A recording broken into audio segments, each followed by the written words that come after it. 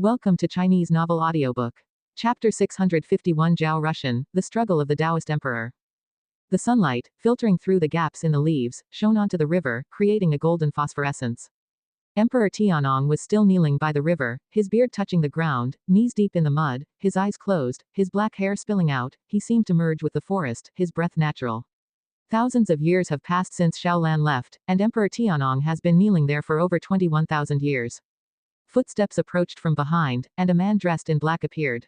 He was handsome, with his black hair coiled up under a headpiece, a sword and a gourd hanging at his waist. He was like an unsheathed treasure sword, impossible to restrain. The legendary foremost pride of the world, Emperor Tianong, nurtured by the Tao court to be the Taoist emperor, yet kneeling here unable to rise. It seems the supporting Tao sword venerable holds you in low regard. Do you have any regrets? The man in black stopped, his voice cold as he stared at Emperor Tianong's back. Without opening his eyes, Emperor Tianong asked softly, "Who are you?" His voice was slightly hoarse, as if he hadn't spoken in a long time. "Zhao Rushan, I too am known as the foremost pride of the world," the man in black answered coldly. Emperor Tianong remained silent. Zhao Rushan continued, "You might not recognize me, but I have seen you. When I first entered the Tao court with no prominent talents, I saw you returning from slaying demons, and the entire city's disciples shouting your name. You were who I, and all disciples, aspired to become." Listening to him, Emperor Tianong still did not utter a sound. "You left the Tao court, making me who I am today. I received substantial support from the Tao court, becoming the new foremost pride of the world, sweeping through peers of my realm. I fought across the land for 1,000 years without rest. Yet, many compare me to you, saying I have not defeated you, and do not deserve the title of the foremost in the world." As Zhao Rushan spoke, he paused, his gaze sharpening. "So, you came to challenge me?" Emperor Tianong asked, still not rising, clearly unworried about Zhao Rushan launching a surprise attack. "Actually, in my heart, I also feel inferior to you," Zhao Rushan stated calmly, taking a step forward as he continued. "Now I too follow the path of pursuing the Taoist emperor, which is the legacy left by the Ting master before his departure. He said both you and I are qualified to achieve the Taoist emperor, to lead the Tao court to unprecedented heights. Come back, since Wuxi looks down on you, why endure humiliation here? Do you know, your deeds have spread across the world, and everyone knows the unparalleled pride cultivated by the Tao court kneels in front of Wuxi sect. Do you realize how much criticism the court has faced?" Gradually, Emperor Tianong opened his eyes, his gaze still full of vitality, unaffected by the passage of time. "I am no longer a disciple of the Tao court. Please return," Emperor Tianong replied softly. He looked across the river, his gaze shifting left and right, as if searching for something. Zhao Rushan furrowed his brows, his right hand resting on the sword scabbard at his waist. "Junior, this is not a place for you to act recklessly." A clear, cold voice came from ahead, startling Zhao Rushan to look up, only to see two figures walking out from the depths of the forest across the river. It was Anshin and Chen Chuan. Seeing Anshin, Emperor Tianong's gaze turned somewhat complicated. He couldn't forget that crushing defeat, he still thinks about what exactly those eyes looked like. Chen Chuan followed by Anshin's side, eyeing Zhao Rushan with curiosity, filled with an unsettling feeling from the sword chi he sensed on Zhao Rushan. Zhao Rushan, looking at Anshin, similarly felt shocked. Anshin gave him an unfathomably profound feeling, particularly when meeting Anshin's gaze, which made him tremble with fear, a feeling he had never experienced, even when facing beings above the Zizai immortal realm. Not to be provoked. This was Zhao Rushan's immediate feeling. "May I ask for the senior's name?" Zhao Rushan raised his hand in salute, asking courteously. Anshin answered calmly, "Wuxi, Anshin, please leave." Zhao Rushan raised an eyebrow. Just as he was about to speak, he suddenly felt a chill climbing up his spine, startling him. After hesitating for a moment, he chose to salute and leave. Although unclear why Anshin held hostility towards him, he also feared dying here. Zhao Rushan's presence quickly faded, while Anshin and Chen Chuan approached the river, facing Emperor Tianong across the stream. Emperor Tianong looked at Anshin, still not speaking, his gaze remaining calm. Anshin spoke, "He wants to kill you. Is that so?" Emperor Tianong asked in surprise, thinking that Zhao Rushan seemed more like trying to provoke him into returning through reverse psychology. Anshin continued, "And he can do it." Upon hearing this, Emperor Tianong's brows immediately furrowed.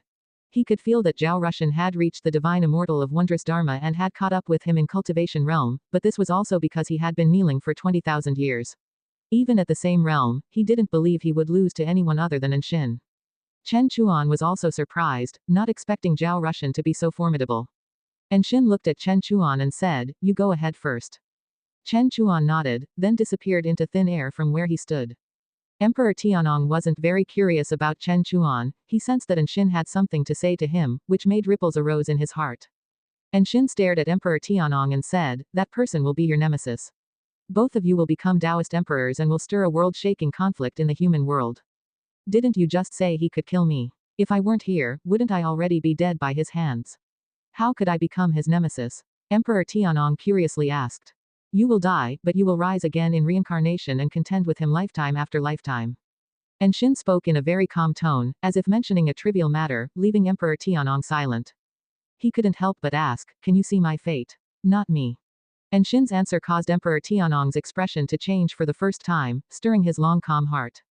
"Sword Venerable." Anshin continued, "Keep kneeling for now. Master can't accept you temporarily, and I don't know the reason, but perhaps this is part of cultivation. Over the years, you should have felt your Tao practice growing." Emperor Tianong showed a smile. "Indeed, although my cultivation level hasn't increased, my understanding of the great Tao is growing rapidly. This must be the blessing of the Sword Venerable." This was also the reason he had been kneeling for more than 20,000 years without feeling tired. He had seen hope, and even if he had to kneel for another 100,000 years, he wouldn't feel it was hard. Anshin stopped talking, flashed beside Emperor Tianong, and continued walking forward.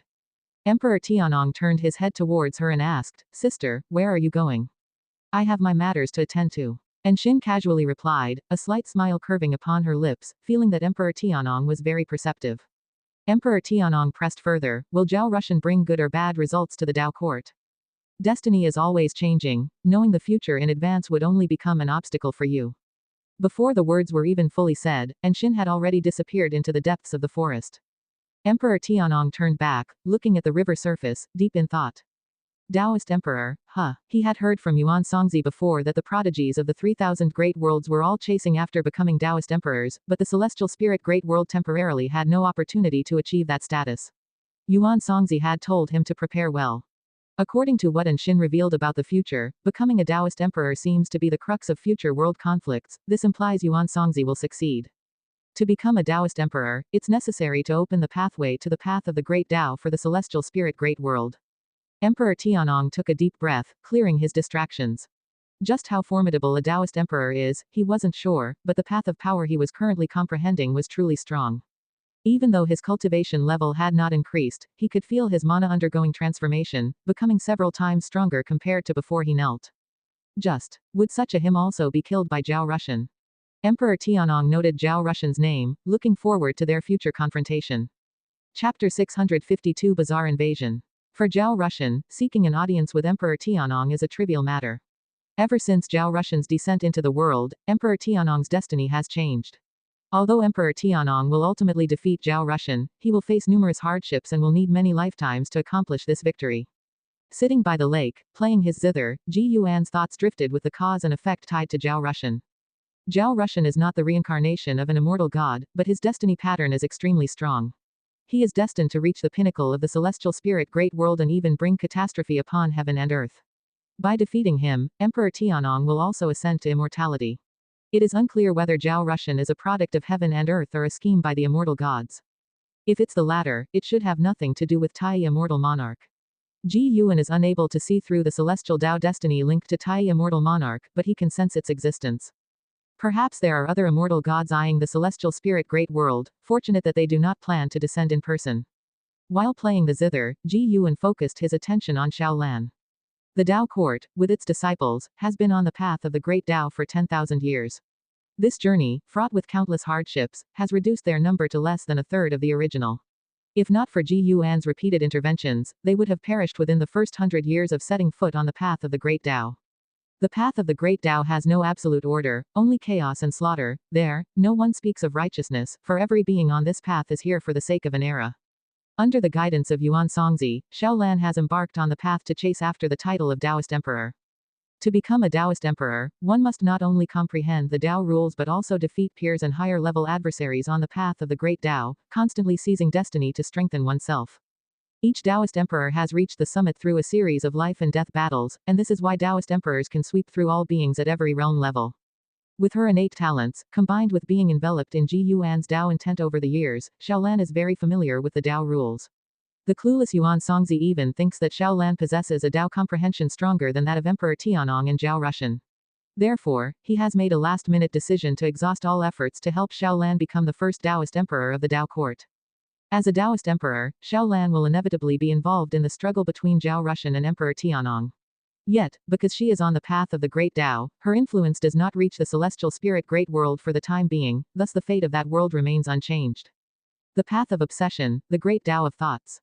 Ji Yuan murmured to himself, feeling surprised. Initially, he thought that Xiaolan, who cultivated the innate reincarnation skill, would follow the path of reincarnation or the path of soul, or even the path of cause and effect, as he often used it to guide her cultivation. It seems no matter which path one followed before, once one aspires to compete for the title of Taoist Emperor, the Great Tao itself will guide the cultivator to the most suitable path for immortal cultivation. Ji Yuan began to truly look forward to Xiaolan's future. Previously, Xiaolan had a smooth journey thanks to his support, and her future was all within his sight. But now, Xiaolan has boundless possibilities, even the potential to surpass his control. For those close to him, Ji Yuan naturally hopes they will get better and better.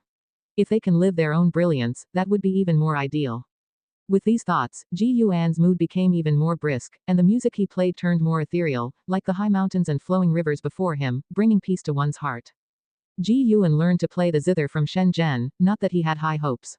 In the long years, he always tried different things when bored. The sound of the zither was melodious, echoing through the mountains. As the breeze blew, day turned to night, and the constellations shifted. Another 5,000 years passed by. In these 5,000 years, aside from Chen Chuan, and Shengxian, and LV Xian, also left the dojo to make their own way in the world.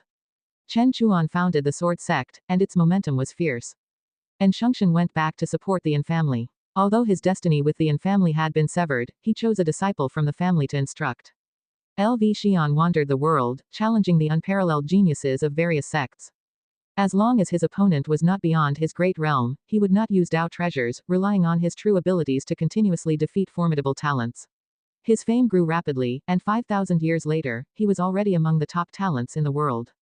However, in the world today, the one with the most fame was still Zhao Rushan, who had mastered the Dao court's supreme divine skill for combat, with inscrutable techniques. In this new year, Emperor Tianong was still kneeling in the forest at the edge of Wuxi. Ji Yuan went early in the morning to pick mature medicinal herbs, and continued until evening, when he arrived at an island belonging to the Gathering Flower Sect. Zhang Chong had prepared wine and dishes in advance, waiting for his arrival. Zhang Chong was now a carefree primordial immortal, and although not as formidable as a Wuxi disciple, she did not stay by Ji Yuan's side all year round. Her cultivation level was already the strongest in this sea area. Not only the strongest, but she was also seen as a legend in the hearts of many disciples of the Gathering Flower Sect, with rumors of her true capabilities. Although Zhang Chong was not the sect master, she still strategized and made important decisions for the Gathering Flower Sect from behind the scenes. Recently LV Xian's fame has grown quite large, spreading across the 72 seas. Even our sect's disciples are discussing what kind of a sect Wuxi really is. In the pavilion halfway up the mountain, Zhang Chong poured wine for Ji Yuan while saying with a laugh. Beside them was a waterfall, the falling water striking the cliff and raising a misty spray, paired with the lush green flora, creating beauty and a sense of atmosphere. Ji Yuan laughed and said, Wuxi is not any sect, and I don't usually manage them that much. Zhang Chong continued to serve dishes to Ji Yuan and curiously asked, You've been in this world for 130,000 years. What exactly are you pursuing, or to be more precise, who are you avoiding? Like others, Zhang Chong also felt that Ji Yuan had the capability to turn the world upside down before he even met her. She believed he was just putting on a show. What she did not know was that Ji Yuan was actually younger than she was. Ji Yuan did not specifically clarify this, as admitting the truth would hardly be believed by anyone, and may even plant the seeds of potential trouble. Pursuing. I am hoping for my current lifestyle to continue for a very long time, until I become tired of it. Ji Yuan said earnestly, then emptied the cup of wine in one gulp. Really? Zhang Chong looked at Ji Yuan, as if she was trying to see through him.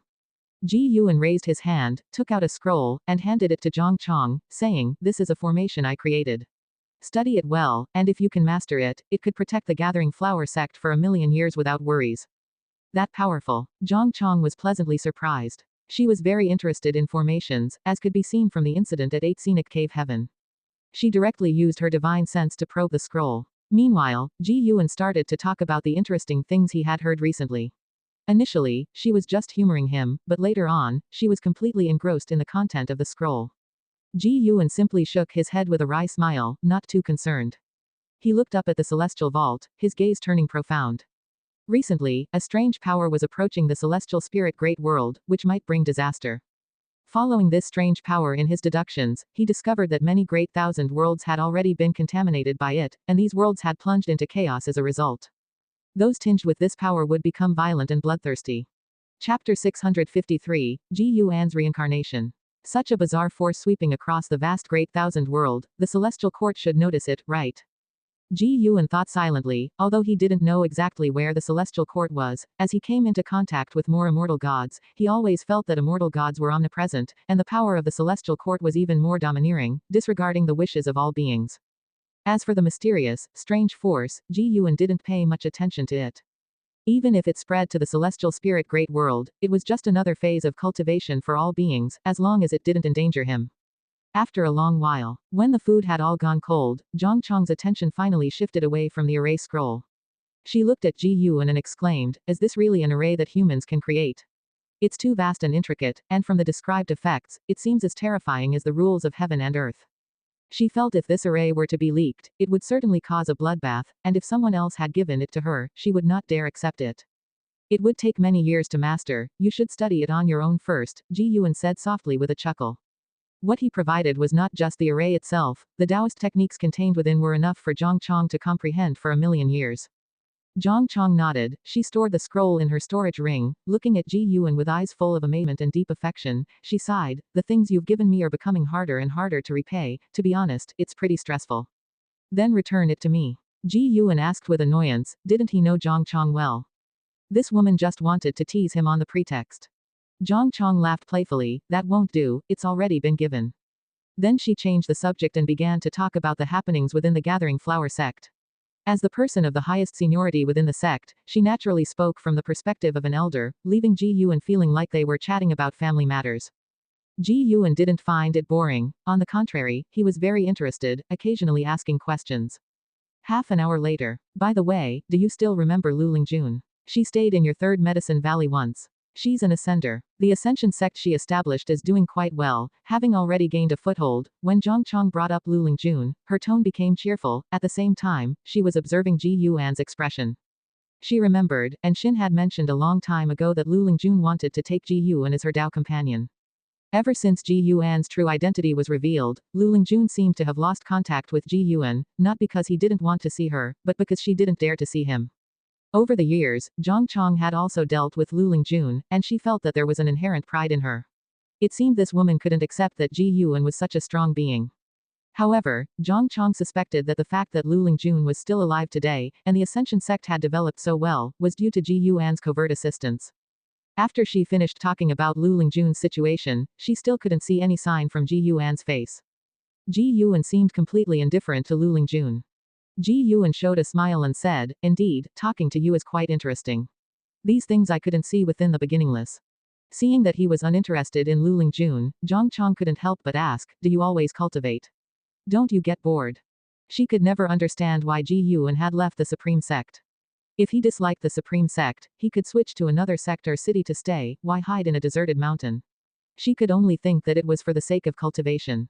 "My life is far more interesting than you think," Ji Yuan said proudly. Zhang Chong raised her eyebrows, skeptical. Ji Yuan laughed and said, "For me, the past 130,000 years have been much slower than the time you have experienced. Take the past 100 years for example. I served as a guard for an emperor in the human world for 60 years, aiding 4 emperors." He was telling the truth. In the recent 10,000 years, he liked to experience various identities in the mortal world. Except for when gathering medicinal herbs, he always used his original body to experience them, and in each identity, he never used his mana. He too would get injured and grow old. Isn't this another form of reincarnation? Zhang Chong never expected Ji Yuan would do such a thing. She found it both absurd and somewhat interesting to think that a powerful being who could overturn the entire great world was scrambling for power and profit with mortals in the mortal world. Maybe she should try it too. After all, she no longer had to personally oversee the Gathering Flower Sect. What followed was Ji Yuan speaking, with Zhang Chong listening. The more stories she heard, the more she felt that what Ji Yuan was doing was not out of boredom, but a form of cultivation. The sun was shining brightly, the sky clear and cloudless. Above the mountains, numerous cultivators were flying on their swords, as fast as the wind.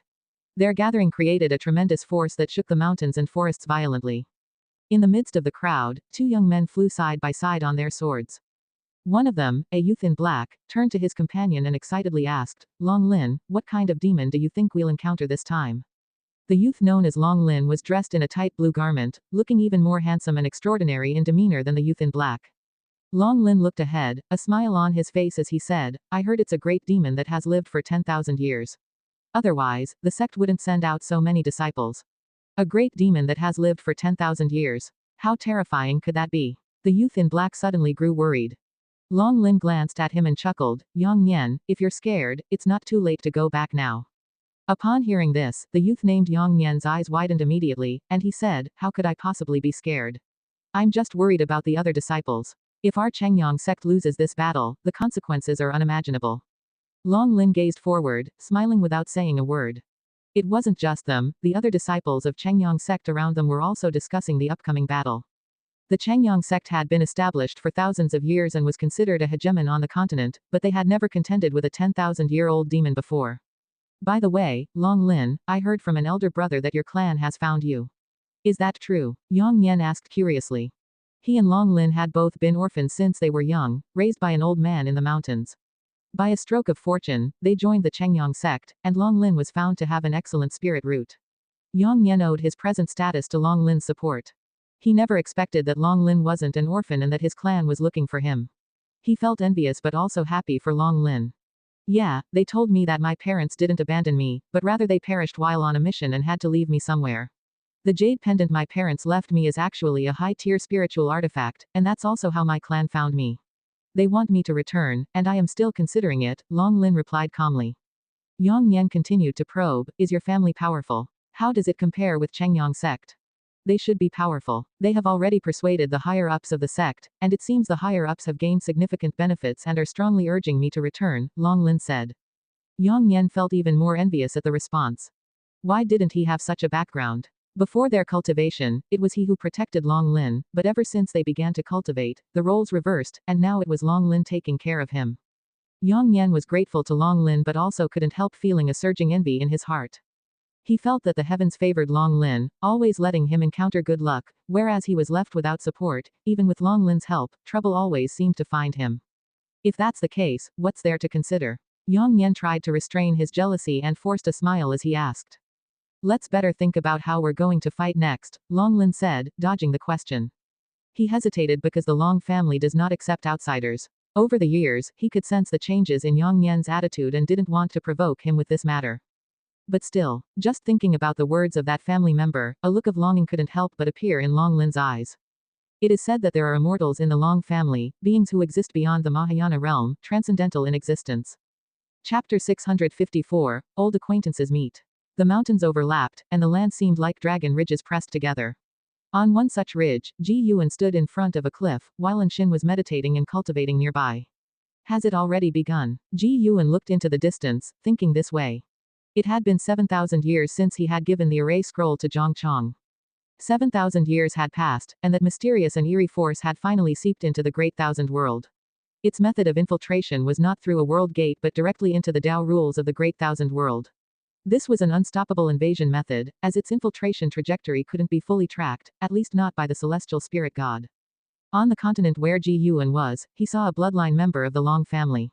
This youth was named Long Lin, whose best friend was invaded by the eerie force, and he would become increasingly jealous and violent in the future, causing many troubles in Long Lin's life. Ji Yuan, however, had no intention of intervening. Long Lin was too distant in relation, equivalent to a stranger. If he were to protect every descendant of the Long family, it would be too exhausting, as the bloodline had already surpassed 1 billion in number, though most had changed names. Although the youth named Yang Nian might take a wrong path, he wouldn't pose a threat to Long Lin's life.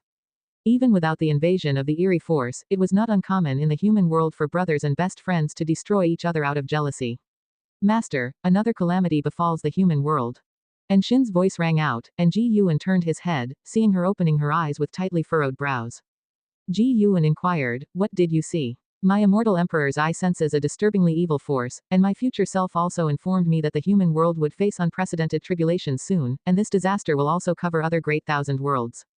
Anshin spoke worriedly. Although her future self was manifested through karmic evolution and might not prove true, it still hinted at major trends in the future.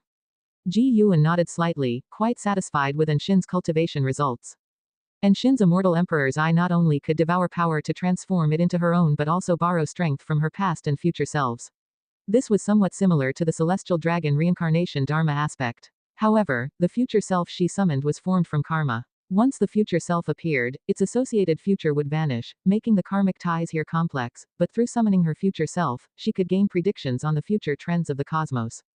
In addition, the immortal emperor's eye inherently possessed a powerful suppressive force.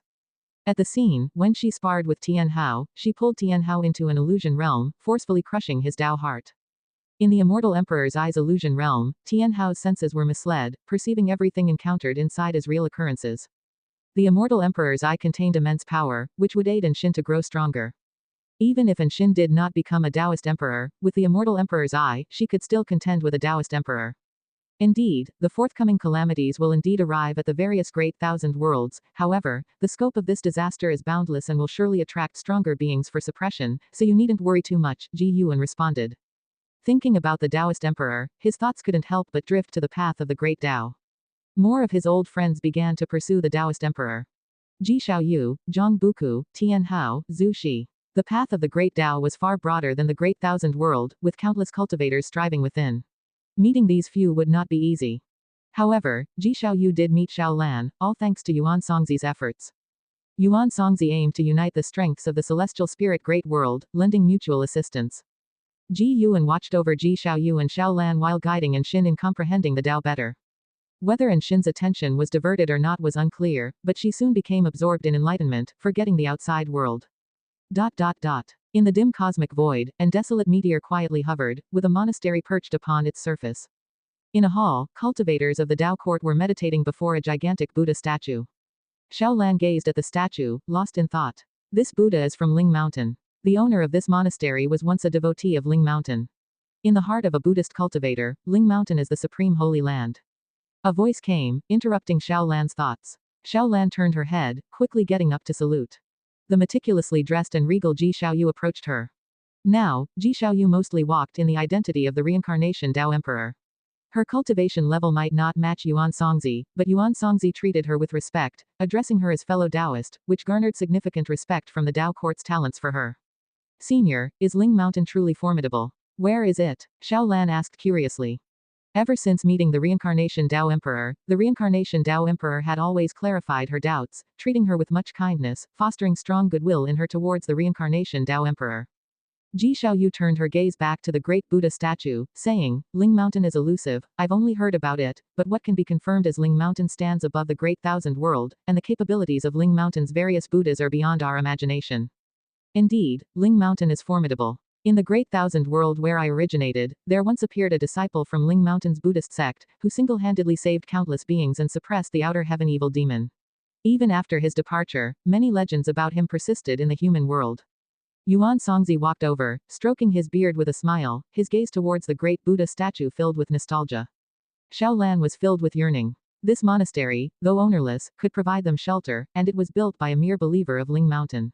How mighty must the Buddhas of Ling Mountain be? For years on the path of the great Tao, Xiao Lan's horizons had vastly widened.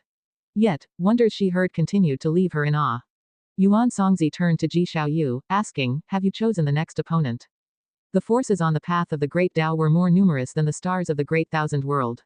Many forces, like the Tao court, came to create a Taoist emperor, so they would establish contacts, setting a time and place for combat resourced by each one's capabilities without forming enmity among the forces. Both Ji Xiaoyu and Xiao Lan were competing to become a Taoist emperor, but Ji Xiaoyu had a higher cultivation level, so she led the way, with the Tao court currently supporting her, enabling Xiao Lan to gain experience more easily. Yes, a prodigy from Qingxia great world whose cultivation level is very similar to mine, Ji Xiaoyu answered, her tone calm. Yuan Songzi was about to continue questioning when suddenly the entire hall began to tremble. An overwhelming pressure emanated from outside the monastery, startling the meditating cultivators from the Tao court, causing them to stand up, ready themselves tensely. Yuan Songzi frowned, projecting his divine sense towards the Tao void. He saw two figures battling deep in the void, colliding like two brilliant suns, causing the Tao rules to tremble, and the immense pressure made the meteor they sat upon tremble incessantly. As that, it seemed Yuan Songzi recognized one of them, his expression turning exceptionally grim. The Tao court cultivators became even more tense. When Yuan Songzi initially confronted immortal gods, he never showed such an expression. Could there be a presence outside more terrifying than the immortal gods? Chapter 655, 5 trillion years lifespan. Do you know who is fighting outside, senior? Ji Xiaoyu noticed Yuan Songzi's expression and couldn't help but ask. She appeared calm, but inside she felt terrified. Just feeling the momentum of the battle from afar gave her a dreadful sense of being turned to dust. On the path of the great Tao, daring to fight so recklessly, these are indeed conceited individuals, for the path harbors many dangers and making too much noise only invites trouble. Her cooperation with the Tao court was precisely to have them help set up a barrier to prevent the aura of her battles with other Tianzhao from leaking. Yuan Songzi took a deep breath and said, one of them comes from ascending to yellow heaven, named Zhou Jia. This person has killed countless people and proves the Tao with killing intent. If he detects our aura, we will all die.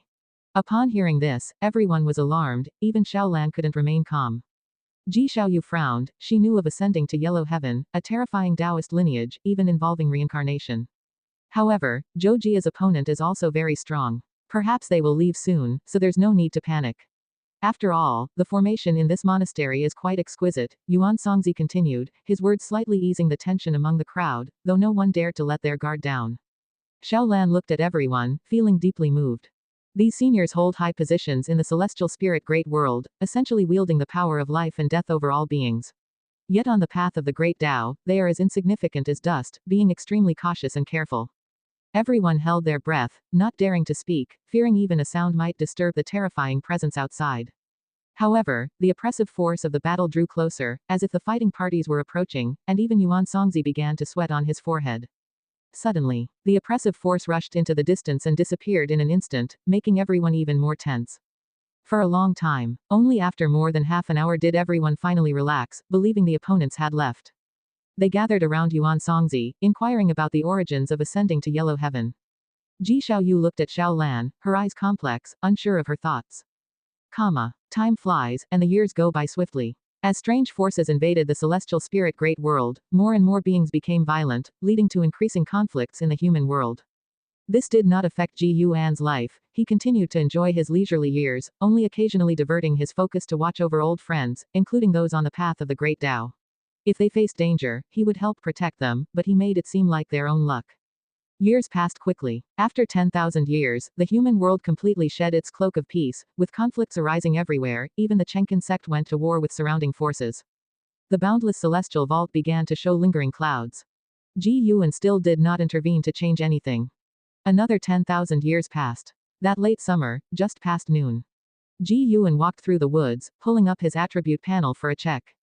Name, Ji Yuan. Lifespan, 161,845 5,048,752,108,241. Physique, primordial reincarnation undying body. Cultivation level, Miaojun de Luo immortal realm perfection. 5 trillion years of life expectancy. He hesitated whether to break through.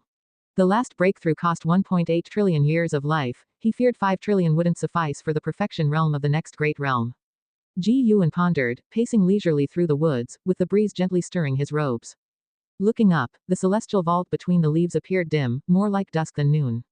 After a while, Ji Yuan stopped walking. He stood by a small river, with a figure kneeling across it. It was Emperor Tianong. Emperor Tianong had been kneeling here for over 50,000 years, yet he seemed without the slightest sign of decline, his long beard touching the ground, face clear. Were it not for his knees sunk deep in the soil, one might not believe he had knelt so long. Though he engaged in no chi absorption cultivation, his cultivation level broke through to the Tao void profound immortal realm, purely through enlightenment. Notably, his breakthrough involved no crossing the tribulation nor the slightest disturbance.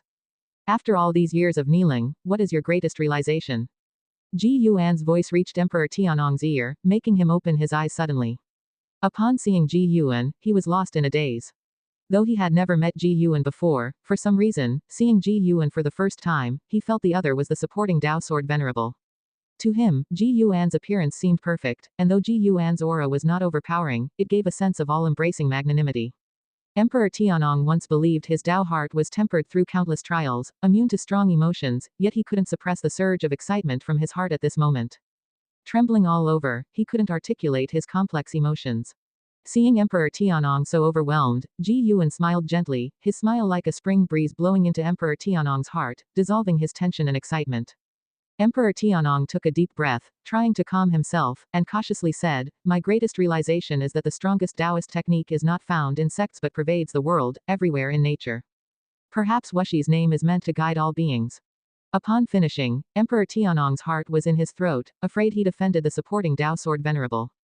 The longer he'd knelt, the more he revered Ji Yuan, sensing it was Ji Yuan guiding him to enlightenment.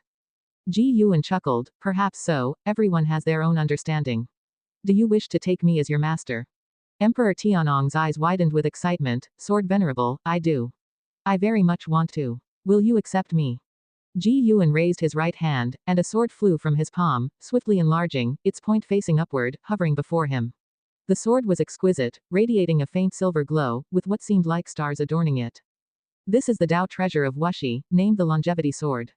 You may use it to save this human world. When you become a savior, return the sword, and then decide whether you wish to be my disciple." As Ji Yuan introduced the sword, the Longevity Sword flew to Emperor Tianong. Emperor Tianong could feel the vast Tao intent within the sword, yet he wasn't captivated, instead directing his attention to Ji Yuan, urgently saying, "I can decide now, willing to be your disciple." Ji Yuan replied meaningfully, "When you have the highest fame and power, and discern your own destiny pattern, then make your decision. There's no rush, if you are willing by then, I will accept you." Hearing this, Emperor Tianong calmed down. "Now go." Ji Yuan continued, upon which Emperor Tianong stood up, clutching the Longevity Sword. In an instant, a vast memory surged into his mind, leaving him stunned. Seeing this, Ji Yuan crossed the small river, passing by him. Go for the breakthrough after all. With his back to Emperor Tianong, Ji Yuan thought silently. He followed his thoughts with anticipation. What lies beyond the Miaojun Deluo immortal realm? Subscribe to Chinese Novel Audiobook YouTube channel. Chapter 656, Endless Tao Mountain.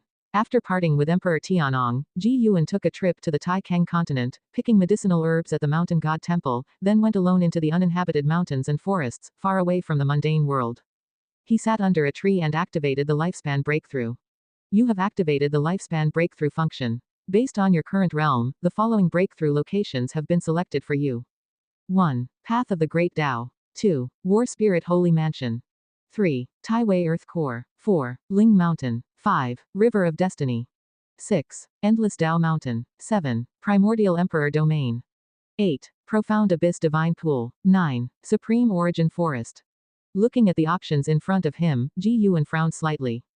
He didn't see the desperate celestial tomb. He was still planning to find a way to rescue the sins within the desperate celestial tomb after breaking through.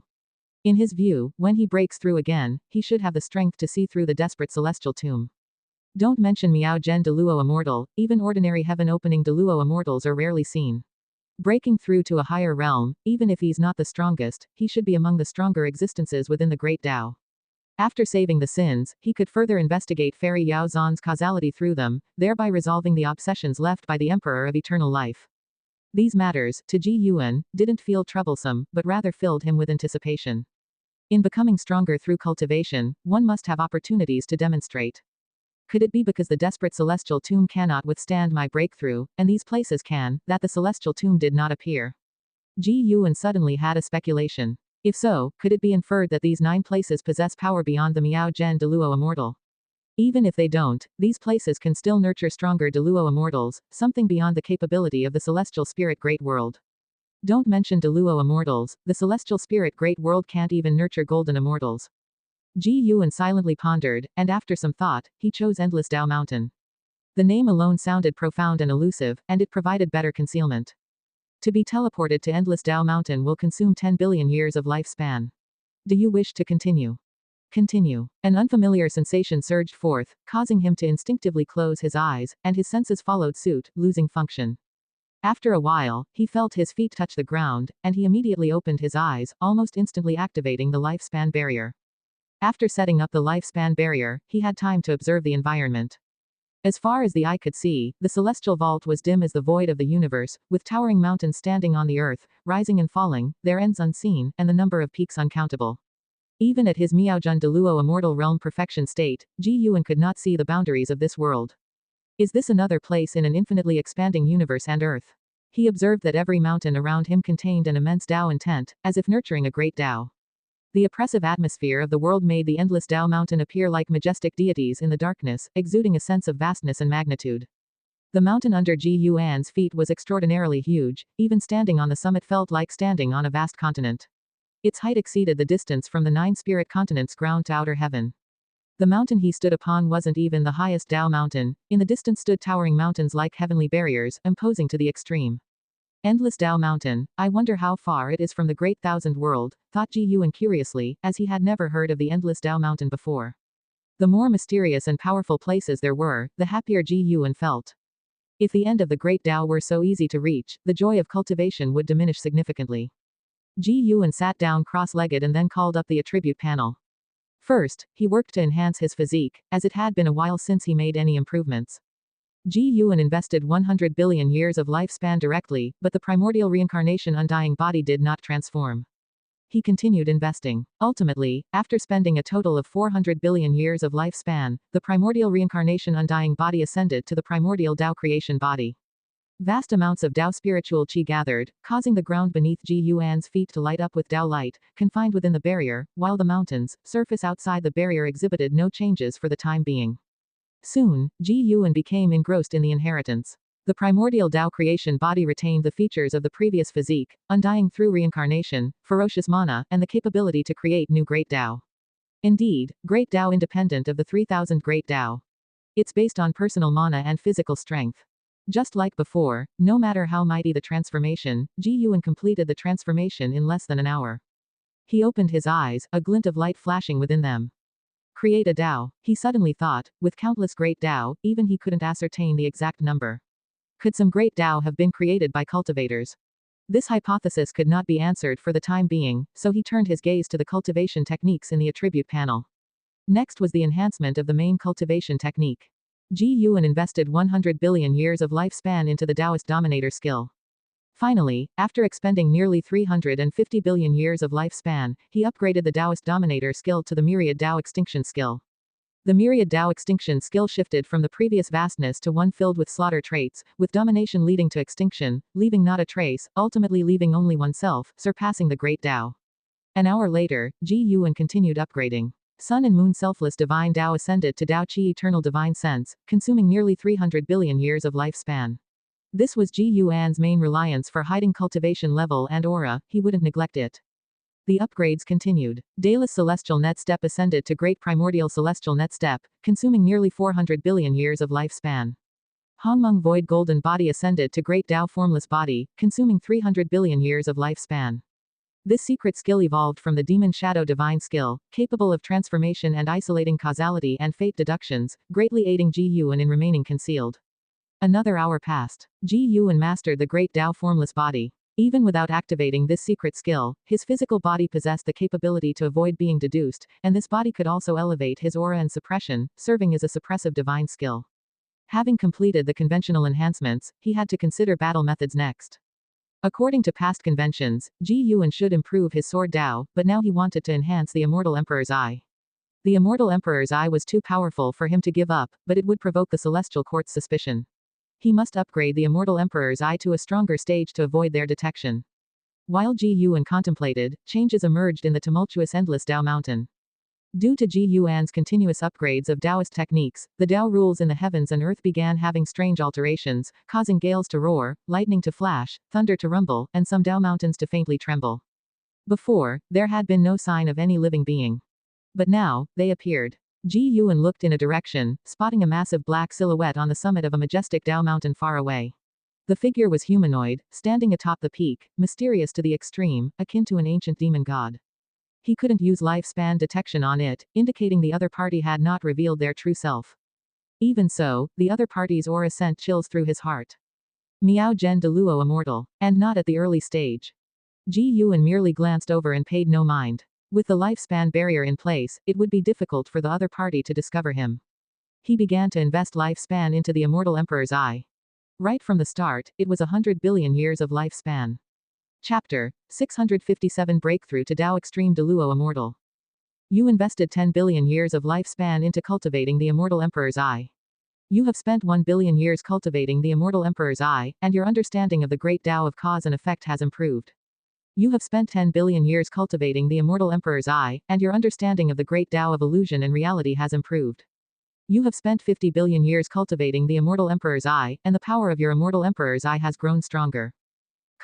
Notifications flashed before Ji Yuan's eyes, but a full 10 billion years of lifespan was not enough to transform the immortal emperor's eye. Ji Yuan was not surprised. After all, this was a formidable divine skill feared by the celestial court. He continued to invest lifespan, still in increments of 10 billion years. Failure. Another 10 billion years. Ji Yuan had over 400 billion years of lifespan remaining, so 10 billion years was nothing to him. Continuous failures, continuous investment. When the invested lifespan exceeded 1,000 billion years, a subtle change appeared in Ji Yuan's eyes. It wasn't until the immortal emperor's eye advanced that he finally breathed a sigh of relief. A total of 1,800 billion years of lifespan was consumed, and the immortal emperor's eye advanced to become the absolute void eye. An endless stream of memories poured into Ji Yuan's mind, causing him to close his eyes and immerse himself in them, as if the vast information of the 3,000 great Tao rushed into his mind, plunging even someone with a perfection in the Miaojun Deluo immortal realm into chaos. The absolute void eye not only can manipulate reality and illusion but can also create them, an almost omnipotent eye whose creations vanish when the user's mana is exhausted. In battle, it can turn an opponent's divine skills, spells, and even mana into nothingness. This is not only suppression against the weak, but even against those with higher cultivation levels, it exerts a certain degree of suppression.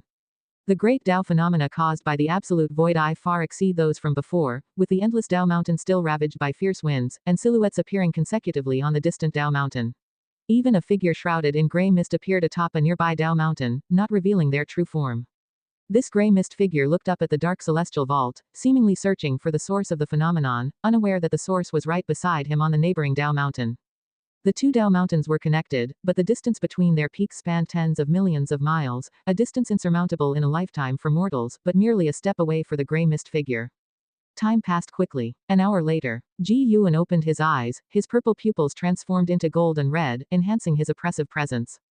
His absolute void eye focused first on the gray mist figure atop the distant mountain peak. Even at such close range, Ji Yuan could not perform lifespan detection on him, as if some force protected the cultivators in this world. However, even without lifespan detection, Ji Yuan could perceive the other's cultivation level. Late stage of celestial creation Deluo immortal realm.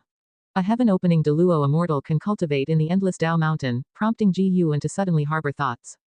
After the breakthrough, should I stay here and observe for a while? First, accomplish the breakthrough and see how strong he becomes. Ji Yuan reopened his attribute panel. Aside from the consumption in lifespan evolution, the lifespan barrier had also been continuously consuming lifespan, leaving him with more than 450 billion years of lifespan. He began investing lifespan into his cultivation level. You cultivate the Qi absorption for 2 billion years, and use the great achievement of the myriad Tao extinction skill to forcefully impact the Tao extreme Deluo immortal realm, beginning to cross the tribulation, but fail to survive the infinite celestial void great tribulation, resulting in ag tributio. Greater than. You cultivate the Qi absorption for 4 billion years, and use the great achievement of the myriad Tao extinction skill to forcefully impact the Tao extreme Deluo immortal realm, beginning to cross the tribulation, but fail to survive the infinite celestial void great tribulation, resulting in ag tributio. 2. Why does it take 2 billion years just for one tribulation? And that's even after I've improved my Taoist techniques and physique. Ji Yuan suddenly felt that it might be challenging to reach the perfection realm of the next great realm this time. In any case, first achieve this so-called Tao extreme Deluo immortal. 100 billion years only resulted in 5 breakthroughs, and after the 5 breakthroughs failed, Ji Yuan directly invested 1,000 billion years of lifespan. Notifications kept popping up, all indicating failure. 50 tribulations, all ending in failure. Ji Yuan continued to invest. 1,000 billion years followed by another 1,000 billion years. Failure, failure, failure. Ji Yuan focused intensely, the absolute void eye flashing with a terrifying gaze. The great Tao phenomenon of the endless Tao mountain began to weaken. The figures standing atop the mountain peaks disappeared consecutively, though some remained observing. The gray mist figure on the nearby Tao mountain did not vanish. He looked around, never settling his gaze on the Tao mountain where Ji Yuan stood. Ji Yuan no longer paid attention to him, focusing entirely on the notifications before him. After failing with 10,000 billion years of lifespan, he realized the problem was significant.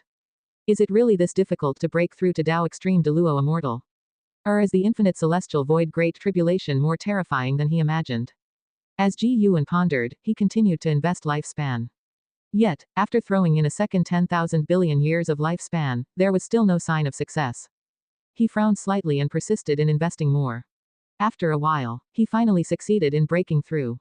You cultivate the qi absorption for 58 billion years, and use the great achievement of the myriad Tao extinction skill to forcefully impact the Tao extreme Deluo immortal realm, beginning to cross the tribulation, surviving the infinite celestial void great tribulation, and succeeding in crossing the tribulation. Your cultivation level breaks through to the early stage of the Tao extreme Deluo immortal realm. You cultivate the qi absorption for 10 billion years, and your cultivation level increases. As the notification fell, the lifespan barrier activated again, far more majestic than before. The Tao spiritual qi engulfed Ji Yuan, immersing him in the strong light of the great Tao. Just reaching the early stage cost Ji Yuan 23,000 billion years of lifespan. He dared not continue to break through, after all, he still needed to save lifespan for the lifespan barrier. First achieve the Tao extreme Deluo immortal. Boom. The dark celestial vault suddenly exploded with a thunderous sound, akin to a great dragon coiling in the heavens, larger than any mountain ridge between heaven and earth, alarming the cultivators practicing within the Tao mountains. In Ji Yuan's perception, the auras of more and more cultivators emerged, as if the night sky was illuminated and the stars appeared. He was astounded. Just how many powerful beings are hidden here. Even the weakest aura belonged to a heaven-balancing golden immortal, with most being Taixuan golden immortals, and several auras caused his heart to palpitate. They must be Tao extreme Deluo immortals. Could this endless Tao mountain be some holy land for enlightenment? Ji Yuan pondered, seeing that no one was paying attention to the Tao mountain he resided on, sinking his consciousness into the inherited memories. Tao extreme Deluo immortal, the pinnacle of the Deluo Tao fruit, is the ultimate limit beings can reach. To become stronger, one cannot rely anymore on cultivation and enlightenment but must create and develop one's great Tao.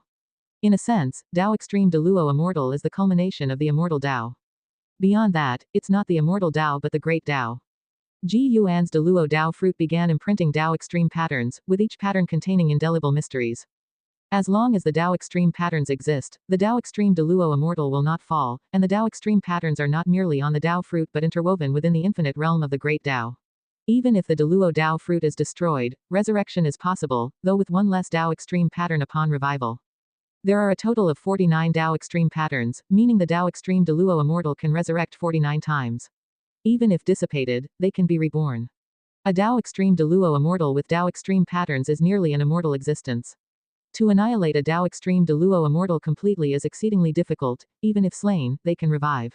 One can only imagine the despair faced against a Tao extreme Deluo immortal.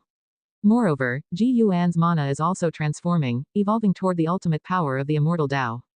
During this process, his lifebound great divine power, longevity true words, is undergoing a qualitative transformation. Chapter 658, Causeless Realm. As Ji Yuan completed the formation of 49 Tao extreme patterns, his consciousness awoke from the state of enlightenment, and he could feel an earth-shattering transformation within himself. He had transformed into a Tao extreme Deluo immortal. Within the barrier was filled with the intense light of the great Tao, and outside, the dark celestial vault gleamed with purple-red iridescence, both bewitching and terrifying. Ji Yuan could sense that the number of cultivators alarmed by this exceeded 100,000, and it was still rising. Nearby, there were also a few Tao mountains where the presence of cultivators emerged, but compared to the endless Tao mountain, these figures were far less numerous than the number of Tao mountains. After attaining the Tao extreme Deluo immortal, Ji Yuan's divine sense also underwent a qualitative change. He could feel the end of the endless Tao mountain. At this moment, new Tao mountains were still forming on the fringes, continuously expanding this world. The distant end he could see was beyond the reach of even Miao Zhen Deluo immortal, and with the ongoing birth of Tao mountains, the name Endless Tao Mountain was truly deserving. Before his breakthrough, the speculation was correct. There indeed existed several Tao extreme Deluo immortals in the Endless Tao Mountain. Their Tao Mountain stood as the tallest among them, while the Tao Mountain beneath Ji Yuan's feet was like a small hill before Mt. Tai in comparison, and the Tao intent contained in those massive Tao mountains was majestic. Even the most mediocre mortal spirit could ascend to immortality while residing on such Tao mountains. Furthermore, Ji Yuan also felt various heavenly court destinies here, similar to the destinies of the celestial spirit god and the 72 immortals of the Golden Cave, even possessing the destiny of a Tao extreme Deluo immortal. Ji Yuan had a sense of engaging with a high-level map, becoming even more interested in the endless Tao mountain. The breakthrough was not yet over, his cultivation level continued to rise, and the anomaly brought to the endless Tao mountain began to wane. The elusive Tao rules writhed like a startled swarm of dragons, and the terrifying might of the Tao caused the supposedly unshakable Tao mountains to tremble. Ji Yuan summoned his attribute panel to examine. During the breakthrough process, the lifespan barrier consumed 3 trillion years of lifespan, which was not a small number. Ji Yuan continued to invest his lifespan into his cultivation level. Any breakthrough was worth it. Soon, he once again seized the opportunity for a breakthrough. Consuming 800 million years of lifespan, he advanced to the mid-stage of the Tao extreme Deluo immortal realm. The Tao rules in the world once again raged violently, intertwining heavenly thunders that could destroy the great thousand world, shifting colors, magnificent, and mysterious, this beauty cannot mask their dangerous aura. From the early to mid-stage of a Tao extreme Deluo immortal, Ji Yuan didn't need to immerse himself in inheritance, he began to observe the endless Tao mountain. Attaining Tao extreme Deluo immortal, his ability of deduction also rapidly strengthened. He no longer needed to cast spells or use divine skills or the power of the great Tao, he only needed to think to reach the answer. His gaze swept across, and answers continuously emerged in his mind. The endless Tao mountain, a holy land of cultivation above all heavens, almost every cultivator who comes here has a significant background. The reason why those figures were shrouded in mysterious black and gray auras was not of their own doing, but because of the protective power of the rules of the endless Tao mountain. As long as they stepped into this place, they would be enveloped by the power of the rules, preventing deduction. The endless Tao mountain is unowned, and immortal gods, human demons, and demon evils may all come to seek enlightenment. Combat is not allowed here, even immortal gods must abide by the rules. Ji Yuan also found a place from where he could leave the endless Tao mountain. Different places lead to different cosmic planes, some emanating an aura making him wary to explore. He even suspected that a certain place might connect to the celestial court. Whatever he wanted to understand, he could get an answer, unless it involved a power higher than his own. This was no longer mere deduction but a higher tier power, a power that could only be unlocked by reaching Tao extreme Deluo immortal. Tao extreme Deluo immortal, nearly immortal, omniscient, and omnipotent, truly the pinnacle of the immortal Tao. While enjoying the improvement of his cultivation level, Ji Yuan's gaze swept over, gaining a deeper and deeper understanding of the endless Tao mountain. He decided to return and have a look sometime later. Although he could not yet determine how far the endless Tao mountain was from the celestial spirit great world, he could leave a mark and trace this realm from the celestial spirit great world. Time flowed swiftly. Those existing at the summit of the endless Tao mountain merely observed silently, with no one choosing to flee this world, thus the endless Tao mountain did not descend into chaos, and no one arrived at the Tao mountain where Ji Yuan resided. Ultimately, by the time Ji Yuan reached the mid-stage of the Tao extreme Deluo immortal realm, no one invaded the Tao mountain where he was located. He looked at his attribute panel, 900 billion years of lifespan remained. He could not break through again. Ji Yuan took a deep breath, stood up, and chose to teleport back. Immediately after, he disappeared from where he stood. The anomaly of the endless Tao mountain had not yet completely dissipated, but the heavenly thunders in the sky gradually thinned, and the sound also diminished. At dusk. Taoist field of the beginningless. Ji Yuan leisurely continued along the mountain path. After half a day's search, his divine sense had locked onto the endless Tao mountain. When returning to the endless Tao mountain in the future, there is no need to use lifespan for breakthroughs again. Actually, while coming back, he could rely on himself to return. However, considering the presence of Tao extreme Deluo immortals and heavenly court immortals at the endless Tao mountain, he decided to proceed with caution. Using 10 billion years of lifespan to ensure safety. No matter how high the realm is, caution is needed, especially when facing beings of the same realm. Ji Yuan was in a pleasant mood. After reaching the Tao extreme Deluo immortal, he could see further, and the future heaven's calamities were all within his sight, posing no threat to him. He arrived at the courtyard, and his gaze turned towards Shenzhen in front of the artifact refining cauldron. He peered into the causal connection to Fairy Yao Zhan within Shenzhen, seeing a line connecting to the outer heaven. He looked up, following that line across countless worlds and universes, and he saw an absolutely black void. Fairy Yao Zhan's soul was hidden in that void. Moreover, there were other souls there, countless in number, all of whom were exiled by the path of cause and effect. There were existences of all realms, even Deluo immortals, all immobilized and in slumber. Causeless realm. Ji Yuan's mind received the name of that void, and his brows furrowed. He could feel the threat of the causeless realm, which harbored extremely terrifying power. Despite being a place of exile by the path of cause and effect, it seemed there existed a will in this realm capable of free action, more frightening than the Tao extreme Deluo immortals of the endless Tao mountain. It seems rescuing Fairy Yao Zhan is not yet possible. Ji Yuan silently withdrew his gaze, not in a hurry. Judging by Fairy Yao Zhan's current state, she wasn't suffering, her consciousness had already fallen asleep, losing the concept of time. As long as he saved her before her soul dissipated, it wouldn't matter how much time passed in between, making no difference to her. Shenzhen seemed to sense Ji Yuan's gaze, turning her head to look. Upon seeing Ji Yuan, her expression changed slightly, and she appeared a bit dazed.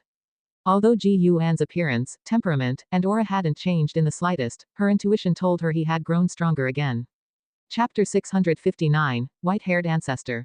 What are you looking at?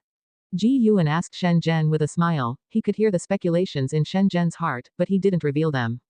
Even in front of Shen Zhen, Ji Yuan wouldn't disclose his true strength. Shen Zhen snapped back to reality and asked, the Tianong Emperor has left. Do you really think relying on him can save the world? These years, the human world has become increasingly chaotic, and she can also sense a mysterious force manipulating the lives of all beings in the shadows. Such a power must involve outer heaven. This is not the cause and effect that the Tianong Emperor of Dao Void Profound Immortal Realm can conclude, even if he holds a Dao treasure. Ji Yuan moved a chair nearby closer to him with a wave, sat down, and said, don't underestimate his potential. He has the talent comparable to Tian Hao. Do you think he seems like an ordinary person? Does he also have an immortal god's background? Perhaps. Hearing this from Ji Yuan, Shen Zhen could conclude that the Tianong Emperor had an inseparable connection with the immortal gods. Click, click. The immortal gods are elusive and never to be seen, yet near Ji Yuan, they seem not so extraordinary. Shen Zhen looked at Ji Yuan by her side, her eyes filled with a strange radiance. She was very curious about what role Ji Yuan played in the eyes of the immortal gods. Shen Zhen jokingly asked, with so many immortal gods appearing before you, the celestial court's target wouldn't be you, right? If one day, the celestial court invites you to join the immortal class, what would you choose? That would depend on what the immortal position is, Ji Yuan replied casually. Shen Zhen's eyes smiled into crescent moons as she asked, what if they invited you to tend horses? She had initially reached out to Ji Yuan because she liked his books and continued to flip through The Investiture of the Gods, Journey to the West, and Supreme Immortal Venerable, to this day. Ji Yuan threw Shen Zhen a sidelong glance and said unkindly, you're so humorous, if that's the case, then I'll go tend the horses and bring you along to assist me. Sure, sure, the horses in the heavens must be extraordinary. Shen Zhen said excitedly, causing Ji Yuan to shake his head and laugh. The two plotted for some time about going to the celestial court to tend horses before they started talking about world affairs. Shen Zhen was very curious about what the mysterious force causing chaos in the human world was. Ji Yuan didn't hide it and shared his discovery with her, hoping to increase her understanding of the Great Tao. Speaking of it, apart from Anshin, Ji Yuan also put great effort into nurturing Shen Zhen. It wasn't because he was biased, but because others hadn't reached the stage of enlightenment and were still in the low-level stage of practicing in retreat. Shen Zhen was able to achieve her current accomplishments because she received the cause and effect of the Emperor of Eternal Life. Of course, this doesn't mean she was just lucky. After all, she regarded Ji Yuan as her only reliance. Unlike the celestial demon child, who has a life and death relationship with Ji Yuan, she abandoned other connections to choose Ji Yuan, which is also the reason why the Emperor of Eternal Life chose her. Everything has cause and effect, behind every coincidence is inevitability. That year, the human world faced a change because a once peerless prodigy from ages past was reborn. The Tianong Emperor did not return to the Dao court but traveled the lands, suppressing evil forces everywhere. As the world's ruler, the Dao court also exerted efforts to quell chaos. Many prodigies emerged as saviors, the most renowned among them being the current chief disciple of the Dao court, Zhao Rushan. In those chaotic and dark years, the Tianong Emperor and Zhao Rushan appeared like two stars, wanting to use their faint light to illuminate the entire world. 100 years later. On this morning, after picking medicinal herbs within the Taoist field of the beginningless, Ji Yuan left alone. As he walked through the woods outside the field, his figure suddenly vanished.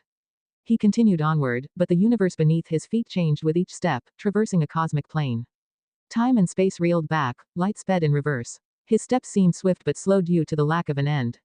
Suddenly, black gas swirled around Ji Yuan, quickly enveloping him. As his right foot set down, he found himself in a dim void. He halted and looked ahead, seeing an endless expanse of Dao mountains, all magnificent and impressive, towering like deities in the distance with divine might emanating boundlessly, full of oppressive force. Endless Dao mountains. Ji Yuan had just manifested but immediately felt the force of this place's rule surging toward him, seemingly wanting to cloak him in a layer preventing cause and effect analysis, yet he didn't hide his true form. He continued to maintain the great Dao formless body, for he was also wary of these rules. Once the force of the rules bound him, he felt his actions weren't restricted. It was a very intriguing rule. He stepped forward, admiring the towering Dao mountains along the way. Before coming, he had suppressed his cultivation level to heaven-opening Deluo Immortal, and not only that, he had also reduced his presence to appear as a mysterious, cautious cultivator inadvertently exuding a slight heaven-opening Deluo Immortal aura. Coming to the endless Dao mountains, he wasn't seeking cultivation but information, wanting to forge connections with the cultivators here and gain more insights into the great Dao. If he could learn more about the celestial court here, that would be even better. He wandered aimlessly, noticing most cultivators occupied a Dao mountain alone, as there were indeed too many. The cultivators seemed wary of each other, too. This could be troublesome. Ji Yuan began to miss Bai Zia of Human World Peak. When he first ventured to outer heaven, he met the enthusiastic Bai Zia, who even introduced him to Human World Peak. Although Human World Peak hadn't greatly aided his cultivation, it did help him better understand the heavens and earth, which is why he had never severed ties with Human World Peak, cherishing these bonds. He continued roaming, waiting for an opportunity. During this time, he also saw other figures entering endless Dao mountains, most having clear objectives, flying swiftly. Ji Yuan spotted a figure that seemed as confused as him, moving slowly and constantly looking around. He hesitated for a moment, then cautiously flew over as if he was being careful. The other was also a heaven-opening Deluo immortal, perhaps having some degree of confidence, they dared to wander like this. Ji Yuan previously saw a Taixuan golden immortal enter and immediately hide within a Dao mountain. This heaven-opening Deluo immortal had a slightly slender figure, resembling a Taoist, holding a horsetail whisk resembling a sword. Seeing Ji Yuan approaching, he stopped and turned to look at him. Fellow Taoist, may I ask if this is the endless Dao mountains? Ji Yuan asked, changing his voice. This is indeed the endless Dao mountains. Is it your first time here? The other replied, their tone slightly cold. Yes, I've heard the endless Dao mountains contain endless true meanings of the great Dao. My Dao practice has reached a bottleneck, so I wanted to give it a try. The great Dao aura here is indeed dense, even beyond my imagination, but it's different from what I expected. At the end of his sentence, Ji Yuan pretended to hesitate. Didn't expect there to be so many people here, right? The other chimed in. Exactly. Ji Yuan's tone contained a hint of amazement. The other remarked, those who come here to cultivate are truly great powers from various realms, it only goes to show how vast the great Dao is, far beyond our imagination. I had some understanding of the endless Dao mountains before coming, but upon arrival, like you, I was astonished. My name is Hong Yazi, from the Misty Immortal Court. What's your name, and which sect do you hail from? Misty Immortal Court. Ji Yuan didn't expect the first Deluo immortal he would meet to be from the Misty Immortal Court. He followed with, my name is Meng Lang. When I attained Golden Immortal, my sect was destroyed, so I've been wandering without a sect for now. Upon hearing, Hong Yazi said, with your Dao practice, founding a sect wouldn't be difficult. Ji Yuan shook his head, forget it. Having a sect means having burdens. I prefer pursuing the great Dao freely and unfettered. That's certainly reasonable, Hong Yazi agreed, seemingly deep in thought before falling silent. Ji Yuan pondered on how to further the relationship. Fellow Taoist Meng, since you're also new here, I assume you don't know where to head next. Why not join me to listen to a true immortal's lecture? Hong Yazi invited. Ji Yuan was flattered and hesitantly asked, I follow you. Is that suitable? Hong Yazi reassured, don't worry, I don't have any connection with that true immortal. Their lectures aren't private, anyone can attend and listen. May I ask the name of the true immortal? He is revered as the white-haired ancestor, a highly respected immortal god of the celestial court. The dojo of the white-haired ancestor is situated on the endless Dao mountain. Led by Hong Yazi, the two soon reached the Dao mountain where teachings were held. The height of this Dao mountain ranked among the top 10, and there was an abundance of powerful presences on the mountain. They flew to a mid-mountain location where a sprawling open-air palace had been constructed. On the palace, there were thousands of mats, and already dozens of figures had gathered here. These figures were shrouded in the aura of rules, their true forms not revealed. Hong Yazi was familiar with some of them and introduced Ji Yuan to these individuals of great power. The atmosphere was quite congenial, and the conversation was enjoyable. Among those who came to listen to the teachings were also Taixuan golden immortals, who dared not intrude on the conversations of the Deluo immortals and stayed at a distance.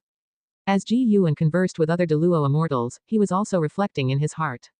Indeed, no matter where you go, there will always be hierarchy. In any great thousand world, a Taixuan golden immortal would be an unimaginable powerhouse, yet here, they were all very constrained, lacking the demeanor of a supreme being. He only sighed briefly, not giving it much thought. Those he conversed with were heaven-opening Deluo immortals, while afar, there was a Miao Zhen Deluo immortal whom no one dared disturb. Through other heaven-opening Deluo immortals, Ji Yuan gained a deeper understanding of the white-haired ancestor, who held a status in the celestial court far above that of an immortal monarch.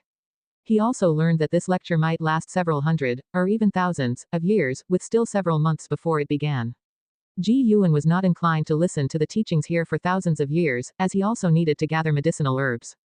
So, before the arrival of the white-haired ancestor, he switched to a clone, and his true self secretly exited the endless Dao mountain, returning to the celestial spirit great world unnoticed by the great cultivators present. Even when in the celestial spirit great world, he could connect his mind with the clone, equivalent to listening in person. Such a method probably didn't count as disrespect, and he thought that other listeners might not all be their true selves either. In the following times, more listeners continued to arrive. With the help of Hong Yazi, Ji Yuan met numerous powerful figures from different factions. Hong Yazi even introduced him to a star monarch of the celestial palace. Although this star monarch had only the cultivation level of a Taixuan golden immortal, relying on the celestial palace meant no others dared disrespect him. Even in the endless Dao mountain, the celestial palace held absolute authority, and no one dared to offend it.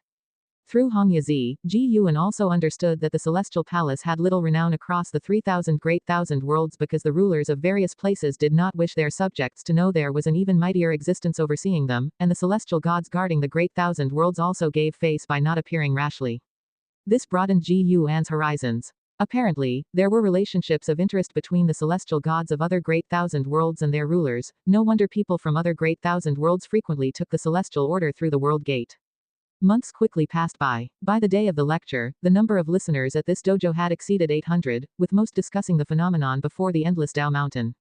Ji Yuan was already seated, patiently waiting for the arrival of the white-haired ancestor. He sensed the aura of a Dao extreme Deluo immortal at the top of Dao mountain. Surely, that must be the white-haired ancestor. Ji Yuan silently compared and felt that the opponent's cultivation might be in the later perfection realm of the Dao extreme Deluo immortal stage. Although he was already a Dao extreme Deluo immortal, his life had been so short, like a child compared to a true Deluo immortal, so he was full of anticipation for this lecture. He wanted to see how vast the Dao intent of other Dao extreme Deluo immortals was, and how teachings from beyond heaven differed from his own. Dong. A bell sound reverberated through the entire Dao mountain, bringing quiet to the dojo, as a white light fell from the sky onto the steps in front of the palace, mighty immortal energy dispersing, forming a strong wind over every listener. Ji Yuan squinted and saw a figure descending from the white light. The white-haired ancestor. Dao extreme Deluo immortal. Within the dojo, there were only 2 Miao Gen Deluo immortals, and even if the aura of all the listeners combined, it couldn't match the white-haired ancestor. This made most listeners sit up straight involuntarily. As the white light faded, the figure of the white-haired ancestor was revealed. Though her entire form was surrounded by the gray aura of rules, from her silhouette, she was clearly a female immortal, holding a horsetail whisk in her hand, her robes wrapped tightly around her. This time, I will be discussing the path of power for you all. The voice of the white-haired ancestor sounded, melodious indeed, a female voice infused with immense Dao intent, causing the Dao rules on the Dao mountain to pause. Thank you, ancestor. The listeners all bowed and said, and Ji Yuan followed suit in salutation. The path of power. He indeed wished to see what distinctive insights this white-haired ancestor had on the path of power, given that he had also mastered it and held great interest in it. The white-haired ancestor sat down, and beneath her appeared a green lotus, equally unfathomable. Ji Yuan even felt the lotus harbored power not weaker than that of the white-haired ancestor. As the white-haired ancestor began her teachings, time swiftly flowed by. Ji Yuan's mind was also immersed in the listening, following the guidance of the white-haired ancestor to comprehend the path of power. While the clone listened to the teachings on the endless Dao mountain, Ji Yuan continued living in the celestial spirit great world. Harvesting medicinal herbs had become a regular task for him, one that he wouldn't interrupt. The conflicts in the human world grew more intense, with volatile rulers emerging within various sects and imperial dynasties, inciting more fierce power struggles internally, including within the Dao court. When internal strife engulfed the Dao court, unable to fully salvage the worldly chaos, disorder across the universe intensified. Emperor Tianong had fully harnessed the power of the longevity sword, capable of contending against the free immortal of Taoist Zhang, yet his pressure continued to grow. He underestimated the difficulty of the salvation task arranged by the supporting Dao sword venerable.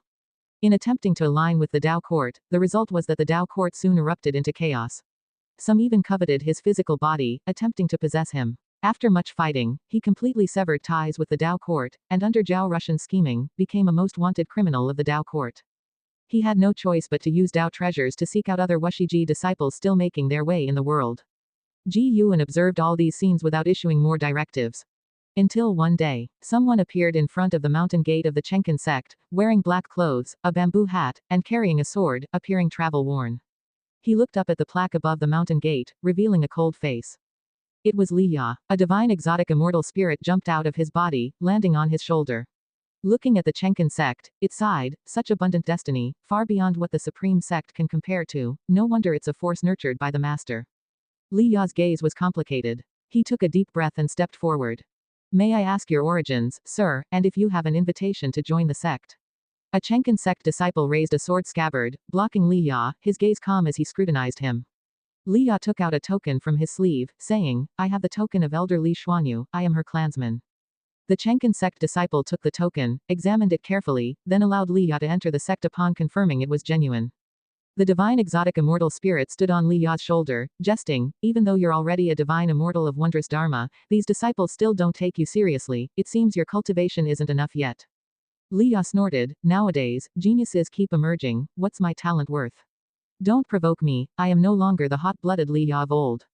The divine exotic immortal spirit covered its mouth and laughed, but didn't tease him further. Chapter 661, The calamity ends as the cup falls. Under the blue sky, with green mountains and clear waters, birds sing and flowers blossom. Li Ya and Li Xuanyu sat in a small pavilion below the mountain stream, drinking tea and catching up. Listening to Li Ya recount his experiences over the years, Li Xuanyu appeared indifferent but was feeling a lot of emotions inside. Compared to Li Ya, she felt much luckier. In order to become stronger, Li Ya had to roam around and seize opportunities, engaging in combat year after year, whereas she had no shortage of cultivation resources within the Taixuan Sect and faced no bottlenecks in practice. Regarding the absence of bottlenecks in her practice, she suspected that Ji Yuan was secretly helping her. Before meeting Ji Yuan, her comprehension wasn't as impressive. After finishing his legendary tales, Li Ya raised an eyebrow as he looked at Li Xuanyu and asked, Sister, how have you been these years? He was unaware of the emotions in Li Xuanyu's heart. He was still very proud of his own experiences, and although he wasn't listed among the prodigies, his reputation was not low, and it was all earned through his own efforts. Li Xuanyu didn't conceal her experiences and began to recount how she was mainly advancing her status within the Taixuan Sect. In the end, Li Xuanyu sighed, compared to you, my life is too plain. Li Ya was initially engrossed, but the more he listened, the more he felt something was off. With the assistance of the sect's great powers, she successfully crossed the tribulation and broke through to the heaven and earth flying immortal realm. Under the guidance of immortals, she achieved the Xiaoyao immortal realm. During the celestial tribulation when crossing the mysterious spiritual immortal realm, she almost perished, luckily aided by the Wuxi Dao treasure. Li Ya opened his mouth, wanting to ask, is this right? He knew Li Xuanyu's talent. Back on the Taikang continent, he had already surpassed Li Xuanyu.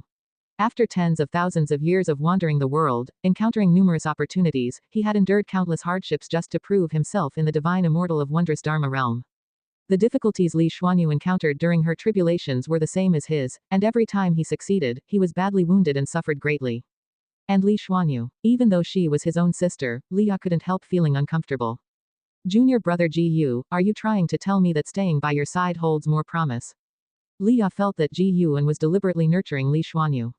If it were just an ordinary connection, protection would already be commendable, how could Li Xuanyu have cultivated to her current realm? And so quickly, Li Xuanyu asked, why have you come? Why? Li Ya felt inexplicably blocked in his heart. His relationship with Ji Yuan was closer, so why did it now seem more distant? Li Ya answered, regarding this world, I have obtained some information that I want to convey to Fu Dao Sword Venerable. He almost couldn't help but refer to Ji Yuan as junior brother Ji Yu, but then thought that Ji Yuan was Fu Dao Sword Venerable and was the one who altered Li Xuanyu's fate. He shouldn't be so impolite. Moreover, after tens of thousands of years, would Ji Yuan still recognize him as senior brother? As his realm grew higher, Li Ya's understanding also improved, and he became increasingly in awe of Fu Dao Sword Venerable's power. No matter how strong he became, he was still an ordinary person in this world. He had encountered too many existences that made him look up in awe, which is why he was often amazed by Ji Yuan's strength. What kind of strength could allow Ji Yuan to disregard the entire celestial spirit great world and even confront terrifying existences from outer heaven? About the world, Li Xuanyu was surprised, and was about to ask more. Suddenly, a figure appeared beside the two of them. The newcomer rolled up his sleeves and sat down directly. Li Xuanyu was stunned, staring blankly at Ji Yuan. Li Ya was equally shocked when he saw Ji Yuan suddenly sitting beside him. Ji Yuan was dressed in white, wearing a newly crafted immortal king crown, exuding an ethereal aura, and with that nearly perfect face, he seemed like an immortal monarch descended from the heavens. What? Not welcoming me? Ji Yuan smiled, then nonchalantly poured himself some tea. Li Xuanyu regained her composure and said, how could we not welcome you? I just didn't expect you to come out personally. Her gaze inadvertently turned to Li Ya. She had known for a long time that Ji Yuan valued Li Ya greatly, but she didn't expect that as soon as Li Ya arrived, Ji Yuan would personally come to meet him.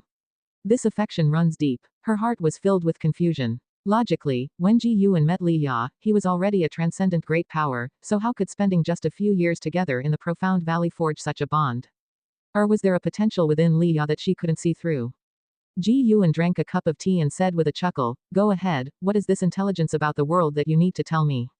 Li Ya snapped back to reality, his expression turning serious, and said, "The world is becoming increasingly chaotic. I initially thought it was just celestial Tao reincarnation, until I met an old Taoist. He was a servant of the heavenly Tao and had encountered some kind of curse. Before he died, he told me that a grudge power from outer heaven is tainting the human world. It will amplify the evil thoughts in living beings' hearts, and if this force isn't eradicated, chaos in the human world will continue until the world perishes." Li Xuanyu's expression changed after hearing this, and she instinctively looked at Ji Yuan, wanting to know if what Li Ya said was true. She believed that Ji Yuan could see through everything in the world. Ji Yuan looked at Li Ya and softly laughed. "You also mentioned it amplifies the evil thoughts in hearts, which suggests that there is already grudge in the hearts of all beings, doesn't it?" What Li Ya said was indeed true. Those believers who spread the heavenly Tao and celestial court in the human world had been subjected to curses in succession. Clearly, that strange force dreaded the celestial court, but with so many great thousand worlds being invaded by the strange force, could the celestial court be unaware? Ji Yuan had already detected the source of the strange force, which came from Chaos Grudge Luo, an evil entity originating from beyond the 3,000 great worlds with cultivation at the middle stage of the Miao Zhen de Luo immortal realm. After deducing, Ji Yuan realized there are many similar evil entities like Chaos Grudge Luo within Chaos, and the presence of Celestial Court destiny at the edge of Chaos indicated that the Celestial Court had long been targeting Chaos. Chaos Grudge Luo invading the 3,000 great worlds seems like a conspiracy from whichever angle. This conspiracy might originate from Profound Star Immortal Monarch. How could he be the one to stick his neck out? When the celestial spirit great world truly reaches the brink of life and death, then he would act. He had saved this part of the great thousand world many times, but the living beings he saved would eventually head towards death, and his intervention was merely to extend the lifespan of all living beings. Humans have emotions and desires, so evil thoughts cannot be eradicated, but the outer heaven force certainly conceals a greater calamity. Perhaps this force grows stronger by absorbing the evil thoughts of all living beings.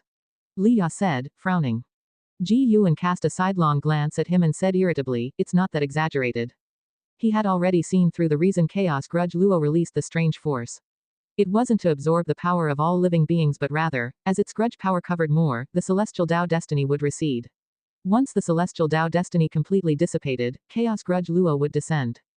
Before breaking through, he also thought Chaos Grudge Luo's invasion of the Great Thousand World was for feeding or strengthening. Now it seems, the invaded Great Thousand Worlds resemble a path. Chaos Grudge Luo might be fleeing or attempting to reach a certain place, but encountering too much celestial Tao destiny along the way, it could only act in this manner. It's like a refugee fleeing, being too hurried to care if any bugs were squashed along the way. Li Xuanyu chimed in, "Endless are the tribulations of the world, we cannot always rely on the sword venerable.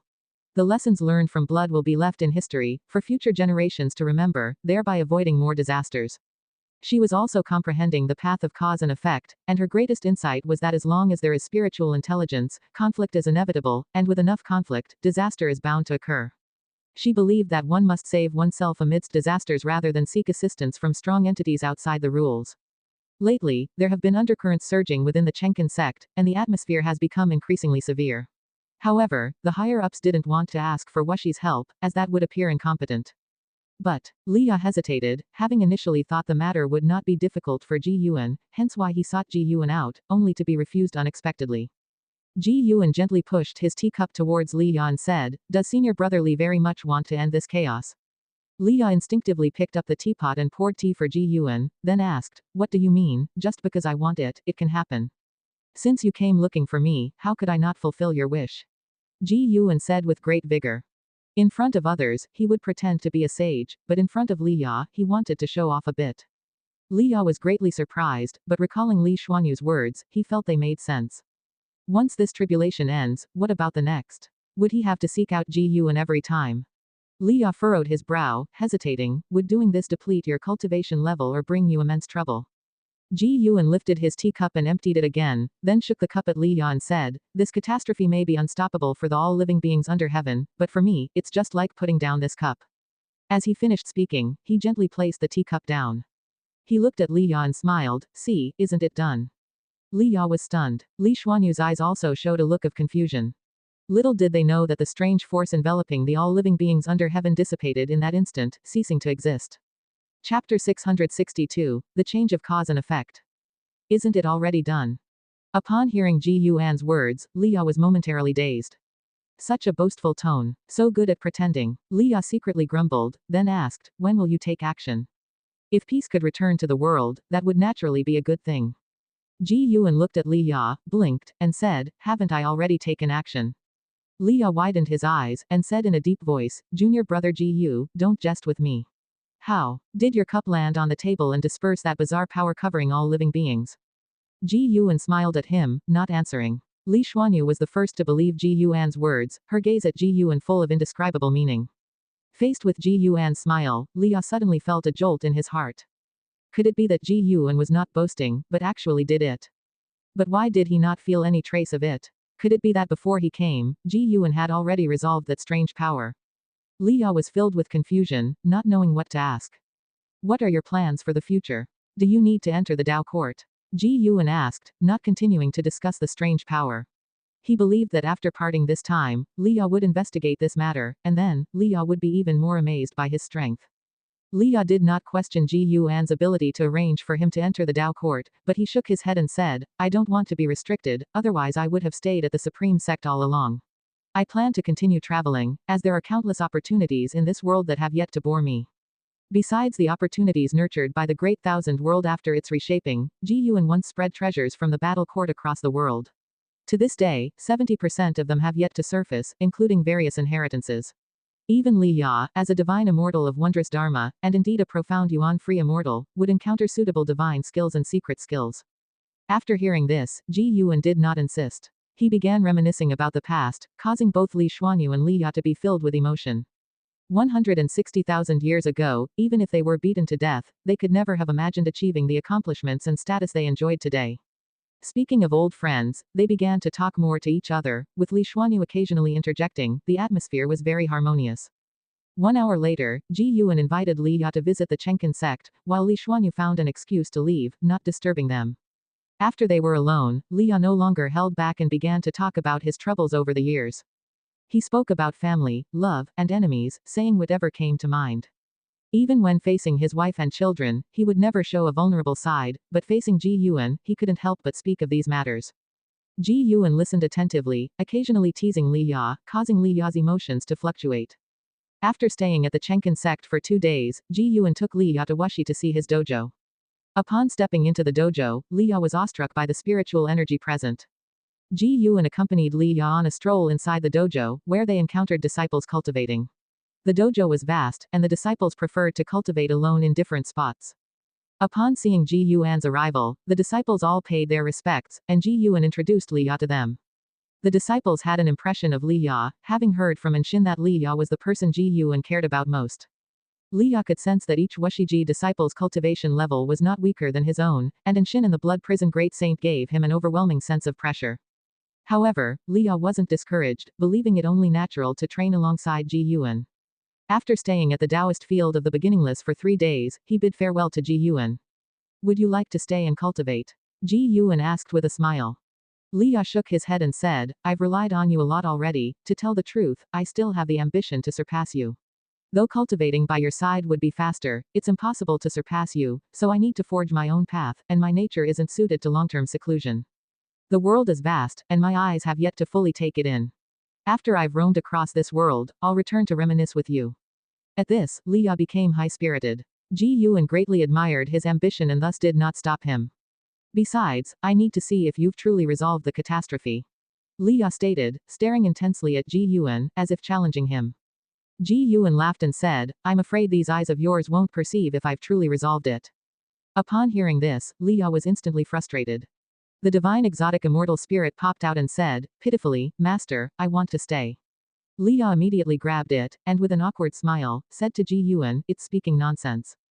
The divine exotic immortal spirit widened its eyes, struggling hard. You two do match well. Ji Yuan shook his head and laughed. He could hear the thoughts of the divine exotic immortal spirit, knowing it was reluctant to leave Liya, and spoke out of disapproval of Liya's posturing. We're leaving now. Liya left this utterance, taking the divine exotic immortal spirit with him. Ji Yuan stood amid the woods, watching them leave, feeling quite amused by their banter. The power of Divine Exotic City was inferior to Dao Treasure. Even if he'd given Divine Exotic City to Li Ya, he wouldn't have minded. The reason for maintaining a layer of connection was in case Li Ya suddenly left his line of sight in the future. And Xin appeared beside Ji Yuan, also watching Li Ya's back. She curiously asked, Master, did Elder Li's causal change, was it your doing? Though she couldn't clearly see all of Li Ya's fate, she could feel the changes in Li Ya's fate and causality, affecting his destiny. No, it's his choices that changed his causality. Ji Yuan answered calmly. Though the strange power had been dispelled by Ji Yuan, Li Ya's interest in powers from outer heaven had been piqued, and he would focus more on everything related to outer heaven, thereby altering his life's path. With Ji Yuan's influence existing, the future of the reincarnation body would become more and more illusory. After all, the reincarnation body itself is determined by the original body. Ji Yuan's current strength could create different futures, even make different futures exist truly. Using modern Earth's terms, he could create parallel worlds with a single thought. And Xin had a thoughtful expression, believing Li Ya's change in choices was also due to this conversation with Ji Yuan. Ji Yuan turned around and returned, with Xin closely following, starting to ask him about her cultivation doubts. Though the strange power had been dispersed by Ji Yuan, the hatred among people had already formed, and the chaos in the human world would continue for a while, but compared to before, it wouldn't become more tragic. Meanwhile, Emperor Tianong would earlier confront Zhao Rushan, marking the beginning of an unprecedented era of dual heroes. This contention would also shake the foundations of the Dao court, bringing a new variable to the dynamics of the human world. Endless Dao Mountain. The white-haired ancestor lectured for a millennium, and as the bell rang, all listeners awoke. I permit each of you to ask one question. Once I've resolved everyone's doubts, this lecture will conclude. You may ask about any confusion during the lecture, or ask questions unrelated to this lecture. The voice of the white-haired ancestor rose, causing whispers to ripple through the dojo. Ji Yuan also began to ponder what kind of question he should ask the white-haired ancestor. Chapter 663, Kangtian, Infinite. After the words of the white-haired ancestor ended, he did not give the listeners much time to think and soon had the listener sitting at the front ask a question. This listener inquired about the confusion arising during the hearing of the Dao. The path of power is vast and boundless, and the Dao practice of the white-haired ancestor is extremely profound. Even Ji Yuan, with his achievements in Dao comprehension, benefited greatly from the listening. Facing the listener's question, the white-haired ancestor quickly dispelled doubts, answering with profound meaning, causing many listeners to fall into contemplation. The white-haired ancestor continued to call on people, letting the listeners ask questions one after another. Ji Yuan originally wanted to gather some information. Seeing that the previous questions were all about cultivation matters, he felt he couldn't make an exception.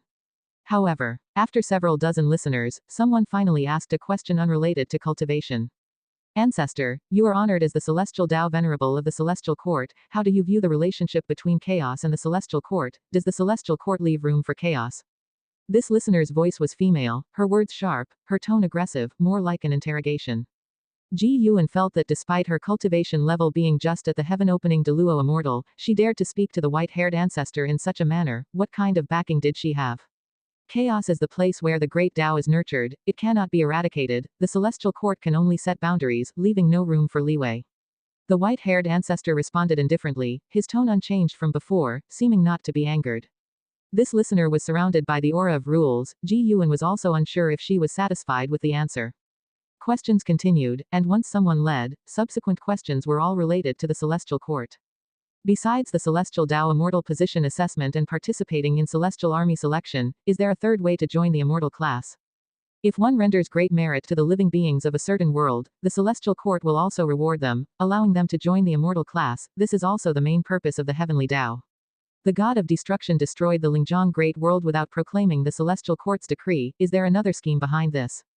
I do not control the celestial gods. I cannot answer you. I also will not help you investigate this matter. If you are dissatisfied, you can petition Kangtian.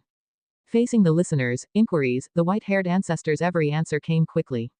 She did not seem to hold the posture of an immortal god, and she also displayed considerable toughness in the face of some challenging questions. Through the listeners' questions, Ji Yuan also learned about Kangtian. Kangtian is a kind of will manifested by the Celestial Court using the Heavenly Dao, omnipresent. If there is suffering in the human world, one can complain to Kangtian, and it will be conveyed to the Celestial Court. The white-haired ancestor used Kangtian to handle many listeners' grievances. Ji Yuan also felt that Kangtian was quite far-fetched, but it related to the Celestial Dao destiny which even a Dao Extreme Deluo Immortal could not deduce. Throughout the listening, he had only one feeling. All living beings have long suffered under the celestial court. The celestial court's inaction and wanton actions are clearly not isolated incidents. Yet faced with so many complaints, the white-haired ancestor remained indifferent, did not make any promises, but also did not get angry over the listeners' questions. She truly resembled the immortal god Ji Yuan imagined. Not feeling joy or sorrow over the happiness or suffering of all living beings. She seemed unconcerned with the suffering of all beings. Her purpose here was not to do anything for the celestial court, she simply wished to expound on the Tao, seeking nothing in return. Ji Yuan had to admit that such a mindset was the strongest, unbound by any factors. Of course, due to his stance, Ji Yuan could not agree with the celestial court, because their inaction also posed a threat to him. Time quickly passed. Unknowingly, it was Ji Yuan's turn to speak. He was already prepared. When the white-haired ancestor's gaze fell on him, he opened his mouth and asked, I have traveled to many universes, finding those powerful ones in infinite expansion. I want to ask, is the great Tao truly infinite, and what is our meaning as cultivators within the great Tao? Regarding the celestial court's issues, many had already asked, making him unwilling to inquire further. Whether the great Tao is infinite, this is a question he pondered frequently. If the great Tao is truly infinite, it would mean that time and space are also infinite, with no distinction between ancient and future, and cultivators are merely part of the great Tao, never able to surpass it. If Ji Yuan were also infinite like the great Tao, he should not only have infinite possibilities in the future, his past should also be without end. He could not imagine having no origin to his past. This is like the question of which came first, the chicken or the egg. If Ji Yuan is the chicken, aiming to achieve infinity like the great Tao, wouldn't he need to create an egg for himself, which easily leads to a paradox? The existence of the path of cause and effect proves that everything has a starting point. Ji Yuan's question brought silence to the dojo, no longer were there whispers. The white-haired ancestor said, as of now, the great Tao is indeed infinite, even the celestial court cannot reach the source of the great Tao, even the supreme celestial emperor cannot see the end of the great Tao. It is precisely for this reason that we can continuously comprehend the great Tao, never feeling weary or satisfied. This answer did not fully satisfy Ji Yuan, but at least clarified that the celestial court has not yet reached the point of dominating the great Tao. The questions continued. When everyone had finished asking, several days had passed. When involving enlightenment issues, the white-haired ancestor would speak more. After the questions ended, the white-haired ancestor rose and left, and once she left, the dojo became lively, with some listeners immediately leaving, while others chose to stay and continue socializing. Hong Yazi did not leave, and pulled Ji Yuan along to interact, which suited Ji Yuan perfectly. When meeting a heaven-opening Deluo immortal from the Great Thousand World, Ji Yuan feigned curiosity and asked, I heard from a fellow Taoist that Chaos Grudge Luo from Chaos is wreaking havoc in the Great Thousand World. Will the celestial court handle this matter? This heaven-opening Deluo immortal, upon hearing this, snorted, how would the celestial court handle it? Chaosa creatures that can survive are basically favored by the great powers of the celestial court. I have already detected the matter of Chaos Grudge Luo, affecting several dozen Great Thousand Worlds, yet there are no actions from the celestial court. Clearly there is a calculation, we should just pretend not to see. Another Deluo immortal spoke. Indeed, the 3,000 great worlds seem to be the heavenly Tao's main stage, but more like the celestial court's breeding ground. Nothing that happens within the 3,000 great worlds can escape their eyes. If they don't act, it indicates it's their doing. Others followed suit, expressing great dissatisfaction with the celestial court. Ji Yuan greatly admired them. These people truly dared to speak. They were not afraid of this reaching the ears of the celestial court. After their conversation ended, Hong Yazi pulled Ji Yuan to a secluded place and whispered, Are you curious as to why they dare discuss the celestial court so boldly? Ji Yuan nodded. Because the endless Tao mountain is not affected by celestial Tao destiny, you should be able to feel it, and the immortal gods who can come here aren't bound by the celestial court's rules, so it's no harm if they're overheard. Hong Yazi explained. Ji Yuan curiously asked, How does the misty immortal court view the celestial court? The misty immortal court has produced many immortal gods, recognized as a subordinate sect by the celestial court. Hong Yazi sneered. How else can they see it? Outwardly they still have to flatter the celestial court. Within the heavenly Tao, no force dares to oppose the celestial court. Those who resist have already been obliterated. No matter how powerful, they will eventually be destroyed by heavenly might. Chapter 664 Reincarnation of Yuan Luo. Hong Yazi was clearly quite discontent with the celestial court. When Ji Yuan asked, he opened up immediately and began to speak eloquently. It turns out that, although the misty immortal court has a path for ascending to immortality, it comes at a significant cost. Every 10,000 years, it must offer a vast amount of resources to the celestial court and erect divine statues of the heavenly court immortals in every immortal mansion. Those who successfully enter the immortal class, although they don't sever ties with the misty immortal court, become arrogant and treat the others as slaves. Through Hongyazi, Ji Yuan gained more understanding of the misty immortal court. Although the destiny of the misty immortal court is not as powerful as the celestial court, it is still a formidable existence. Whether there is a perfect Taoist great Luo immortal realm within it is hard to say at the moment. He can't fully calculate it, the inability to calculate suggests that such an existence might indeed be there. The fact that it can nurture an emperor of eternal life is enough to prove the deep foundation of the misty immortal court. Hongyazi was quite impressed with Ji Yuan, feeling as if they were old friends at first meeting. He even invited Ji Yuan to visit the misty immortal court in the future, handing him a token named the Red Domain Immortal Token. With this token, Ji Yuan could enter the misty immortal court and be honored as a distinguished guest. The misty immortal court possesses numerous immortal domains. Hongyazi is the pavilion master of the Red Domain Immortal Mansion and holds significant power within the misty immortal court. Ji Yuan accepted without reservation, saying he would definitely visit him. Afterward, the two parted ways. Ji Yuan was merely a clone, he did not plan to leave Endless Dao Mountain just yet. Instead, he intended to find a suitable Dao Mountain to settle down on. He didn't need to return to his true self could already access his memories and even directly control him. At the same time, far away, in the Taoist field of the beginningless, Ji Yuan began to ponder whether or not to visit the misty immortal court to see Hongyazi. Given his current cultivation level, even if he encountered trouble in the misty immortal court, he could easily retreat unscathed. Forget it, there's no need to rush into this matter, especially since he has no pressing reason to visit the misty immortal court. First, he should elevate his cultivation to the perfection realm of the Tao Extreme de Luo Immortal before considering it. Ji Yuan closed his eyes, laying on a rock to bask in the sun, while his thoughts wandered to the omnipresent Tao rules. Atop the magnificent golden furnace, Huang Feng Immortal Monarch sat cross-legged in midair, hands resting on his knees, silently practicing his arts. A golden light appeared behind him, manifesting a figure. It was the celestial calming god. The celestial calming god clasped his fists in salute and said, "Immortal Monarch, Chaos Grudge Luo has become a significant force. If we don't suppress him soon, I'm afraid it will cause great trouble. Under the heavens, a higher power will surely notice." Huang Feng Immortal Monarch, with his back turned, did not open his eyes as he asked, "Has the power of the Chaos Grudge Luo invaded the celestial spirit great world?" The celestial calming god frowned and said, "Yes, but his power has vanished. It's unclear whether he withdrew or if a great power intervened." Over the years, he had kept an eye on Chaos Grudge Luo, and was quite surprised by the anomalies in the celestial spirit great world. He hadn't consulted the celestial spirit god, aware of the past of the celestial spirit great world, feeling that there was a great cause and effect in which he dared not indulge. Now, hearing Huang Feng Immortal Monarch mention the celestial spirit great world, his vigilance only heightened. He must absolutely avoid getting entangled with the causes and effects of the celestial spirit great world. Upon hearing his words, Huang Feng Immortal Monarch opened his eyes.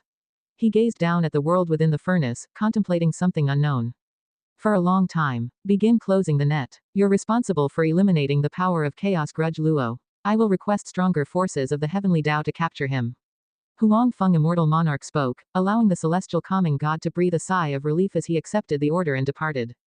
After the celestial calming god's departure, the area fell silent, with Huang Feng Immortal Monarch's eyes flickering, pondering something in his heart.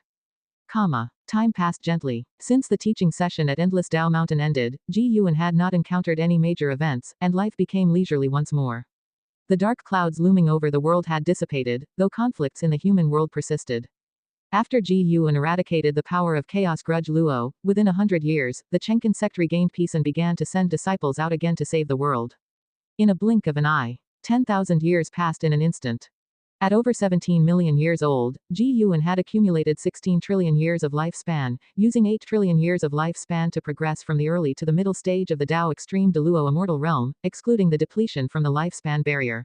Therefore, he planned to reach 20 trillion years of lifespan before attempting to break through to the later stage. Until he reaches the perfection realm of the Tao Extreme de Luo Immortal, he has no intention of pursuing the functional threshold of 100 trillion years of lifespan. In the spring of that year, while Ji Yuan was in the courtyard writing with his brush, he suddenly looked up, his eyes carrying an unusual expression. Shen Zhen, who was playing the zither beside him, noticed his anomaly and asked, "What is it? Has something happened to the Taixuan Sect?" Where Ji Yuan was looking was precisely in the direction of the Taixuan Sect. "Nothing much, just that a disciple with extraordinary talent is about to be born in the Taixuan Sect," Ji Yuan casually replied, then withdrew his gaze and continued writing. Shen Zhen became curious and probed further. How does he compare to Emperor Tianong or Zhao Rushan? As the millennia passed, the conflicts in the human world had neared their end. The enmity between Emperor Tianong and Zhao Rushan was renowned across the world, both being the strongest prodigies of different eras. Now, as they clashed like water and fire, the world was curious as to who would emerge victorious in the end. Perhaps even more so, Ji Yuan said, with profound implication. Emperor Tianong was an immortal god reincarnation, while the disciple mentioned was the reincarnation of Chaos Grudge Luo. Chaos Grudge Luo didn't seem to have reincarnated of his own volition, it seemed he was cast into the reincarnation of the celestial spirit Great World by some powerful being, conveniently ending up in the Taixuan Sect, which was certainly no coincidence. It appears that behind Tai Immortal Monarch or Profound Star Immortal Monarch, there exists an even more powerful presence keeping an eye on Ji Yuan. Although separated by celestial Tao destiny, Ji Yuan found it difficult to deduce. However, the other party didn't dare act rashly even when facing his pre-breakthrough self, so naturally, now that he has broken through, he would be even less panicked.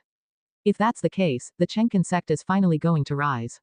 Shen Zhen commented, without giving much thought, but rather with a sense of amazement.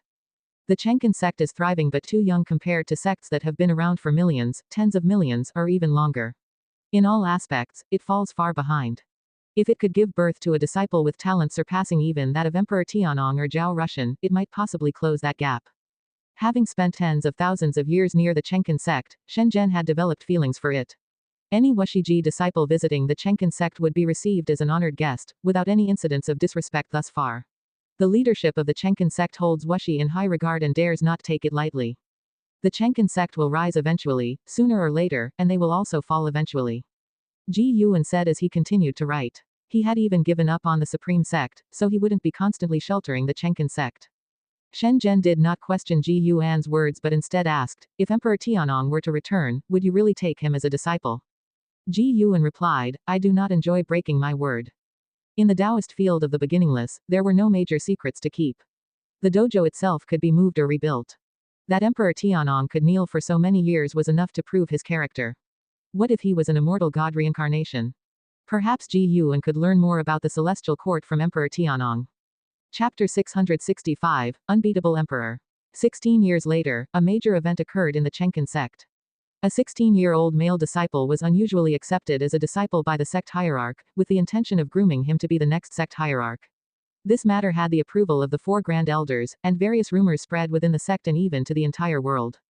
This boy's name is Yuan Luo. He didn't originally have this name, but after his first chi absorption cultivation, he changed it to this name. During his first chi absorption, he successfully established his foundation, shocking the cultivator who was instructing him, and the news quickly reached the higher-ups of the Taixuan Sect.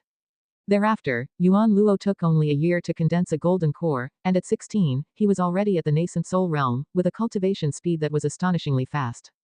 Yi Qingshan discussed for several days and decided to nurture Yuan Luo in the same manner as training a prodigy in the Tao court.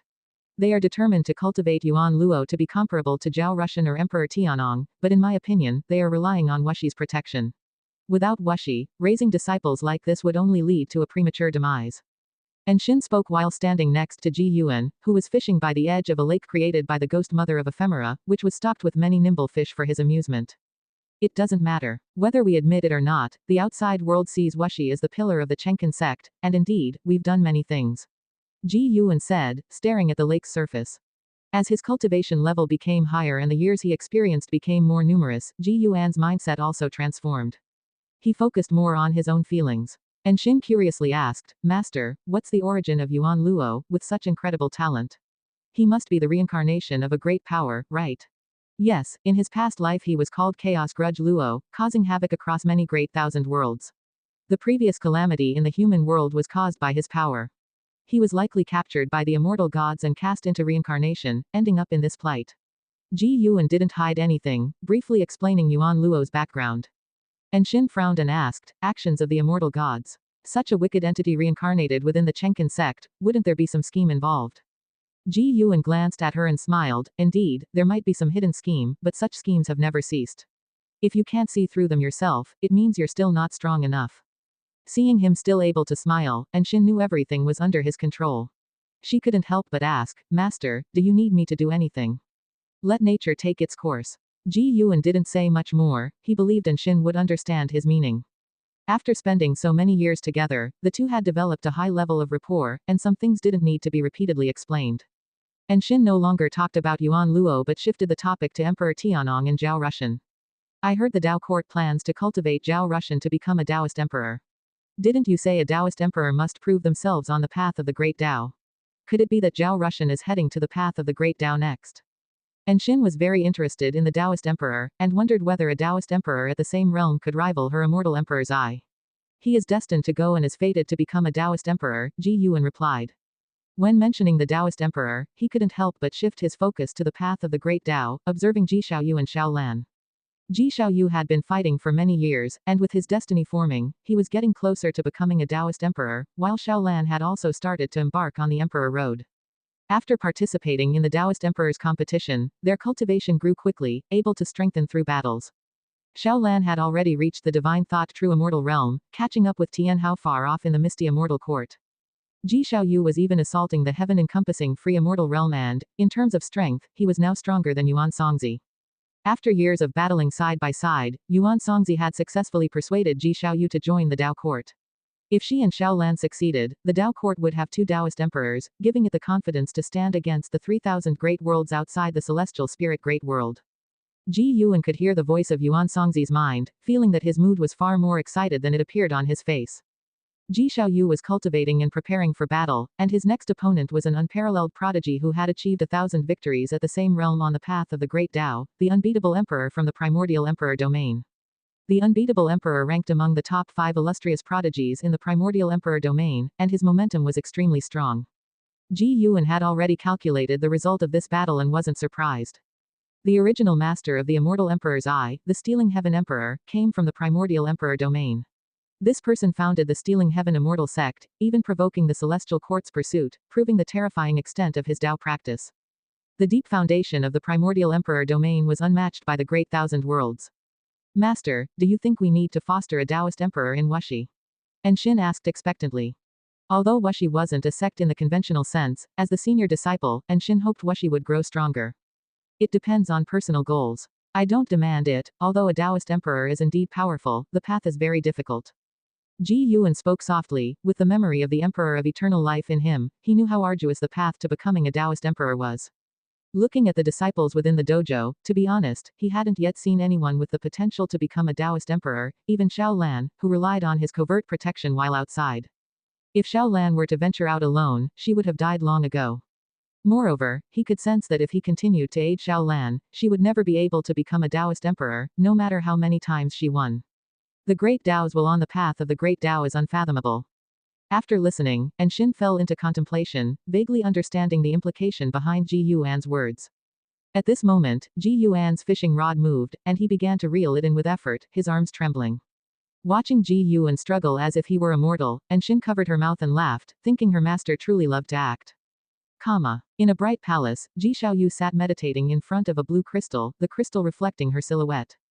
Yuan Songzi approached, stopping in front of Ji Xiaoyu, hesitating to speak.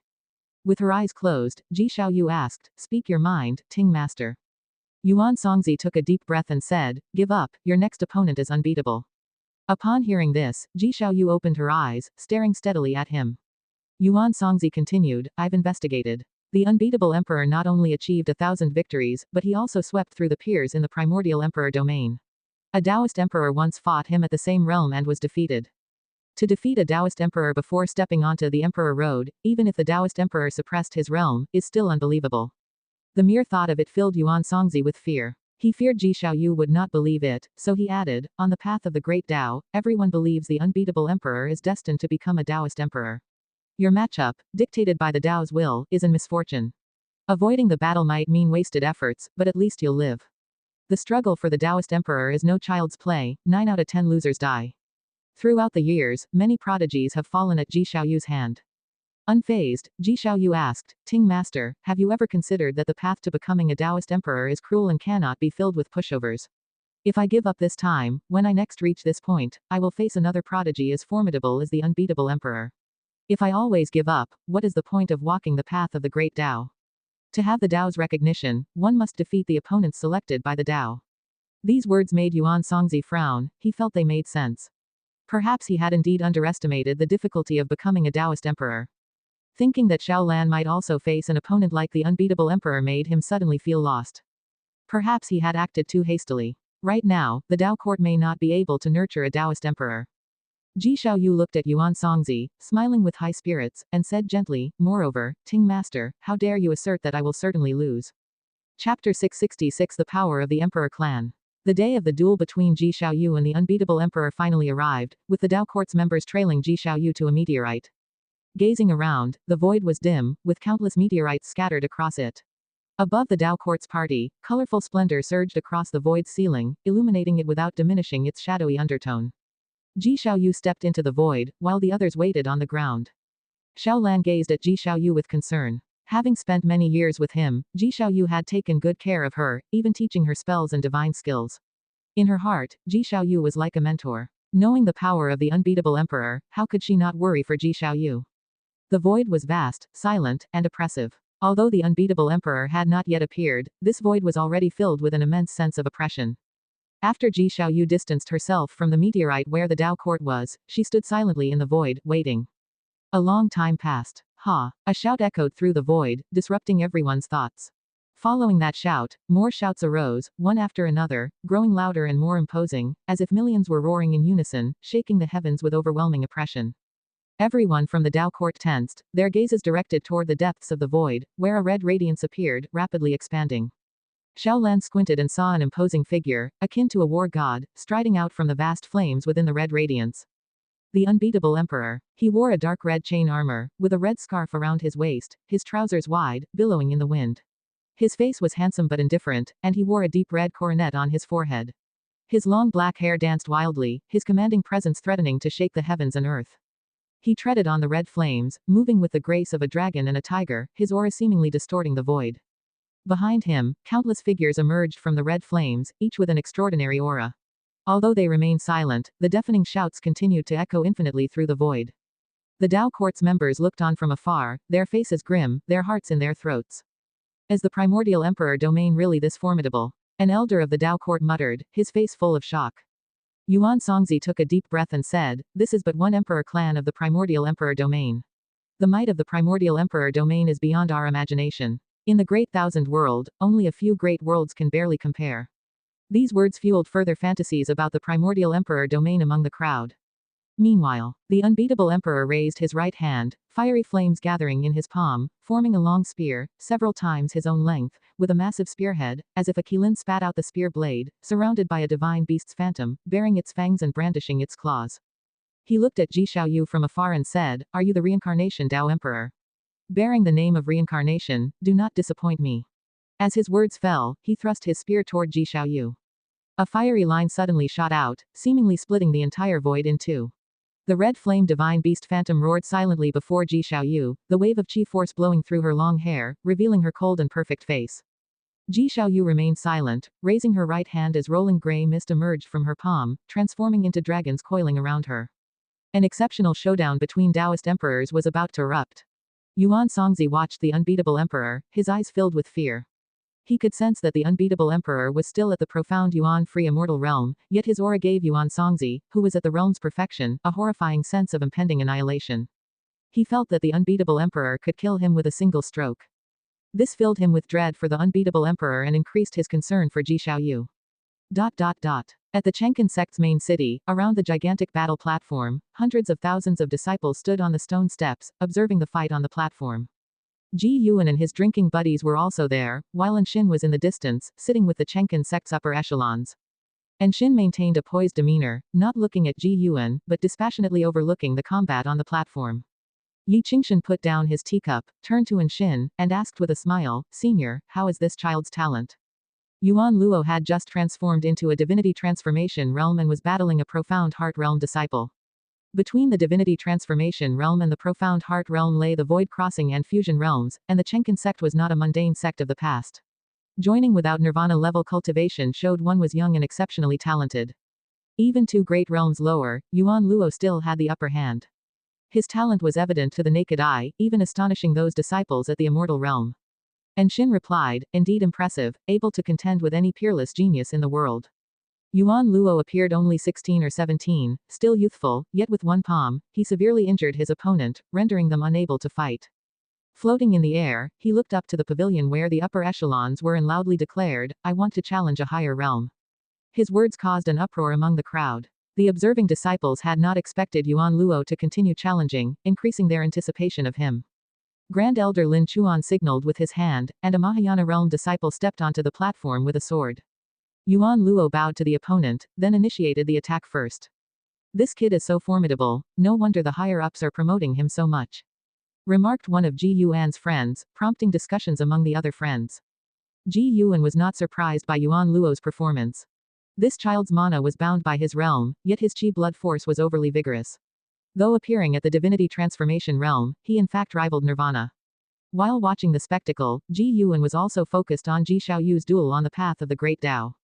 Ji Xiaoyu was not a match for the unbeatable emperor. Despite giving it her all, she was unable to defeat him yet managed to wound him, surprising the unbeatable emperor and the great powers of the primordial emperor domain. Ji Yuan would not assist Ji Xiaoyu to defeat the unbeatable emperor, as it held no significance. His goal was to ensure Ji Xiaoyu survived.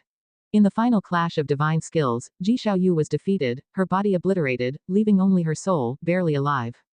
At this point, the destiny she accumulated on the path of the Great Tao flowed entirely to the unbeatable emperor. "You are stronger than my previous opponents, and your understanding of the path of reincarnation is quite impressive. I think I won't forget you for a long time in the future." The voice of the unbeatable emperor resonated through the void, still fierce in aura, with the wounds on his cheeks making him even more imposing. Holding his long spear, he approached Ji Xiaoyu's soul. All around, the void was filled with smoke and clouds, remnants of shattered meteorites. Seeing the unbeatable emperor about to annihilate her completely, Yuan Songzi hurriedly flew in front of Ji Xiaoyu, urgently saying, "You've already won, so why push it to the extreme? Please grant her a chance to live." The unbeatable emperor slightly lifted his chin, looking down at Yuan Songzi with contempt, saying, "Since when did worms dare to obstruct a Taoist emperor?" In the distance, the great powers of the primordial emperor domain stepped forward, their boundless might suffocating Yuan Songzi. Chapter 667, A Palm Transcending the Great Tao. The words of the unbeatable emperor were like a series of thunderclaps, echoing endlessly, causing the cultivators of the Tao court to change their expressions drastically. Although they feared the unbeatable emperor, hearing his words still made them feel a great sense of humiliation, for Yuan Songzi was the master of the Tao court. Xiaolan gritted her teeth, wanting to rush over and fight alongside Yuan Songzi, but was stopped by a female elder. "Don't act impulsively, don't burden the Ting master," the female elder said in a deep voice, her gaze towards Yuan Songzi revealing her uncontrollable unease. Yuan Songzi was insulted by the unbeatable emperor but didn't get angry. Following the unbeatable emperor's words, he said, "Since you consider us insects, why go to the trouble of stomping on insects? Not to mention the imperial clan behind, even if all of them attacked together, they would still not be a match for the unbeatable emperor alone. On this path of the Great Tao, a prodigy not only needs personal strength but also a sufficiently strong force to support them." The beautiful dream that Yuan Songzi had was completely shattered at this moment. Ji Xiaoyu and Xiaolan lacked the talent, and the Tao court didn't have the foundation to escort a Taoist emperor. Even if humiliated, he had to protect Ji Xiaoyu as much as possible because he knew very well that if they did nothing, they would also be doomed. The Tao intent of the great powers of the imperial clan had already sealed this void, leaving them with no escape. The unbeatable emperor's lips curled into a contemptuous smile as he said, "I am fulfilling her, losing on the emperor road, damaging the Tao heart, and leading a life of nothing but defeat. What meaning does it have?" His footsteps did not pause, and with each step, the killing intent grew stronger. When his words fell, the pressure brought onto Yuan Songzi reached its peak, making him unable to speak, only able to look at him in terror. "Spare them, I am willing to die." Ji Xiaoyu's voice came from behind Yuan Songzi, calm, without a trace of anger or fear. The unbeatable emperor's smile became wild, and he raised the spear in his hand, pointing its tip at Yuan Songzi, yet his gaze fixed on Ji Xiaoyu. He sneered disdainfully, "It's over. You're all doomed. Setting foot on the emperor road, you should have been mentally prepared. If not, then learn the lesson of arrogance." His right hand suddenly loosened. Boom. The long spear in his hand burst forth with a terrifying momentum, as if carrying a storm, unstoppably killing towards Yuan Songzi. Everything happened too fast. Even though both parties were of the same realm, Yuan Songzi had no time to react, only able to widen his eyes. When the spear stopped in front of him, his whole body froze, feeling as if even his divine soul was fixed in place, unable to move. He hadn't experienced such despair in a long time. Faced with the divine spear, he truly felt he was going to die, and there was no hope for reincarnation. His mind blank, he instinctively looked at the unbeatable emperor, discovering that he frowned. The cultivators of the Dao court were extremely tense, seeing Yuan Songzi not dead, hope ignited in their hearts, thinking that the unbeatable emperor temporarily changed his mind. Everyone's gaze was fixed on the unbeatable emperor.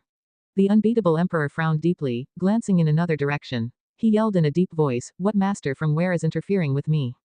A master. The Dao court's side was all bewildered, realizing the unbeatable emperor was not sparing them out of mercy but that there was other assistance. Compared to the extremely arrogant unbeatable emperor, they preferred the unknown helper. The cultivators of the Dao court were all excited, trying hard to restrain their emotions, not daring to breathe even a single breath. Xiaolan also felt surprised, her heart filled with curiosity. Who would rescue them at this moment? Let people off when you can, besides, you have no enmity. A hoarse voice echoed through the void, causing displeasure to flash in the unbeatable emperor's eyes. When Ji Xiaoyu heard this voice, her eyes dimmed. Although he had changed his voice, she immediately knew who the owner of the voice was. She didn't want that person to see her so embarrassed. The unbeatable emperor did not respond, but the great powers of the imperial clan could not remain silent. Does fellow Taoist want to challenge the imperial clan? If fellow Taoist is this girl's support, why not appear earlier? Her destiny should not be like this. If passing by, why entangle in this karma? If wanting to save them, state your relationship, don't hide in the dark. With such cultivation, do you not know the rules of the Emperor Road?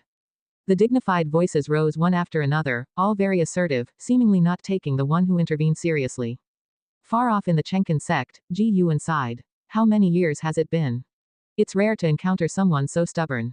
Ji Yuan, through deduction, knew the reason they wanted to eradicate was to prevent the secrets of the unbeatable emperor's divine skills from being exposed, leaving no threat for the unbeatable emperor's future. The reason was sufficient, but having intervened, would he still fight to the death for this reason? Ultimately, it's still too arrogant. Ji Yuan could see at a glance the source of this imperial clan. The strongest was no more than a Miao Zhen de Luo immortal, and that was an ancient monster hidden for unknown billions of years. Having thought that, Ji Yuan's gaze turned cold. Just then, a strand of someone's hair drifted in front of him. He raised his hand and waved, destroying the hair. The surrounding observing disciples were too excited, all discussing Yuan Luo's performance, and even his drinking and meat friends on his left and right didn't notice his actions. However, Ji Yuan's wave was not casual. The mana of a Dao extreme de Luo immortal passed through the celestial spirit great world in an incredible manner, entered the path of the great Dao, then crossed layers of cosmic planes, arriving at the void where Ji Xiaoyu, Xiaolan, and the others were. The questions from the imperial clan had not yet fallen, and the unbeatable emperor was still staring intensely at Ji Xiaoyu. The Dao court's side was nervously waiting, with Yuan Songzi unable to recover from the earlier shocking experience. Suddenly, the entire void became bright, darkness was banished, and everyone instinctively looked in one direction, only to see deep within the void, it was as bright as daylight, with an incomparably majestic golden giant hand coming at them. Facing this golden giant hand, any existence appeared insignificant. The unbeatable emperor's face changed drastically, he was horrified to find himself unable to move. Not only him, but the other great powers of the imperial clan were the same, all seemingly petrified, dumbly watching the golden giant hand approach. Ji Xiaoyu's pupils widened, while Yuan Songzi and the cultivators of the Dao court were left open-mouthed. They couldn't move either, only able to see the golden giant hand getting closer and closer. As the hand neared, the outline of the golden giant hand could not fit into their vision. In front of such a giant hand, they only felt shock, their emotions indescribable. Under their gaze, the golden giant hand seemed to replace the void, lightly waving towards them. The wind from its palm blew, turning the great powers of the imperial clan directly into ashes. Even the unbeatable emperor gradually perished, his expression before death one of disbelief, seemingly not expecting such an end for himself. After waving the hand to annihilate the imperial clan, the golden giant hand became illusory, and the strong light it emitted gradually weakened. Yet the entire void remained in silence. All the cultivators of the Dao court still held expressions of astonishment. Subscribe to Chinese Novel Audiobook YouTube channel. Chapter 668, A Lifespan of 10 Trillion Years. As the Emperor clan and the unbeatable emperor vanished into ash, the golden giant hand dissipated, the void gradually returning to dimness, while the people of the Dao court remained in silence, unable to awaken from their shock. The pure-hearted Xiaolan was the first to break the silence. She couldn't help but ask, what realm was the senior who acted just now? The legendary heaven encompassing free immortal. The cultivators of the Dao court awoke one after another, starting to bow in all directions, expressing gratitude to the person who intervened. Yuan Songzi also came to his senses, loudly exclaimed, I am Yuan Songzi from the Dao court of the celestial spirit great world, grateful for the senior's assistance. I wonder what can we do for the senior. There is no such thing as a favor for no reason. Yuan Songzi reflected on his connections, unable to think of such a powerful entity, he could only ponder what the other party might want them to do. However, no one answered him. Ji Xiaoyu remained silent, sat down cross-legged on the spot, and began restoring her body. Meanwhile, in the Taixuan Sect, Ji Yuan was occupied by a series of prompts in his vision. To deal with the Emperor clan, he used his own mana, not relying on avatars, thus he could seize life force, especially since the Emperor clan lacked celestial court destiny. Successfully captured 20,239,008,276 years of life from Emperor Chengyuan, early stage of innate golden immortal realm. Successfully captured 809,244,623 years of life from Ji Yudong, late stage of heaven encompassing free immortal realm. Successfully captured 209,872,307,762 years of life from Emperor Hanshan, middle stage of Hengtian golden immortal realm. Successfully captured 70,982,763 years of life from Qinli, perfect innate golden immortal realm. Successfully captured 249,827,206,383 years of life from Jizun, middle stage of Taichung golden immortal realm. Looking at his skyrocketing lifespan, Ji Yuan felt agitated. No wonder those with reincarnation bodies couldn't resist the temptation of seizing life force. He now felt an impulse to go on a killing spree, but he knew he mustn't do that. Excessive slaughter and rapidly growing stronger would attract powerful entities far beyond his cultivation level to intervene.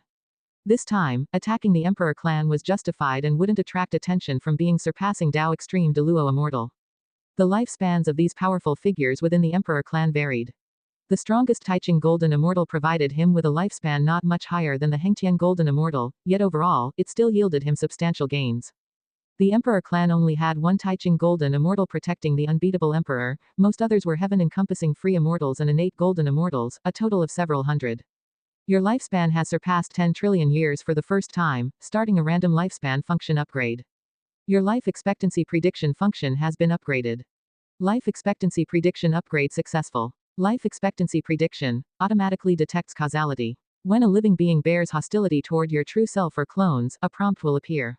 It automatically deduces causality. If someone's causality conflicts with yours, a prompt will appear. Using this prompt does not consume lifespan, but conducting a lifespan detection on the opponent does. Witnessing the prompts before him, Ji Yuan's eyes changed.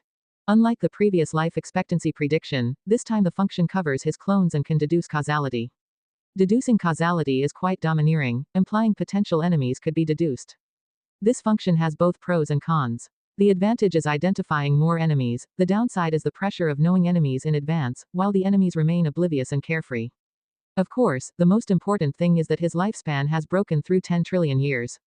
He can proceed to a breakthrough. Ji Yuan's mood became joyful. Once all the lifespan prompts ceased, he brought up the attribute panel for viewing.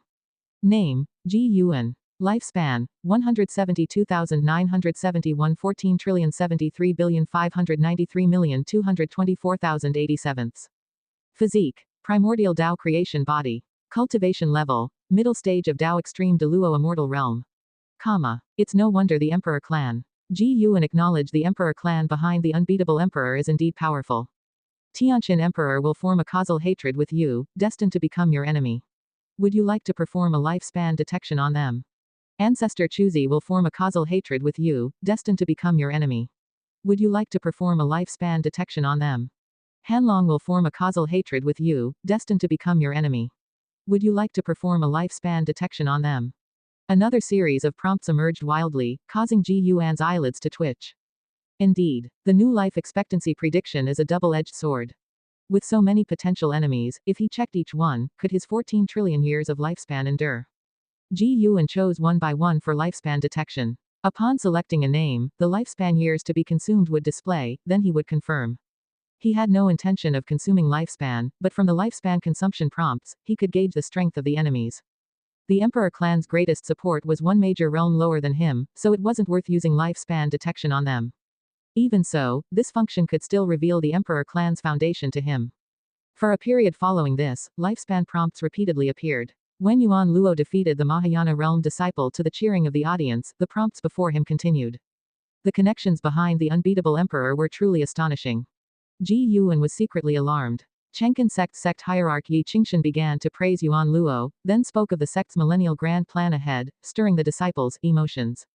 After the gathering, Ji Yuan politely declined invitations from companions for food and drink and left alone.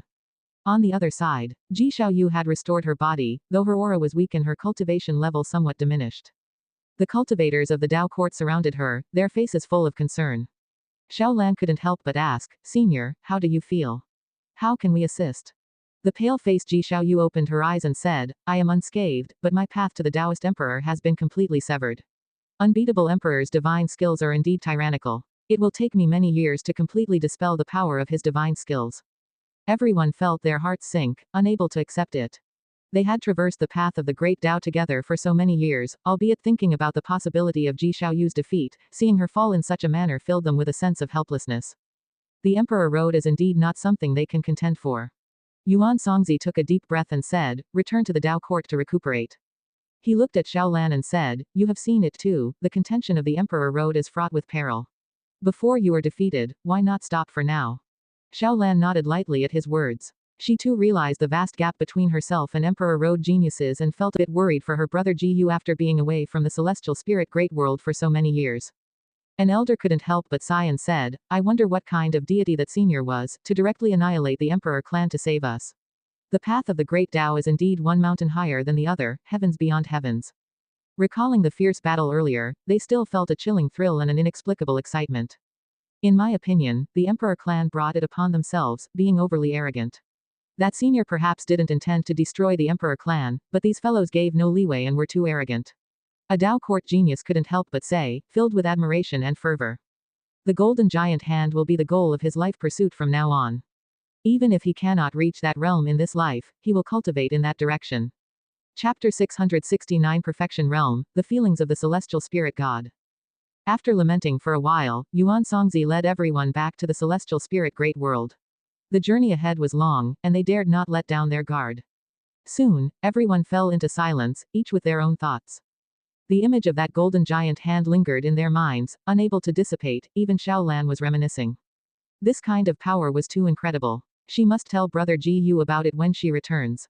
Thinking of this, Xiaolan's mind was filled with the sound and appearance of Ji Yuan, eager to return home. On the other side, Ji Yuan left the Taixuan Sect and went to an unoccupied mountain forest. At this moment, prompts kept appearing before his eyes. The number had already exceeded 1,000,000. Ji Yuan suspected that it wasn't just the unbeatable emperor's karmic enemies, but possibly other types of karma as well. He patiently waited. Once all prompts were gone, he would find a place to break through all at once, reaching the perfect Taoist Great Luo Immortal realm. During the waiting process, he was also deducing. He could confirm that the lifespan predictive ability was stronger than his, but how much stronger was yet to be determined. Many names in the prompts were temporarily untraceable because there was no direct causality. How many people with the same name and surname existed? Even with lifespan prediction, Ji Yuan did not intend to eliminate his enemies in advance because karma could change. Just because someone was destined to be an enemy didn't mean he should start a killing spree. The new lifespan prediction served more as a warning. The more enemies there were, the more cautious he had to be. The higher the realm, the easier it was to lose oneself in one's own power, believing one could do anything. Although Ji Yuan was wary of many beings, he did not feel that his current life was suffocating. On the contrary, he felt happy with his life. He preferred playing in the human world within his own small domain to fighting. After waiting for an hour, no more prompts appeared, leaving Ji Yuan feeling helpless. His karmic enemies numbered in the tens of millions, which was absurd. However, judging by the lifespan consumption, not many posed a threat to him. Ji Yuan immediately performed the lifespan breakthrough. Even though he could go to the endless Dao mountain, he feared leaving traces and being discovered by unknown entities, so he cautiously used the lifespan breakthrough. After all, a round trip only cost 20 billion years of lifespan, which was a drizzle for him now. Safety was most important. Out of 9 prompts, Ji Yuan chose to go to the Hongmeng Great World for his breakthrough, and his figure disappeared into the forest. As time passed, the sun gradually set. Night fell. The forest was still, echoing with the croaking of frogs. Ji Yuan's figure reappeared. He was now perfect in the Taoist Great Luo Immortal realm, having consumed a total of 40 trillion years of lifespan for this breakthrough. Thanks to the Emperor clan, even with such a loss of lifespan, Ji Yuan still had 100 trillion left. Next, he could begin to endure for 1,000,000,000,000 lifetimes. Ji Yuan did not intend to return to the Taoist field of the beginningless but rather to take a journey through the human world. Having achieved a breakthrough with difficulty, he naturally had to indulge. With the dim night, the forest was silent, the moonlight filtering through the gaps in the leaves, elongating Ji Yuan's shadow. He walked while contemplating. Above the Tao extreme Deluo immortal, what realm was there? After the Tao court and various major sects suppressed the internal turmoil, the dawn of peace in the world appeared. 1,000 years later, the human world returned to peace. The Emperor Tianong, renowned and praised by the world, came to the vicinity of the Taoist field of the beginningless. In the forest where he had once knelt for tens of thousands of years, he gazed at the unchanging environment with a look of reflection on his face. After fighting in the mortal world for so many years and returning now, he finally understood what the supporting Tao sword venerable meant. He had gained immense fame, and even though he had left the Tao court, many major sects sought to recruit him. He could easily enjoy all the pleasures of the human world, and before returning, he did struggle with it. But more than temporary pleasure, he wanted to pursue the great Tao. He stood in front of the stream, waiting, looking back on the events of these years and those occasional fragments of memory. After waiting for an hour, Shin's figure appeared on the opposite bank, startling the Emperor Tianong, who quickly saluted her. Shin, with a cold expression, said, "Come with me. From now on, you are a Wushiji disciple, and I am your senior sister." "Thank you, senior sister." The Emperor Tianong responded, feeling excited. After so many years, he had finally become a disciple of the supporting Tao sword venerable. Shin turned and left, with the Emperor Tianong hurriedly following. Along the way, Shin began to introduce the situation within the beginningless. She explained which disciples were there and what rules to pay attention to, and Emperor Tianong listened attentively, not daring to neglect. When they stepped into the Taoist field of the beginningless, Emperor Tianong clearly felt the nature's spiritual energy was suddenly different, even though the surroundings hadn't changed much. It was only when he emerged from the forest that he saw an incredibly beautiful mountain forest, a rare sight in the world. Every mountain was planted with various spirit flowers and spirit grass, creating a mesmerizing and beautiful spectacle that no painting could capture. Shin ambled along the mountain path, without flying, compelling Emperor Tianong to follow her pace. "Senior sister, is the teacher in the dojo?" Emperor Tianong cautiously asked. Shin, without looking back, said, "He's not here, but at the latest, you'll meet him the day after tomorrow." "Is there something urgent? Will I delay him?" Emperor Tianong asked nervously. Such a great power as the supporting Tao sword venerable must be occupied with unimaginable important matters. In outer heaven debating the Tao with great powers.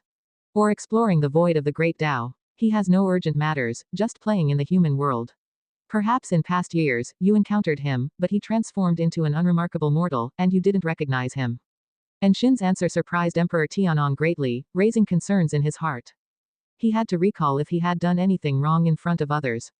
While Emperor Tianong reflected on himself, Ji Yuan wasn't wandering in the human world.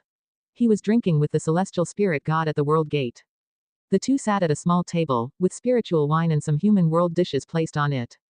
The celestial spirit god had long given up mortal desires, but since Ji Yuan invited him, he graciously accepted.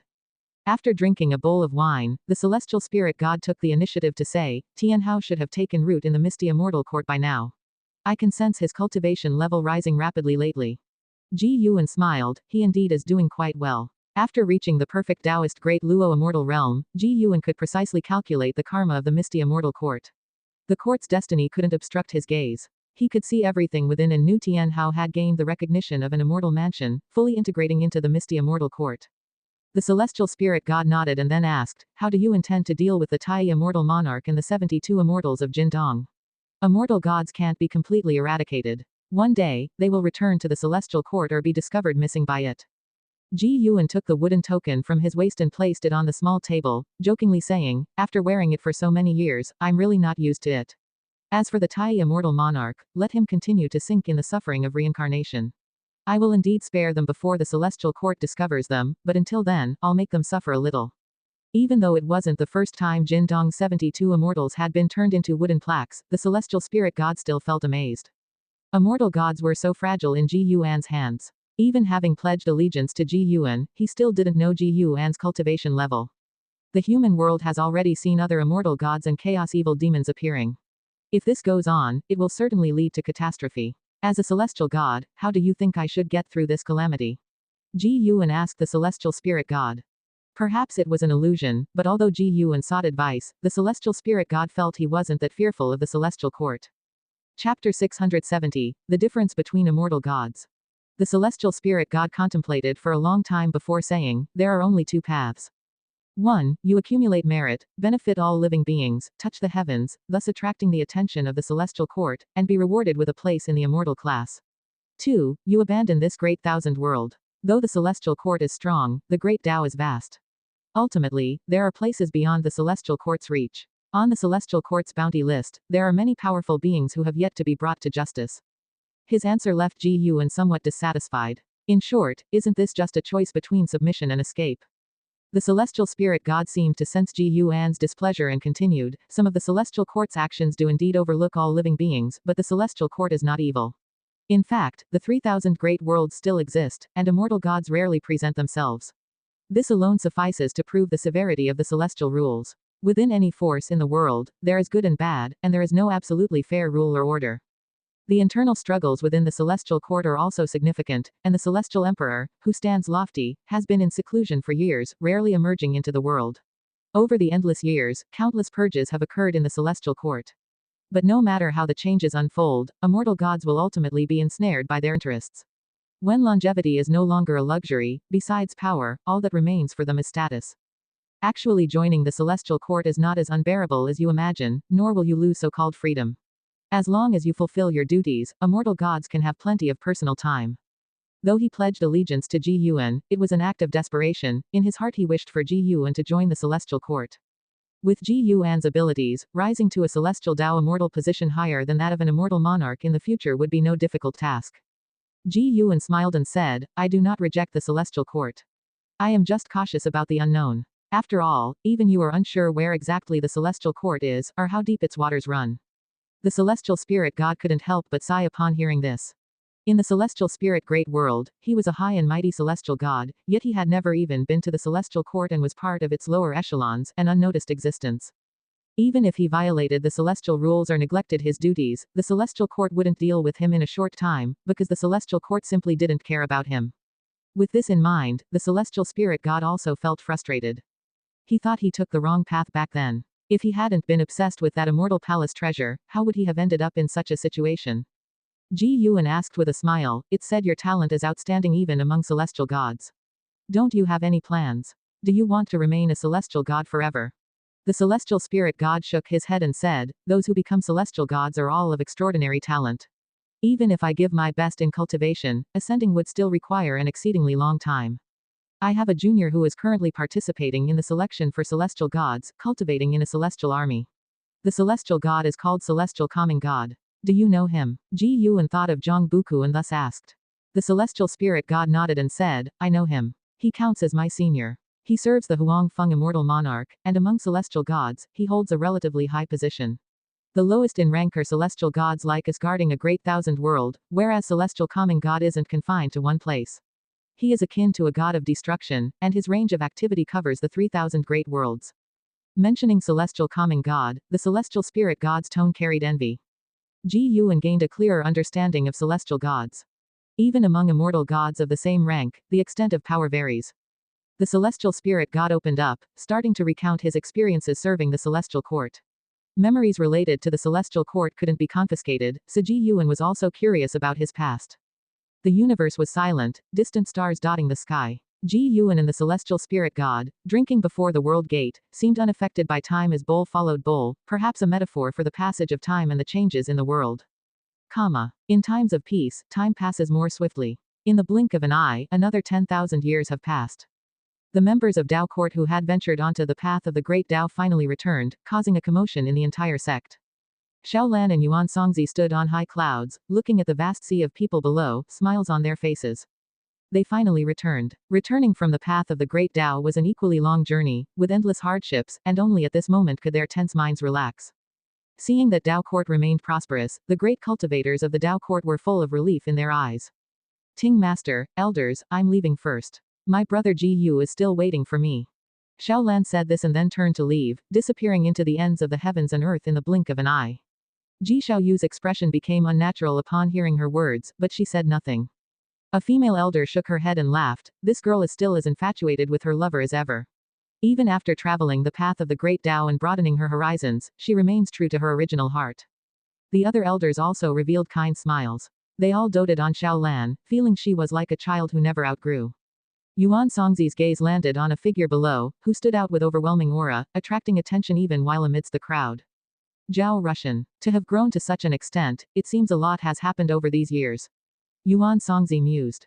Ji Xiaoyu's failure on the Emperor Road, and Xiaolan's pause, made him realize that the Taoist Emperor was still far from Dao Court. Looking again at Zhao Rushan, he felt this person wasn't so remarkable, at least far inferior to the unbeatable emperor. Where exactly could the seed of a Taoist emperor be found? Yuan Songzi's thoughts drifted, his heart feeling a bit melancholy. Meanwhile, Ji Yuan had already returned to Xiaolan's grotto heaven to wait, noticing Ji Xiaoyu's expression. He pondered how to help her. Failing on the Emperor Road, her cultivation level regressed, and her Dao heart was damaged. It was his first time hearing Ji Xiaoyu's heart sound so lonely. He could feel Ji Xiaoyu's pride, and precisely because of it, he felt this matter was difficult to handle. If only he could, like creating a Dao treasure, carve a path of destiny no less than that of a Taoist emperor. With this thought, Ji Yuan's eyes lit up. This direction seems promising. Since he has ample time and doesn't need to engage in daily arduous cultivation, he might as well study different paths of destiny. Ji Yuan began to contemplate in this direction. He first needed to understand the essence of a Taoist emperor. Not long after, Xiaolan's presence burst into the grotto heaven. She appeared out of nowhere before Ji Yuan and hugged him tightly. Wonderful, brother Ji Yu, you're still here. Xiaolan held onto Ji Yuan tightly, speaking with delight. She was so overjoyed she even shed tears. Don't be fooled by her carefree demeanor usually, in reality, she always worried in her heart.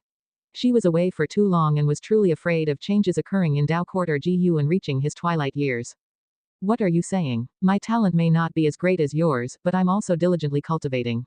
I'm not that easy to die. Ji Yuan humphed, gently patting her back, feeling a little touched himself. In retrospect, he had countless separations with his junior sister throughout this life. He could foresee the future, but his junior sister could not. Worrying for the future was normal. It seemed showing off some of his own strength appropriately, revealing a bit of the iceberg to leave her in awe, is necessary. Chapter 671, Blaze a New Trail. After a long separation, their reunion was fiery with passion. Ji Yuan and Xiaolan entwined for half a month before they finally parted. Xiaolan continued her cultivation, while Ji Yuan switched avatars. His true self went to various places to harvest matured medicinal herbs. After he was done, he returned to the Taoist field of the beginningless. Walking along the mountain path, Ji Yuan began contemplating the matter of creating a path. To create a path similar to that of a Taoist emperor. A Taoist emperor is an existence aided by great Tao destiny. In the same realm, a Taoist emperor's power of the great Tao is stronger, and they can also command the great Tao of the present environment to fight on their behalf. This gives Taoist emperors the ability to fight beyond their realm, making them invincible within the same realm.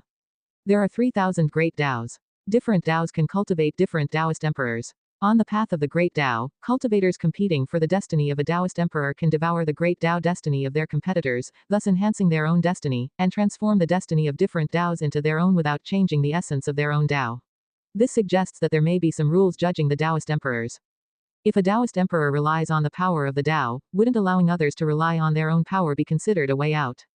As this thought emerged, countless ideas burst forth in Ji Yuan's mind. He suddenly thought that the celestial court could also be such an existence. The heavenly court immortals leverage celestial Tao destiny, fundamentally similar to Taoist emperors, albeit the immortal gods are stronger. Could it be that the so-called celestial Tao was also created by an extremely powerful existence?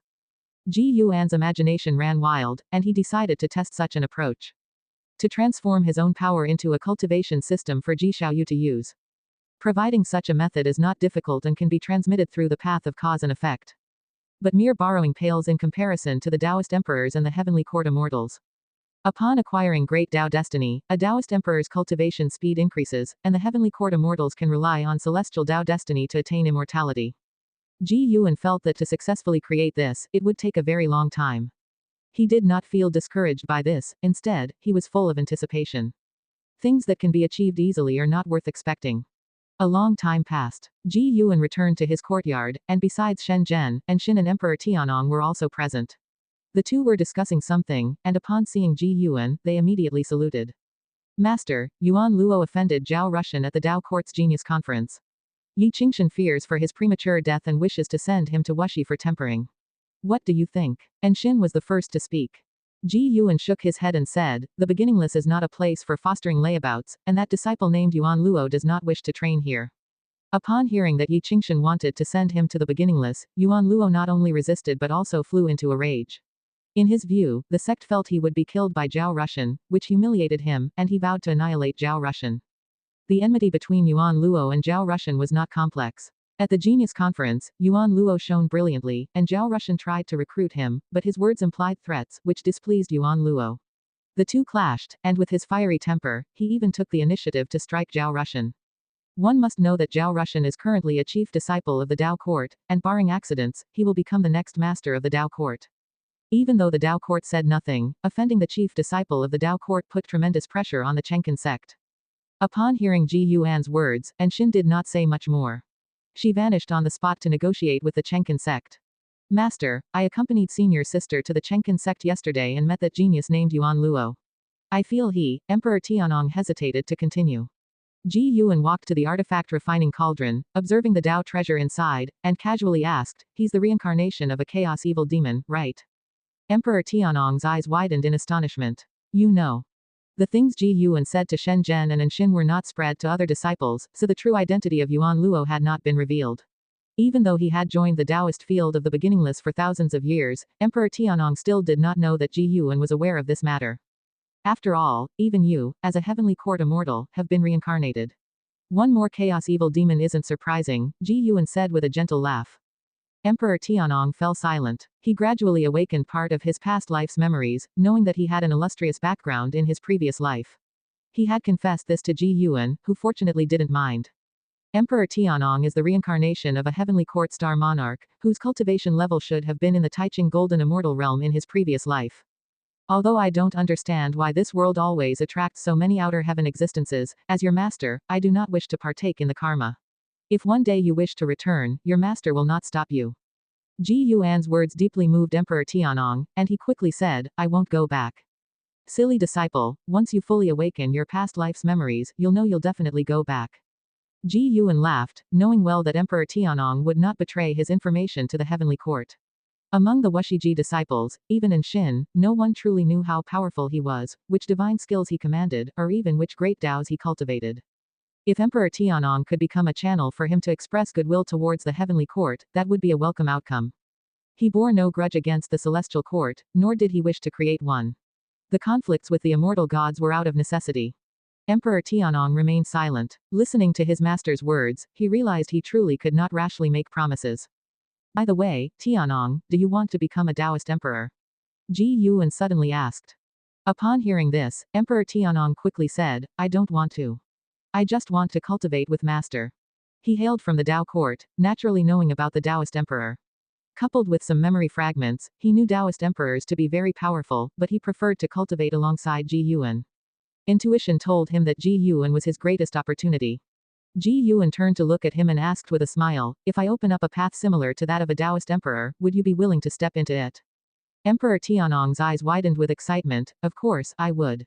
If you pave such a path, master, I am willing to be the trailblazer. Shen Zhen, standing to the side, added, if you're truly going to open up a new path of cultivation, then I also want to join. She had faith not in the immortal gods nor the great Dao, but in Ji Yuan. Ji Yuan shook his head slightly and said, it's just a concept. Whether it will succeed is still uncertain. Despite his words, both Emperor Tianong and Shen Zhen were already beginning to dream. In a quiet palace, Ji Xiaoyu sat cross-legged on a prayer mat, cultivating.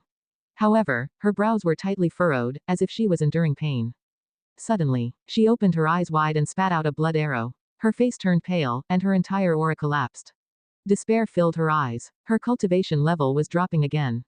If this continued, she might fall back to the Taoist collection Freedom Immortal Realm, or even drop to the mortal realm. She couldn't tell if it was backlash from the Emperor Road or if the unbeatable Emperor's divine skills were still tormenting her. What kind of divine skill is this, that even the slightest leak of breath can make me lose? Is it possible he wants to conceal this divine skill by eradicating everything?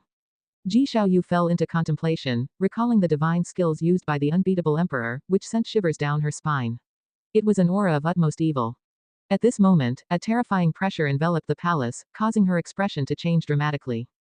She looked up to see a cloud of dreadful black gas appearing on the dim ceiling, within which a pair of terrifying eyes opened. The eyes were purple, resembling a pair of snake eyes, staring down at her. Chapter 672 The Strongest Power. These eyes. Ji Xiaoyu felt a chill run down her spine, and she couldn't help but ask, you didn't die. Back then, it was with these eyes that the unbeatable emperor defeated her. As soon as these eyes opened, she was drawn into a strange illusion realm. In the illusion realm, she was besieged by multiple versions of herself until she was defeated. Even now, she could not comprehend it when she recalled the incident. What kind of divine skill was that, making her turn against herself? The battle within the illusion realm didn't feel like a hallucination, because afterwards, the injuries she sustained there manifested in reality. These mysterious eyes didn't answer Ji Xiaoyu, only stared coldly at her. Ji Xiaoyu sensed something was wrong, her expression changed drastically. She instinctively tried to get up, but an unbelievably terrifying force suppressed her, preventing her from rising. The other party was probing her karma. No, he wasn't the unbeatable emperor. Ji Xiaoyu could feel that the oppressive force was much stronger than that of the unbeatable emperor. It was an unimaginable power, even Ji Yuan did not bring such a terrifying sense of pressure. Could he be the entity behind the unbeatable emperor? Investigating the cause of the unbeatable emperor's death. Ji Xiaoyu instinctively thought of Ji Yuan, but in an instant, she focused her attention back on the figure before her. Were these eyes a bloodline heritage? She had heard from Yuan Songzi that the emperor clan, behind the unbeatable emperor, dared to take the title of emperor because they had nurtured many Taoist emperors. Cultivating so many great Tao emperors was beyond the reach of a mere Taoist technique legacy. The bloodline talent of the emperor clan must be extraordinary. Just then, the eyes closed, but Ji Xiaoyu did not relax, as the suppressive force was still there. A silhouette emerged from the black mist at the zenith, an elderly man in black robes, his white hair tied beneath a crown, exuding an extraordinary aura, with a coldness between his brows that sent chills down one's spine. His purple eyes seemed able to penetrate the soul, causing Ji Xiaoyu's heart to tremble. Ji Xiaoyu saw a shadow of the unbeatable emperor in him. This person clearly had some connection to the unbeatable emperor. The old man in black descended from the sky, landing in front of Ji Xiaoyu. He raised his right hand towards Ji Xiaoyu's forehead. Faced with such a dire situation, Ji Xiaoyu felt despair in her heart but showed no fear, instead staring straight at the old man in black. Clap. A hand suddenly pressed on the old man's shoulder, the sound not loud, yet at this moment, it reverberated throughout the hall. The purple eyes of the old man in black widened suddenly, and Ji Xiaoyu saw the newcomer behind him, which made her expression complicated. Suddenly, the old man's soul flew out of his body, turning to face the figure behind his flesh, his eyes wide open, emitting a terrifying aura. However, nothing happened. The old man couldn't help but exclaim, how is this possible? Who exactly are you?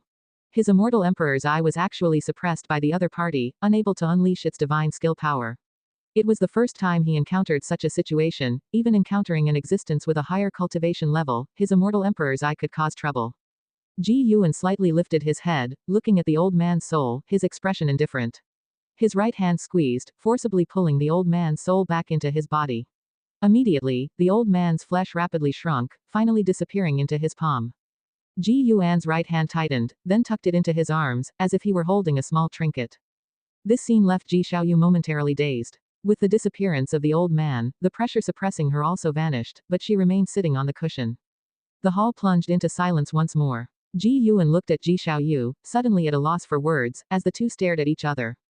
Ji Xiaoyu regained her composure and asked, did you anticipate his arrival long ago, or did you notice him the moment he arrived? Ji Yuan replied, both. I keep an eye on you when I have nothing else to do. These words caused a subtle change in Ji Xiaoyu's gaze. Does he care about me? Thinking this, Ji Xiaoyu felt a little elated inside, though she did not show it on her face. Ji Yuan could hear her inner thoughts, which boosted his confidence. He smiled and said, Miss Third, do you have any grievances against me? Not visiting for years and going off on the path of the great Tao. If you came to me, I could surely grant you power stronger than a Taoist emperor.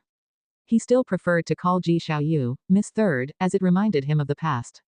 I can't bear such a title, and I'm no longer associated with the Ji family, Ji Xiaoyu replied, pondering how to deal with Ji Yuan.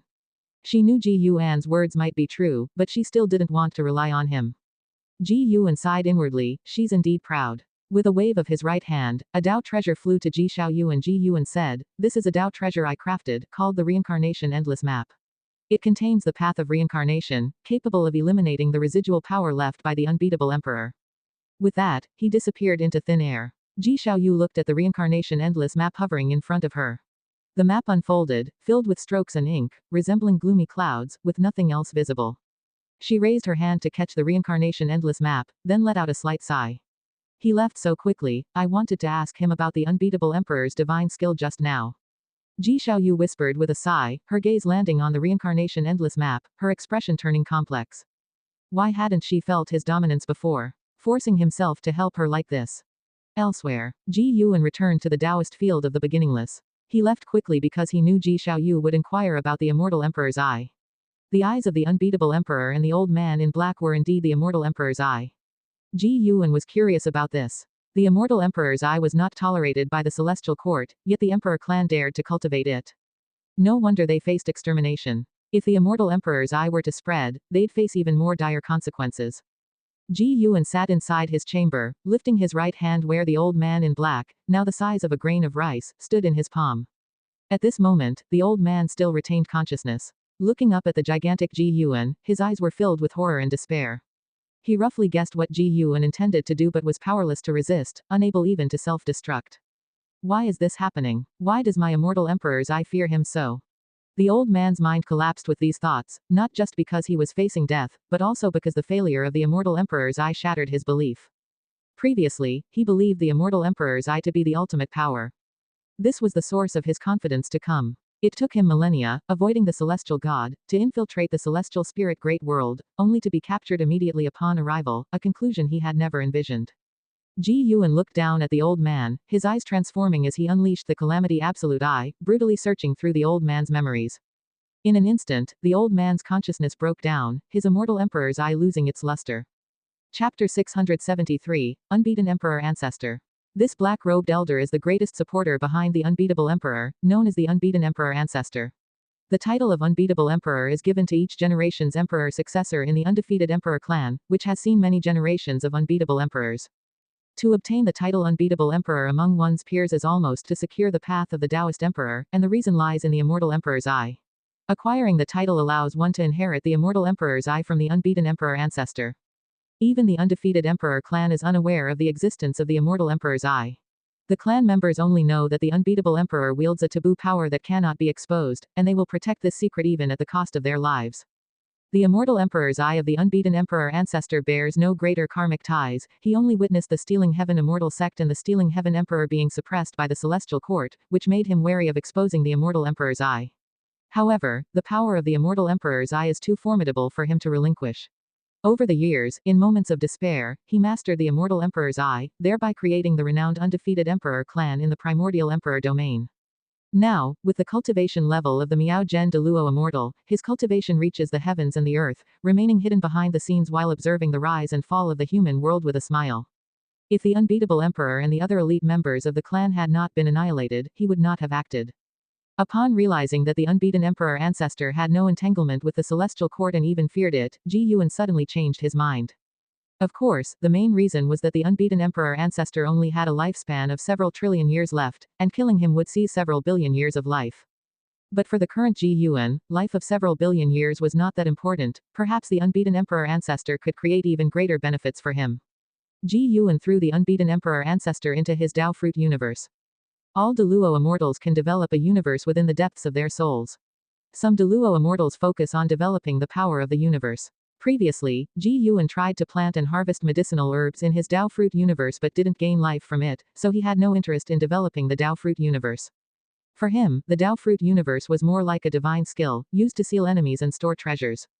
The unbeaten emperor ancestor opened his eyes and instinctively looked around, finding himself in a dark universe. Suddenly, he seemed to sense something and quickly turned his head, only to freeze, his eyes widening with disbelief. A pair of golden red eyes stared at him in the darkness, and in front of these eyes, the unbeaten emperor ancestor felt an urge to submit.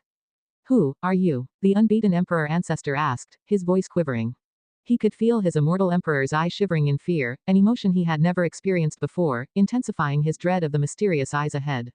Regarding the death of your descendants, you should already know the cause and effect. Do you have any grievances? Ji Yuan's voice sounded cold in tone. Even though the undefeated emperor clan had its reasons, ultimately they refused to relent. Ji Yuan did not directly destroy them, he advised first, and when they refused to heed, they had to face demise. The unbeaten emperor ancestor took a deep breath and said, "The strong vanquish the weak, what grievances could there be? I came because I did not recognize your strength surpassed mine. Before I die, I still wish to ask clearly, who exactly are you? Are these eyes of yours the immortal emperor's eye?"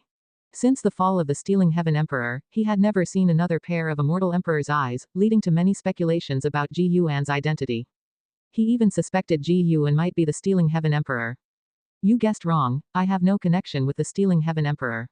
Indeed, my eyes are the Immortal Emperor's eye. You should be able to sense that, even as both possessors of the Immortal Emperor's eye, the difference between us is significant, unrelated to cultivation level. Ji Yuan's voice resonated, rendering the unbeaten Emperor ancestor silent, filled with a strong sense of defeat. Do you hate the Celestial Court? Ji Yuan's inquiry awakened distant memories for the unbeaten Emperor ancestor. His Immortal Emperor's eye suddenly appeared, and he gritted his teeth, saying, yes, at this point, I have nothing to hide. The celestial gods of the Celestial Court killed my wife and children. This vendetta, I will never forget for eternity. The unbeatable emperor was generations apart from him, he held little affection for him, more of a familial duty to continue the lineage. But his wife and children were different. Even after such a long time, he could hardly suppress his hatred when he thought of them. The immortal emperor's eye of the Stealing Heaven Emperor instigated fear in the celestial court, and when the celestial gods descended, unable to capture the Stealing Heaven Emperor, the victorious Stealing Heaven Emperor, filled with fighting spirit, even led the Stealing Heaven Immortal Sect to actively confront the celestial court, invoking the might of the court for suppression. In that battle, the primordial emperor domain was affected, leading to the tragic deaths of countless innocent beings, including the wife and children of the unbeaten emperor ancestor. His hatred stemmed from the fact that his wife and children were not casualties of battle but were sacrificed entirely by a wounded celestial god who needed chi blood from his entire city, while he happened to be outside the city and escaped, witnessing his wife and children's souls consumed by the celestial god. During Ji Yuan's soul search, he couldn't clearly see the heavenly court's immortal gods, but he could perceive the situation at the time, albeit the immortal gods appeared vague. Now the celestial court's immortal gods were always plotting against him. Even when the celestial spirit god suggested the strategy to ascend to immortality through meritorious deeds, he continued to guard against the celestial court. The undefeated emperor clan was a power that could be drawn in. His absolute void eye had absolute suppression over the immortal emperor's eye, so he did not fear betrayal from the unbeaten emperor ancestor. Swear your allegiance to me, and this causality shall be settled. Both of us being wielders of the immortal emperor's eye, we belong to the same camp, at least we will not be accepted by the celestial court, only suppressed by it. Ji Yuan's voice sounded, and the unbeaten emperor ancestor wasn't surprised. When he saw the eyes of the other, he knew the person was not a celestial god of the celestial court. If he refused, he wouldn't just die, the entire emperor clan might face annihilation too. He had worked hard for many years and didn't want his efforts to go to waste now. In his eyes, the undefeated emperor clan was merely his weapon for revenge against the celestial court. However, the weapon wasn't strong enough yet, he needed to bide his time. Ji Yuan, aware of his hatred and plans for the emperor clan, sought to subjugate him. I can make your immortal emperor's eye stronger. Upon hearing Ji Yuan's words, the unbeaten emperor ancestor's pupils shrank, and he immediately knelt, solemnly saying, "Greetings, my lord." Subduing the unbeaten emperor ancestor was merely a side chapter. After assigning him some tasks, Ji Yuan let him go, continuing his peaceful life. Since the return of Yuan Songzi, Zhao Rushan began contemplating reaching the level of Taoist emperor. This plan had long circulated within the Tao court, and in past years, Zhao Rushan was unable to defeat Emperor Tianong. He felt that only becoming a Taoist emperor could fully surpass Emperor Tianong. However, Yuan Songzi did not agree to take him on the path of the Great Tao, making Zhao Rushan quite dissatisfied. Yuan Songzi's assertion that he wasn't ready felt humiliating to him. Why could a mundane woman like Xiaolan go, but he couldn't? Occasionally, when Ji Yuan went to accompany Xiaolan, he noticed Zhao Rushan's maneuvers, as this fellow was secretly enlisting the upper echelons of the Tao court, with a mind even inclined toward rebellion. To this, Ji Yuan had no intention of intervening, as long as it didn't affect Xiaolan. Time flowed rapidly under this backdrop, far faster than before, as the era of the primordial era also approached its end. Chapter 674, Changes of the World. 200,000 years after the reshaping of heaven and earth, figures of both humans and demons have spread across the celestial spirit great world, and the celestial Tao destiny that shrouds the great world has also begun to change. Those great powers who comprehend the rules of heaven and earth can all sense that the fate of the world is about to enter a completely new phase. Time flies. It has been 100,000 years since Ji Yuan subjugated the unbeaten emperor ancestor. 100,000 years are enough to change the world, but only those great powers who remain in deep seclusion have not been affected. Now, the human world has a new landscape, with an imperial dynasty named Taixuan rising. Supported by many super sects from the human world, within 100,000 years, Taixuan has aggressively expanded, and although it has not yet completely unified the world, its momentum has shown everyone the aura of a world ruler. The relationship between Taixuan and the Dao court is somewhat tense. Their grievances are many, and it is difficult to discern who is right or wrong. In early summer of this year, Ji Yuan wandered with Emperor Tianong within the Taixuan Sect, watching the recent internal competition. After the combat ended, they went to an inn to drink wine. Name: Ji Yuan. Lifespan: 283,979 18,947,893,809,561. Physique: primordial Dao creation body. Cultivation level: perfect Taoist Great Luo immortal realm.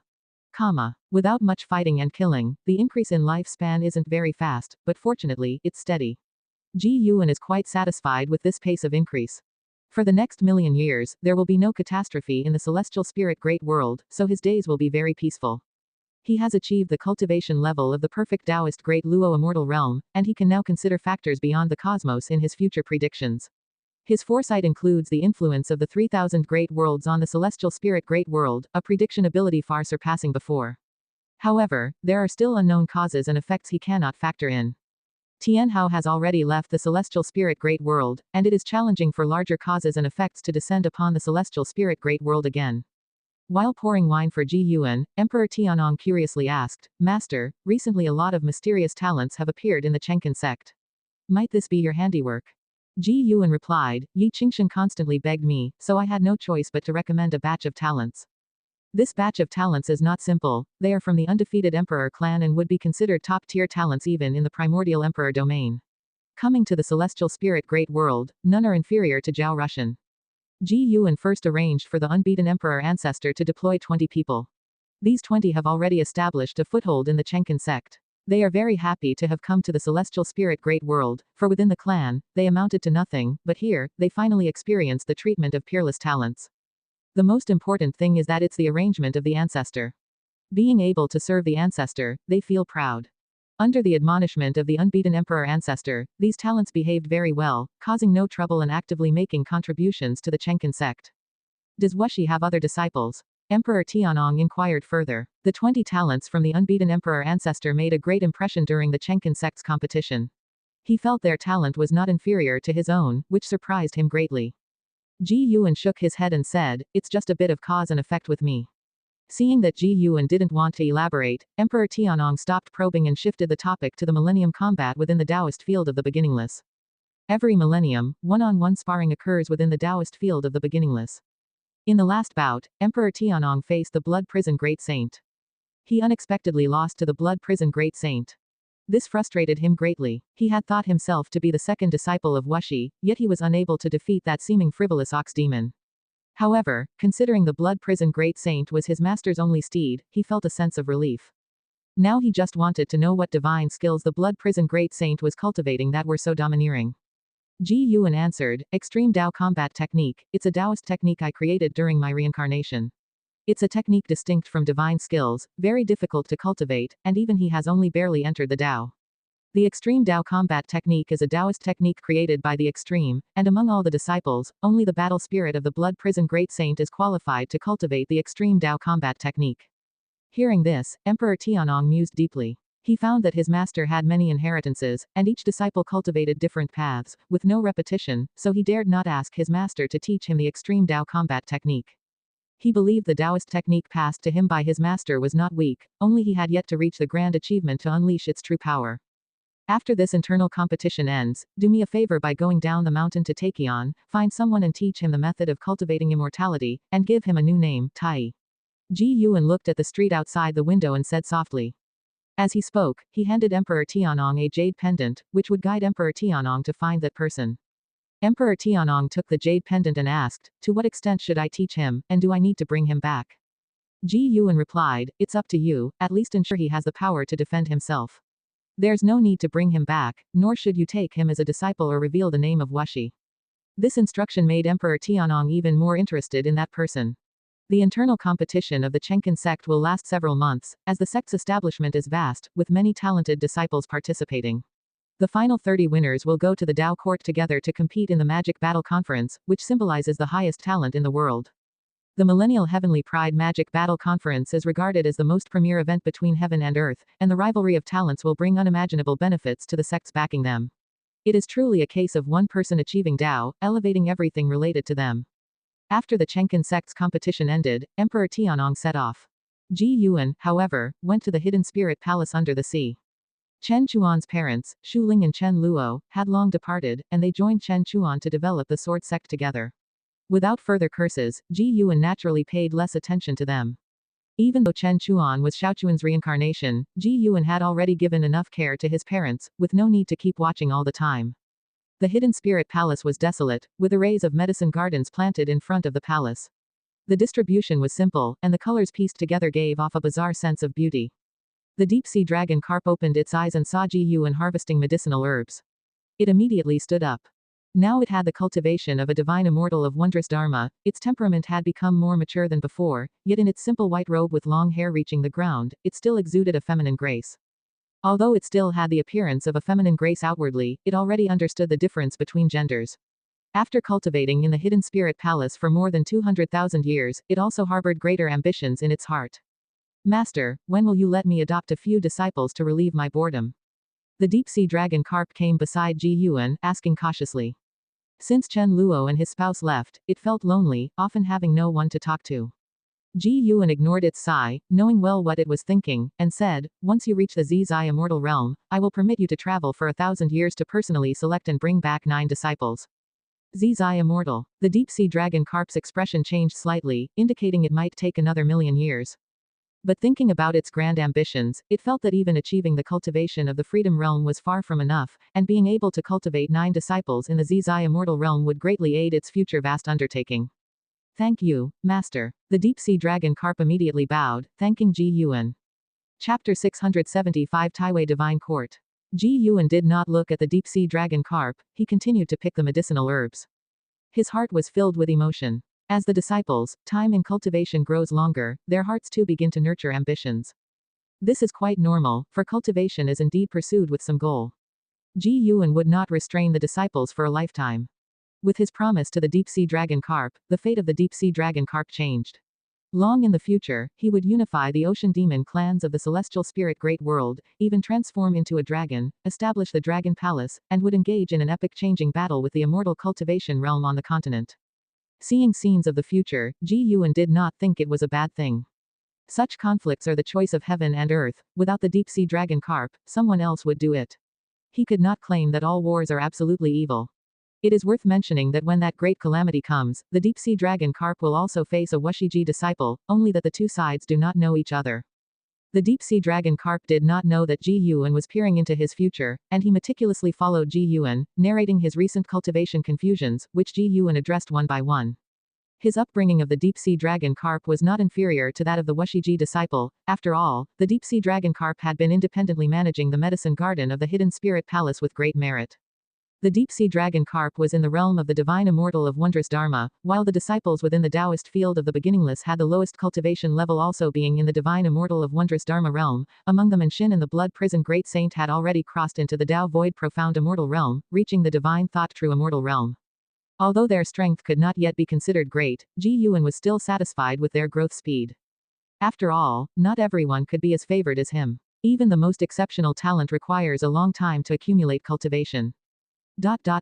Under the magnificent blue sky, the mountains stretched continuously, with celestial giant trees rooted, towering over the surrounding majestic mountains, and there was more than one such tree.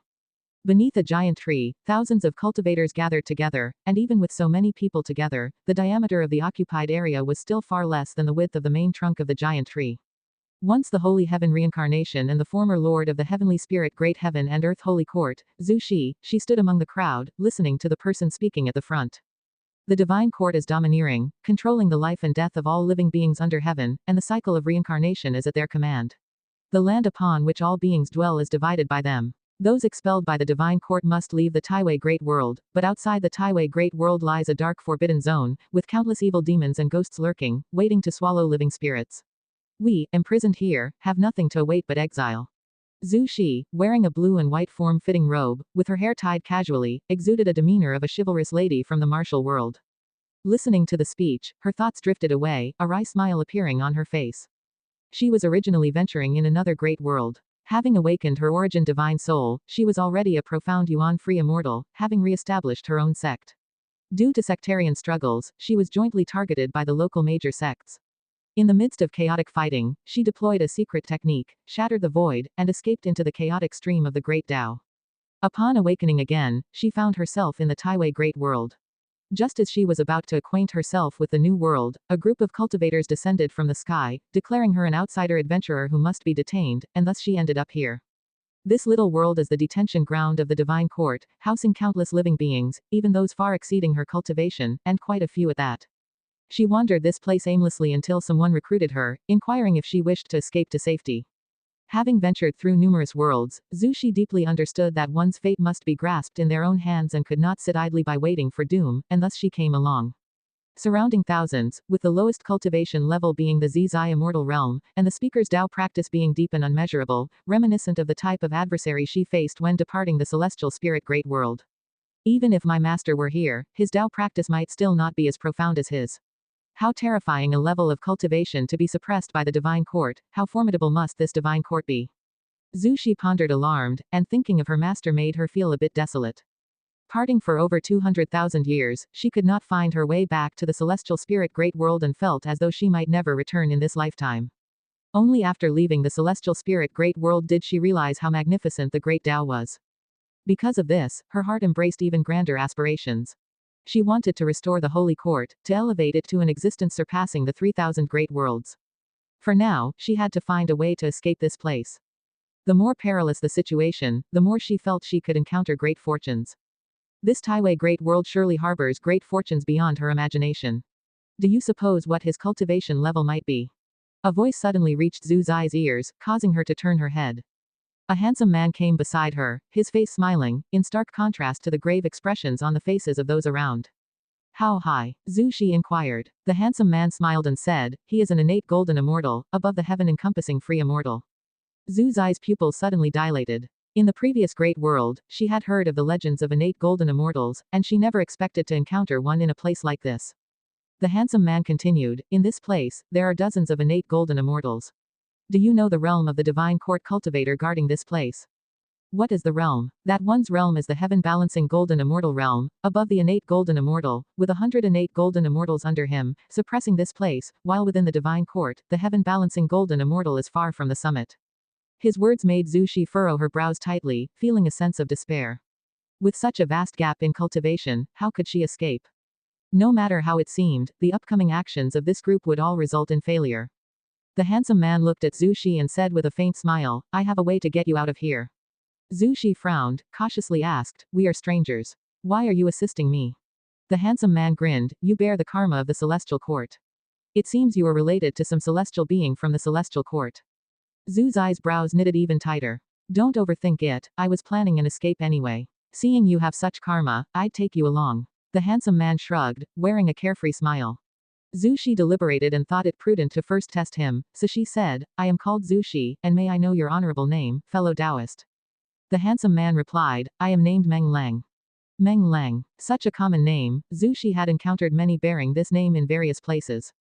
She glanced around, puzzled, and asked, it seems others can't hear our conversation. The handsome man named Meng Lang smiled, naturally, since we are conspiring to escape, how could it be broadcast?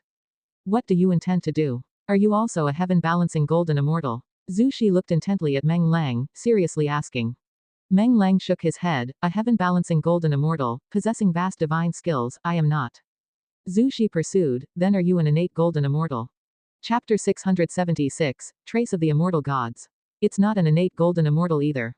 Meng Lang replied, causing Zhu Zai's brow to furrow again, feeling a bit disappointed. The reason she didn't guess above the heaven-balancing golden immortal was because such a transcendent existence couldn't possibly be trapped here. She stared at Meng Lang, hoping he could convince her. What reliance did Meng Lang have that made him think he could help her escape? If he didn't explain clearly, she wouldn't follow Meng Lang. Meng Lang looked ahead, where an innate golden immortal was still passionately speaking, stirring the blood of those present, filling their hearts with high spirits and determination. Rather than waiting to die, it's better to fight desperately. The Taixuan Great World is really deep. Meng Lang, who is actually Ji Yuan, thought to himself.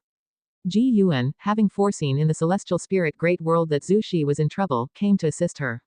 He transformed into Mang Lang to avoid getting too involved in karmic entanglements. After arriving in the Taiwei Great World, Ji Yuan discovered that several Deluo immortals were hidden within this great world, and even some of the world's karma was too profound to calculate. He had heard before that among the 3,000 great worlds, a few had foundations far exceeding other great thousand worlds, and he realized today that it was true. This innate golden immortal had already set up a formation, thinking it would isolate prying eyes, facilitating the stirring of hearts, but little did he know, a Taixuan golden immortal was watching him at this moment. Yes, not a heaven-balancing golden immortal, but a Taixuan golden immortal standing above the heavens, toying with two pearls in his hand, his expression so cold, and his eyes reflecting the scene of Zushi and others gathering together. If Ji Yuan didn't intervene, Zushi would follow these people to escape, only to be caught by the Taixuan golden immortal, brought back to the dojo, and finally refined into a ghost artifact. Moreover, Ji Yuan felt the presence of an immortal god in the depths of the divine court in the Taiwei Great World, stronger than the Tai immortal monarch, forcing him to speculate about the relationship between the Taiwei divine court and the celestial court. If you don't make it clear, I can't go with you. Who exactly are you, and what backing do you have to help me? Zhu Zai's voice interrupted Ji Yuan's thoughts. Ji Yuan smiled and said, "Don't ask so much, just watch." Zushi frowned upon hearing this. Just as she was about to say more, the speaking innate golden immortal suddenly burst forth with a strong momentum, drawing her attention. "Everyone, once the escape plan is confirmed, it should not be delayed. We can kill our way out right now. I will open up a tunnel, but it's uncertain where this tunnel will lead. Most likely, it will lead inside the divine court, and we'll have to improvise afterward." The innate golden immortal said while casting spells, drawing circles with his hands, and a black hole appeared in front of him, rapidly expanding, surrounded by intertwining time-space lightning, its darkness making one shiver, appearing so terrifying. Once the black hole stabilized, he entered it first, followed closely by others. Some hesitated, but seeing those ahead entering, they gritted their teeth and followed. Zushi was about to ask Ji Yuan, only to see Ji Yuan follow too. This made her feel absurd. Was this person's plan to follow these people? Then what was the meaning of everything he said before? Without him, she would have followed too.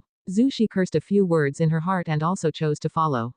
She came behind Ji Yuan, staring at his back with an unfriendly look. If looks could kill, Ji Yuan would probably have turned to dust by now. The two stepped into the black hole one after the other. As soon as they entered the black hole, Zhu Zai's vision was swallowed by darkness, and even her divine sense couldn't see, but fortunately, she could feel the surge of spiritual energy, and she could also hear Ji Yuan's footsteps ahead. "Is this your plan? Without you, I would have followed him."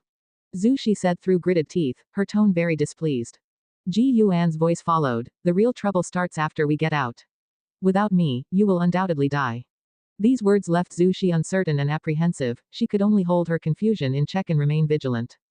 She didn't completely trust the leading innate golden immortal either, just had no choice but to follow under such desperation. They moved quickly, and Zushi clearly felt the spiritual energy along the way growing richer. This indicated they were getting closer to the exit. Zushi grew more nervous, beginning to imagine what they might encounter after escaping. A while later, light finally appeared ahead, and Zushi heard the voices of the people around her, most of whom felt pleasantly surprised, not expecting to truly escape that suppressed place. As the light in front grew brighter, Zushi gradually saw Ji Yuan's back. For some reason, she felt a sense of déjà vu, as if she had seen this person's back somewhere before. Soon, she followed Ji Yuan into a bright light, her divine sense instantly recovered, she sensed the people ahead stopping all at once, and she also halted her steps. She opened her eyes and looked ahead, her face instantly freezing. Not just her, the other escaping individuals also looked forward in disbelief. Ahead was a vast and boundless forest, like another world, only everyone's gaze was focused above the forest. Above the sea of clouds, countless figures in purple armor stood on the clouds, each holding a divine weapon. Sweeping the eye over them, one couldn't count how many there were, the vast army exuded a suppressive momentum. The leading innate golden immortal's face turned ashen, as if he hadn't expected so many enemies waiting outside. "Your Highness, you are the crown prince of the divine court. Why commit treason?" A voice rang out across the heavens, causing a commotion among the escapees, who hadn't expected this innate golden immortal to be the crown prince of the divine court. Zushi frowned deeply, feeling only dread. Clearly, she had been swept up in a larger karma, where if she hadn't been incited earlier and stayed in the place of guardianship, she wouldn't be facing such trouble now. The innate golden immortal took a deep breath, stepped forward, and shouted loudly, "General Zhu, you are the eternal divine general of the divine court, protecting the great world many times, and all living beings revere you. But now the divine court has become a lapdog of the immortal gods. In the last million years, how many innocent lives have been lost to the divine court's offerings to the immortal gods? Can you really remain indifferent? That immortal god is insatiable, enlarging ambitions step by step, and one day will set eyes on the foundation of our divine court. We cannot gamble. These words made the escapees even more uneasy. How could it also involve the immortal gods? Even in the Taiwei great world, immortal gods were nothing but elusive legends. They, like Zhu Shi, felt things had become extremely perilous, involving the crown prince of the divine court and the immortal gods, meaning what awaited them was likely an irreversible disaster. Zhu Shi turned to look at Ji Yuan, noticing not a trace of tension on his face, which only piqued her curiosity even more about how this person planned to lead her out. Could it be related to that immortal god? From what the divine court crown prince said, that immortal god seemed very malevolent, but to Zhu Shi, an outsider, the good and evil of this realm were temporarily irrelevant. She just wanted to escape. Chapter 677, The Struggle of the Celestial Emperor. As the words of the divine court crown prince fell, a magnificent figure emerged above the vast army in purple armor on the clouds, appearing ethereal in the sunlight, like a mirage. General Zhu. He stood high above, overlooking the world, wearing heavy and majestic red armor. His face was solemn, and his brows resembled two flames. His long hair coiled beneath the divine crown, and 7 giant swords radiating different divine lights hovered behind him in a fan shape, as if 7 divine powers stood behind him. Before General Zhu Shi and the escapees felt a deep sense of awe. Some couldn't withstand the pressure and fell to their knees directly. General Zhu's right hand was half raised, playing with 2 beads in his palm, like 2 stars squeezing together, shaking the soul. Crown Prince, how dare you slander the immortal gods and question the divine court? If His Majesty knew this, imagine his heartbreak. General Zhu's voice rang out, and as his words ended, a vertical eye suddenly opened on his forehead, shooting a terrifying red beam at incredible speed down from the sky. Everything happened too quickly, so fast that the divine court crown prince had no time to react. Boom. The red light struck the divine court crown prince, and the dreadful impact blew the escapees away. Some attempted to flee, but the tunnel created by the divine court crown prince had vanished. Just as the escapees tried to leap up, an unimaginable pressure pinned them down, forcing them to their knees. Howling winds, scattered debris, and forests were swept away, resembling the arrival of the apocalypse. Zhu Shi was pushed to her knees, struggling to lift her head, her pupils trembling in fear. Such terrifying suppression. She couldn't imagine how terrifying it would be if the opponent went all out. The red light dissipated in front, leaving only a white skeleton of the divine court crown prince, trembling precariously, eventually collapsing on the ground. This scene filled the thousands of other escapees with despair. If even the divine court crown prince had to die, how could they survive? High above, General Zhu's expression was indifferent, as if he had not killed the divine court crown prince, but merely an insect. The countless divine soldiers in purple armor, also expressionless, heightened the air of despair in the land. General Zhu opened his right hand, letting the 2 beads fall, releasing a dazzling light as they descended, dimming the world. The intense light fell, and Zhu Shi couldn't help but turn to Ji Yuan beside her, gritting her teeth and asking, "Didn't you say you have a way?" Ji Yuan glanced at her, a corner of his mouth curving up. His smile appeared arrogant in Zhu's eyes, seeming crazily out of place at this moment. Zhu Shi couldn't understand why this person could still smile as scorching air waves descended from the sky, making her mind go blank for an instant. Boom. The ground erupted with a world-shaking explosion, countless trees flew like confetti, the divine soldiers of the court coldly overseeing everything. General Zhu's expression shifted, greed flashing in his eyes. Under the dusk. Lying on the ground, Zhu Shi suddenly opened her eyes. Bloodshot filled her view as she gasped heavily, as if waking from a nightmare. She sat up immediately, seeing Ji Yuan's figure beside her. Ji Yuan sat on a nearby empty ground, a fire burning in front of him, holding a mirror in his hand, as if admiring his reflection. Zhu Shi gathered her thoughts, instinctively looking around, finding herself on a cliff, distant mountains stretching endlessly, the ridges draped in afterglow, beautifully desolate. Did we escape? Zhu Shi looked at Ji Yuan, asking nervously. Ji Yuan gazed at the 7-star mirror in his hand, saying, "Yes, we escaped, but we're still in the Taiwei Great World." The 7-star mirror, after his modifications, was now a Dao treasure, reflecting images of the human world in the Taiwei Great World on its surface as he spied on it. Hearing his words, Zhu Shi sighed in relief, standing up, bowing to Ji Yuan in gratitude for saving her life. "Senior, I have things to attend to, so I'll take my leave." Zhu Shi turned and left after saying this. "Don't you want to become stronger?" Ji Yuan's voice came, halting Zhu's steps. She turned back to look at Ji Yuan, her eyes complex. Ji Yuan still did not look at her, his gaze fixated on the 7-star mirror. Celestial Spirit Great World, Taixuan Sect. In the early morning. Ji Yuan and the celestial spirit god walked down the street, appearing to be strolling, yet discussing grand matters of the great thousand world. I learned from my dear friend that the atmosphere in the celestial court is strange, reportedly involving the struggle for the celestial emperor's position, with countless unimaginable forces scheming secretly, even reaching the celestial god level. The celestial spirit god said gravely, under Ji Yuan's suggestion, he began to deepen relations with other celestial gods, with his mentioned dear friend coming from the misty immortal court. Ji Yuan, browsing the roadside stalls, asked, does it involve Tian Hao? Previously, the Tai immortal monarch and profound star immortal monarch seemed to have targeted him. The celestial spirit god shook his head, saying, even in his past life, Tian Hao was far from capable of competing for the celestial emperor's position. Not to mention him, even immortal monarchs are infinitely distant in rank from the celestial emperor, and this struggle won't erupt immediately. It is likely to simmer for a long time, eventually affecting even the great thousand worlds. Though not very knowledgeable about the celestial court, he knew what the celestial emperor symbolized. It was the highest position and power, representing the strongest of the heavenly Tao. Speaking of which, I discovered an immortal god in the Taiwei Great World, he with the divine court.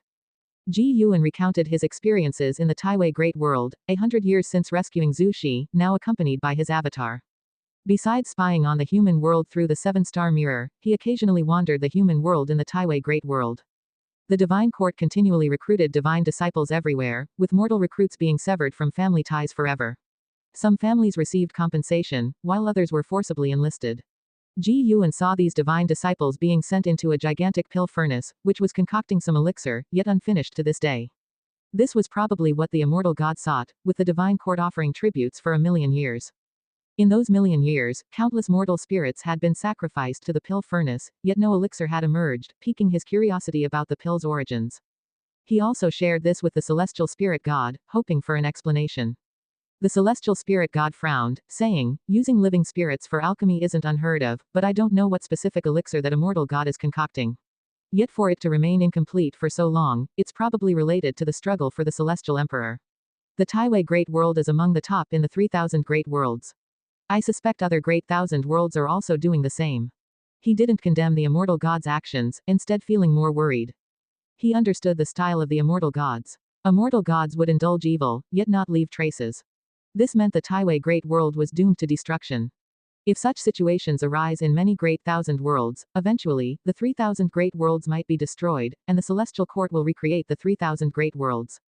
The celestial spirit god's face was extraordinarily grave, his words altering the look in Ji Yuan's eyes. Chapter 678 Substitute. The 3,000 great worlds will be destroyed.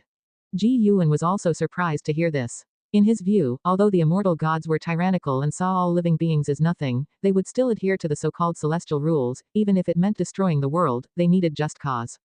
The celestial court indeed had the power to annihilate the 3,000 great worlds in an instant, but wouldn't doing so violate the celestial rules? Ji Yuan suddenly felt that the so-called celestial rules were quite flexible. When it involved the highest authority, the rules were just child's play. What do you think we should do? The celestial spirit god looked at Ji Yuan and asked seriously. The celestial gods guarding the great thousand world had begun to take action, seeking a way out. To them, the great thousand world represented divine authority. If the great thousand world were lost, their positions would be destabilized, and their cultivation would suffer backlash. The celestial gods see all living beings as ants, just as the supreme beings of the celestial court see the celestial gods as ants. Ji Yuan stopped walking, glanced at a few spirit beasts squatting in front of a street stall, and replied, let things take their natural course. Before anything happens, the only thing you can do is cultivate diligently. The celestial spirit god had no choice but to give up after hearing this. Thinking about Ji Yuan's unfathomable cultivation level, he felt that when the catastrophe of the fight for the celestial emperor broke out in the celestial spirit great world, his predicament might not be as difficult as it seemed now. He then continued to recount his experiences from a recent journey, and Ji Yuan listened attentively. Their conversation was only audible to them, and even while walking down a busy street, they didn't attract any attention. After spending half a day exploring the Taixuan Sect, the celestial spirit god returned through the world gate. Ji Yuan continued to wander around the city. With the joining of 20 geniuses from the undefeated emperor clan, the Taixuan Sect was thriving, reaching an unprecedented period of prosperity. The top genius Yuan Luo continuously enhanced its reputation outside, attracting more people to come and seek guidance. At dusk, Ji Yuan carried a wine gourd in his hand. He stopped, drinking while watching the commotion. The disciples on the street were observing a conflict between two young male disciples.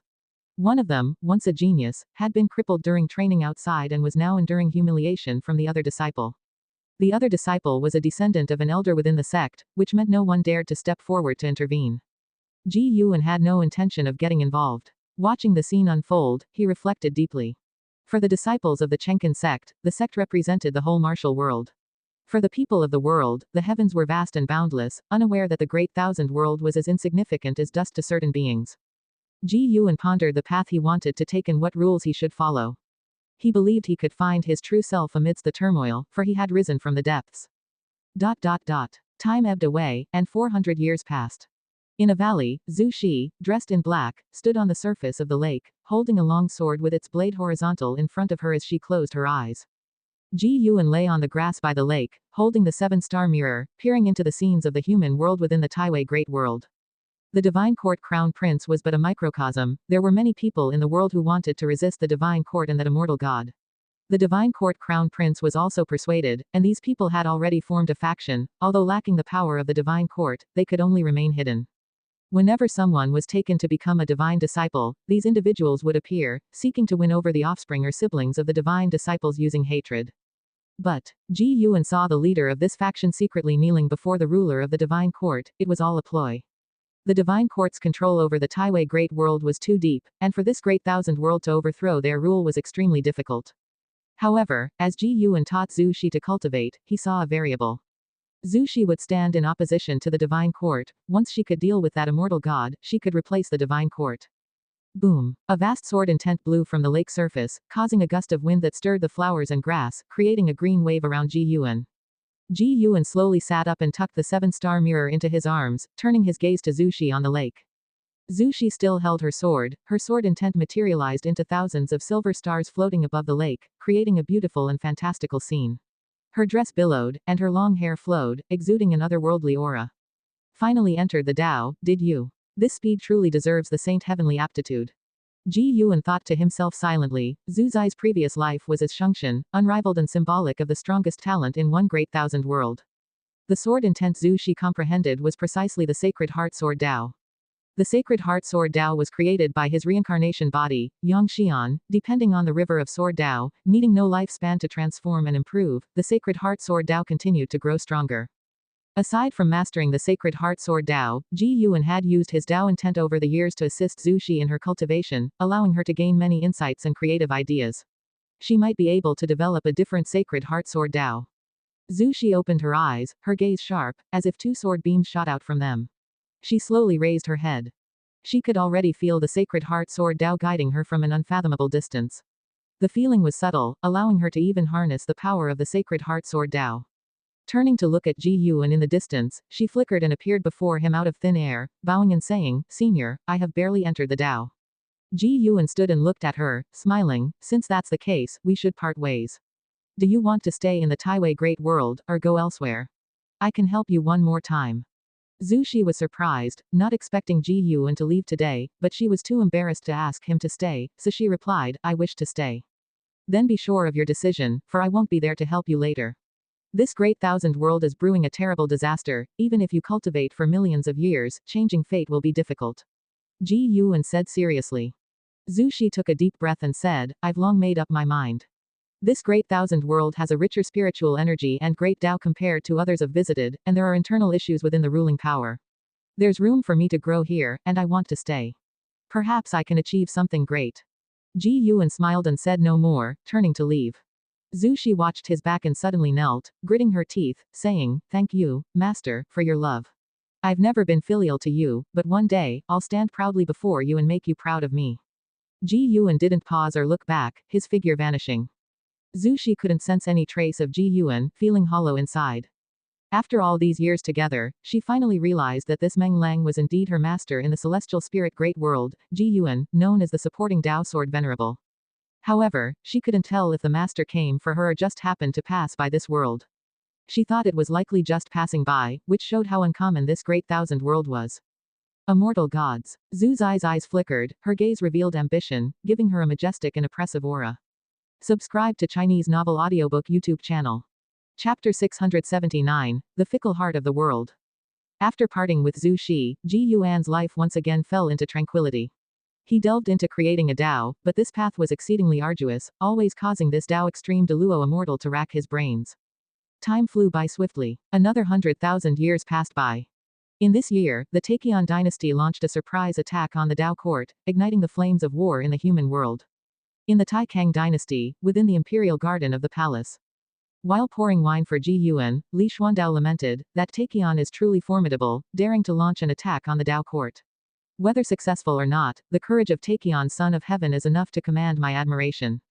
Taixuan is the strongest dynasty in the world. Although the Taixuan dynasty has not been annexed by it, they can still feel its tiger-like might. If it weren't for the feud between Taixuan and the Tao court, Li Xuandao believed Taixuan would eventually march towards the Taixuan continent. Ji Yuan toyed with the jade statue gifted by Li Xuandao, smiling as he said, "What, does your majesty also wish to emulate Taixuan?" He had once visited Taixuan for leisure, and from top to bottom, Taixuan was infused with a belligerent spirit. The reason for waging war against the Tao court was not due to any grudges but was a means to achieve a dominion through borrowed animosity. Behind Taixuan stood numerous powerful sects, which was the source of their confidence. In the coming years, both sides would engage in fierce battles for thousands of years, turning the world dim and chaotic until Zhao Rushan led the Tao court to suppress Taixuan, ascending to the seat of the master of the Tao court. Thus, the primordial era came to an end.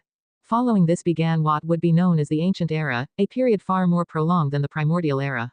The final battle of the Ancient Era would plunge the human world into desolation, ushering in the Ancient Period. Ji Yuan's gaze could see far into the distant epochs, even glimpsing the Tianyuan period from which Ji came. However, the future Tianyuan period was already vastly different from the Tianyuan period of Ji's origin. Yet Ji was bound to be born. If he didn't exist, the memories he imparted to Ji Yuan would be illusory. To say I don't wish to emulate is false, as an emperor, who doesn't want to unite the world. But the Tao court is too strong, and without certainty of victory, I won't lead the people of Taixuan to their deaths. Li Xuandao shook his head and said. Currently, he had reached the cultivation level of a carefree primordial immortal. Although he couldn't compare to the disciples of Wuxi in terms of training speed, he was still considered fast in the world. The two talked about worldly matters, occasionally mentioning Li Ya, Yang Jian, Long Teng, and others. Nowadays, the person Li Xuandao valued most wasn't Yang Jian or the prince, but Long Teng. As the son of Long Qing, and now the patriarch of the Long family, Long Teng had grown up, his cultivation reaching the realm of a divine immortal of wondrous dharma. He symbolized the highest talent of the Taixuan dynasty and was a world-renowned peerless prodigy. Li Xuandao curiously asked, by the way, I've always wanted to ask, Long Teng's cultivation speed is getting faster and faster. Even Yang Jian is amazed, is it you secretly nurturing him behind the scenes? A divine immortal of wondrous dharma, being the sixth level of the immortal Tao, can roam the outer heaven. Reaching the realm of a divine immortal of wondrous dharma before 1,000,000 years old is a once-in-a-billion talent. Ji Yuan raised his wine cup, smiling, see through it but don't reveal it. He did indeed quite like Long Teng. Often, he would transform into someone else to be near Long Teng. For Long Teng to have reached today was largely thanks to his Tao intent. When Long Teng cultivated, his Tao intent would envelop him, aiding in his enlightenment. Regarding this, Long Teng was still unaware. In fact, though Ji Yuan's Tao intent could assist others, it was more about giving them a gentle push. If Long Teng had extremely mediocre comprehension, even if he used Tao intent daily to assist, he wouldn't have nurtured him to his current achievements. Li Xuandao, upon hearing this, grew even happier and started inviting for more wine. The two drank for a full 2 hours before Ji Yuan finally took his leave. Watching Ji Yuan's departing figure, Li Xuandao couldn't help but ask, Ji Yuan, how much longer can such days last? 100,000 years to him was extremely long, especially since he was an emperor, facing far more partings than ordinary people. He had even seen off many descendants, with the court's ministers changing batch after batch. Only when facing Ji Yuan would his heart calm down, feeling that some things could not be erased by time. The most heartless place is the house of royalty, and Li Xuandao had thoroughly become a lonely soul. Ji Yuan raised the jade statue in his hand, saying, until you grow weary of it. Watching him suddenly disappear, Li Xuandao couldn't help but shake his head and smile, softly murmuring to himself, how could I ever grow weary? His expression gradually became complex. He didn't stand up, continuing to sit at the wine table, lost in thought. After leaving the Taixuan dynasty, Ji Yuan appeared above the sea of clouds, strolling forward. The human heart is ever-changing ultimately. Ji Yuan sighed. As for Li Xuandao's life, he did not wish to interfere too much. Li Xuandao had been emperor for too long. When the expansion of the Taixuan dynasty halted, internal conflicts would break out. He had once executed rebellious royal family members, which increasingly distanced him from the royal family. Meanwhile, Li Ya and Li Lingtian had long roamed the world, never returning. When Ji Yuan didn't find him, he would always stay in the bedchamber or the imperial study, either cultivating or reading. Not only Li Xuandao, but other old friends also faced life's predicaments, which were more mental than situational. The path of immortal cultivation is long. When one cannot break through year after year, the fighting spirit weakens and the thoughts become chaotic. Ambitions and emotions intertwined were as complex and uncontrollable as hearts in the mortal world. Even for them, Ji Yuan occasionally felt restless, particularly when his path of creating a Tao was not going smoothly. For this reason, Ji Yuan liked to travel across the world, visiting major sects and imperial dynasties. The diverse beings always helped to quickly calm his Tao heart. The reason for finding Li Xuandao to drink today was because his path of creating a Tao finally showed progress, and he was in high spirits, seeking a friend to drink with. Li Ya was busy with carefree vendettas, making it difficult for Ji Yuan to find him, so he could only find his father. When Ji Yuan met Li Xuandao, he was still very weak. Thus, when he saw Li Xuandao, he could remember the lost feeling of weakness, a sentiment that couldn't be provided by friends made after becoming strong. Soon, Ji Yuan disappeared above the sea of clouds. He arrived at Xiaolan's grotto heaven, switching with his avatar. Xiaolan was about to emerge from seclusion. Since returning from the path of the Great Tao, her cultivation growth had slowed. Even after being in seclusion for 100,000 years, there was no hope of a breakthrough, which made her heart quite agitated. Brother Ji Yu. The voice arrived before the person. Ji Yuan, who was admiring the flowers and grass, was about to turn when Xiaolan pounced on him.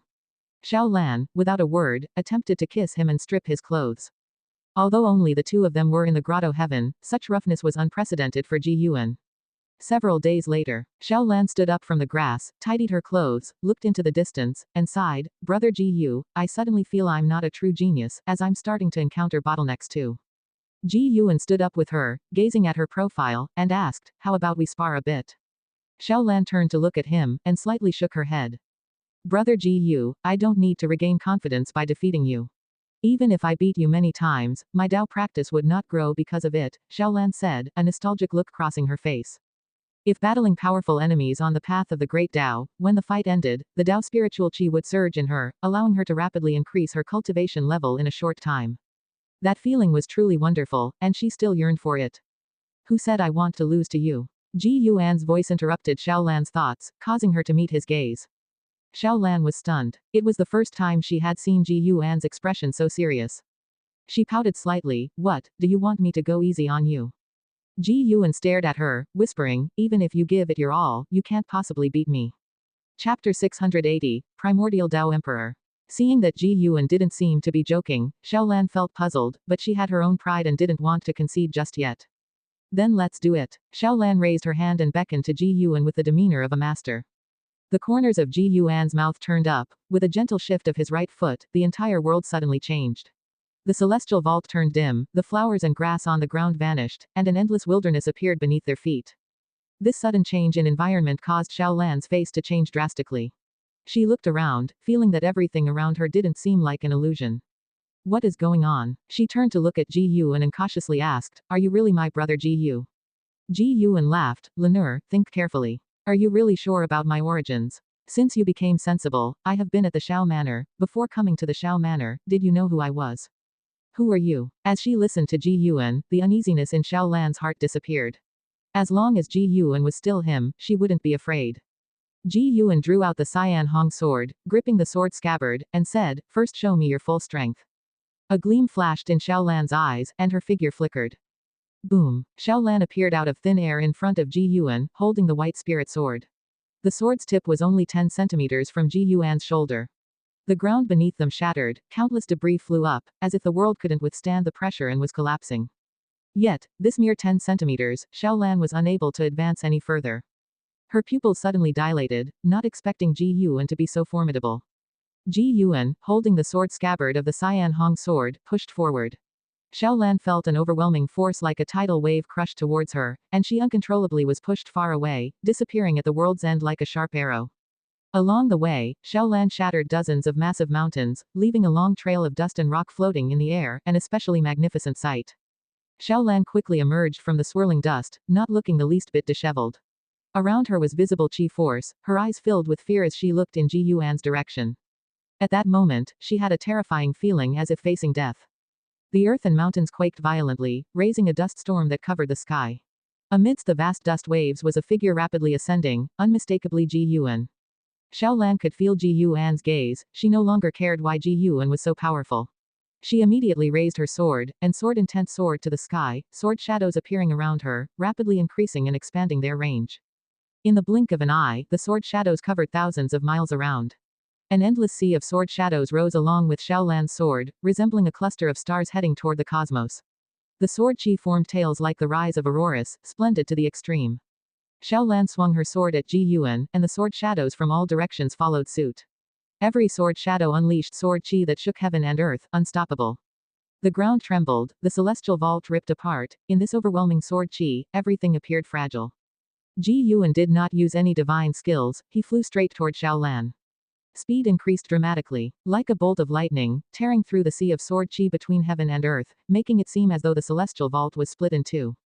Clang! Xiaolan's white spirit sword blocked Ji Yuan's sword scabbard, and at that moment, she felt her chi blood surging, extremely uncomfortable.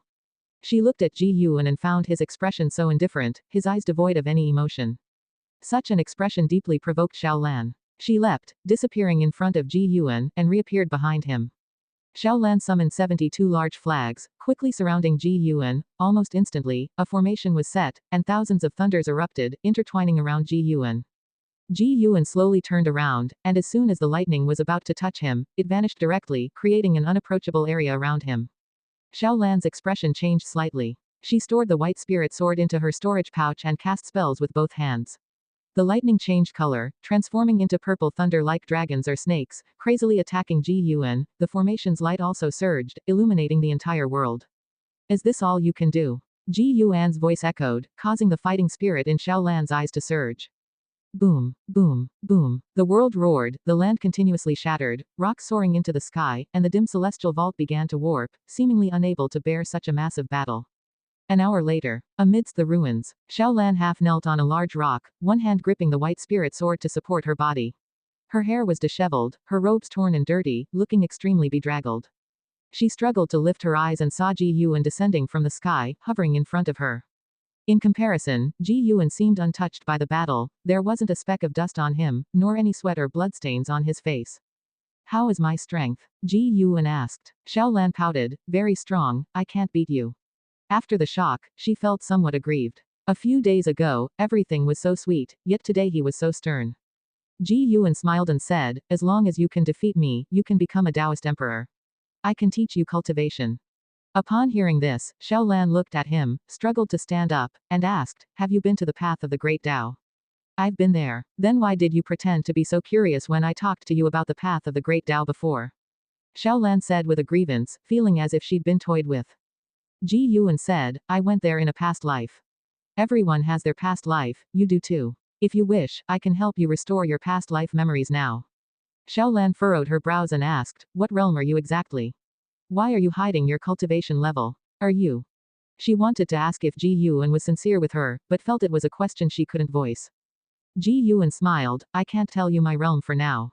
When you exceed me, you'll know. As for hiding my cultivation level, it's because I don't want to cause trouble. I like peace and quiet. You should understand my nature. As for whether I'm sincere with you, you needn't doubt it. When I went to Xiao Manor back then, it was for you. Xiaolan furrowed her brows even more. She was no longer the innocent girl she once was, she only appeared naive in front of Ji Yuan. Is it because of my past life? Xiaolan asked. Ji Yuan nodded. Xiaolan fell silent. Hearing her inner voice, Ji Yuan said comfortingly, regardless of past or present life, you are you, only with different memories. If I cared only about your past self, I would have restored your memories long ago. Xiaolan took a deep breath and asked, can you help me become a Taoist emperor? Ji Yuan landed in front of her and answered, I can, but I can also guide you on another path, one not inferior to becoming a Taoist emperor. What path? Primordial Tao Emperor. Xiaolan's expression changed. She hadn't heard of this title, but just from the name, it seemed extraordinary. She couldn't help but ask, is the Primordial Tao Emperor also a level of destiny? Ji Yuan smiled, that's right, the path to becoming a Primordial Tao Emperor is different from the Emperor Road. It is not through killing, but through comprehension. Chapter 681, The Legend of the Emperor of Eternal Life. If I become the Primordial Tao Emperor, can I defeat the Taoist Emperor? Xiaolan asked the question she was most concerned about. In the years of roaming on the path of the great Tao, she had witnessed too many prodigies, all of whom were merely competitors of the Taoist emperor. She couldn't imagine how truly powerful the Taoist emperor was. Ji Yuan replied, whether it's the Taoist emperor or the primordial Tao emperor, it's just a boost of destiny. None is absolutely stronger, but becoming the primordial Tao emperor, your future will be limitless. This wasn't just idle talk from him. The primordial Tao emperor was a path he had forged, and he could use his power to grow infinitely stronger. Sooner or later, the primordial Tao emperor would surpass the Taoist emperor. Becoming the primordial Tao emperor would not only evoke Ji Yuan's power of the great Tao but also allow enlightenment in Ji Yuan's Tao. The name primordial was derived from Ji Yuan being the primordial Tao creation body. The title of Tao emperor was simply meant to match the prestige of an emperor. He was inspired by Ji Xiaoyu's title of reincarnation Tao emperor. One day, he would make the primordial Tao emperor a more formidable existence than the Taoist emperor. Not only his disciples could become the primordial Tao emperor. Of course, that was a far-off future, as his creation of the primordial Tao emperor was still ongoing. Currently, it was just in the first stage, which could attract people to the Tao. Xiaolan pondered for a moment and said, anyway, you won't harm me, I'm willing to become the primordial Tao emperor. Teach me. Ji Yuan smiled, waved his right hand, and Xiaolan's injuries instantly healed. Her mana was restored to a full state, and the entire dim world suddenly transformed back into the appearance of a grotto heaven. This scene made Xiaolan's eyelid twitch, and she couldn't help but ask, was it an illusion realm just now? No, it was the real world, created by me. Ji Yuan's answer made Xiaolan secretly alarmed. What level of realm was required to achieve such a degree? Sit down. Ji Yuan lifted his robe and sat down, gesturing for Xiaolan to sit as well. Once Xiaolan sat down, Ji Yuan began to teach directly. The Taoist emperor requires fighting and devouring great Tao destinies on the emperor road of the great Tao. The final victor can become the Taoist emperor. For the primordial Tao emperor to rival the Taoist emperor, it must also have an accumulation process. Ji Yuan did not intend to let the Tao seekers slaughter each other like raising poisonous creatures. He thought of his lifespan holograms, lifespan reincarnation, and the innate reincarnation skill. He planned to have the cultivators pursuing the primordial Tao emperor gain enlightenment in reincarnation, not a personal reincarnation, but a projection of will into reincarnation. It would exist in reality but would ultimately be annihilated. It wouldn't disturb the great Tao but could absorb its true essence. With this direction, he could better perfect it going forward. Xiaolan soon became engrossed in Ji Yuan's teachings. The grotto heaven remained calm, with a serene beauty undisturbed by time. In the misty immortal court, within a vast golden hall, hundreds of youthful cultivators gathered, and Tianhao was among them. Many surrounded him, chatting, resembling stars arching around the moon. I finally got the qualification to compete for the Taoist emperor. In a million years, it'll be our turn. Time is pressing. Tianhao is truly remarkable. He hasn't even surpassed attaining the free immortal of Taoist Zhang, yet he has the qualification to compete for the Taoist emperor. I heard that the ancestor values him highly. Don't be overly joyful, the road to the Taoist emperor is arduous. We might end up killing each other. The disciples of the misty immortal court in the hall discussed matters of the Taoist emperor. Tianhao remained silent, recalling the words of the elder who announced the Taoist emperor matter. He always felt that the elder was watching him with ill intent. Although he had integrated into the misty immortal court, he wasn't born there, so he always had a barrier in his heart, preventing him from fully trusting anyone. Speaking of the Taoist emperor, our misty immortal court has produced many Taoist emperors throughout history. Do you know which Taoist emperor had the highest talent? The words of a young man in blue clothes caught the attention of many, prompting Tianhao to turn his head. The blue-clothed man reveled in the attention. He cleared his throat and said, naturally, it's the Emperor of Eternal Life from Jinlan Immortal Mansion. Born with the Immortal Emperor's eye, he shocked the entire immortal court. Perhaps unmatched talent brings misfortune, heaven is fair, so evil exists to covet his immortal emperor's eye. Breaking into the misty immortal court, it cost his parents' lives. To protect him, the misty immortal court sent him to Ling Mountain. The Emperor of Eternal Life inherited the true teachings of Ling Mountain and was the heavenly Buddha ancestor's direct disciple. He was unbeatable once he embarked on the path of the great Tao, becoming the Taoist emperor in an incredibly short time. The Emperor of Eternal Life. The Immortal Emperor's Eye. Tianhao had heard of this name, said to be a supreme genius from long ago.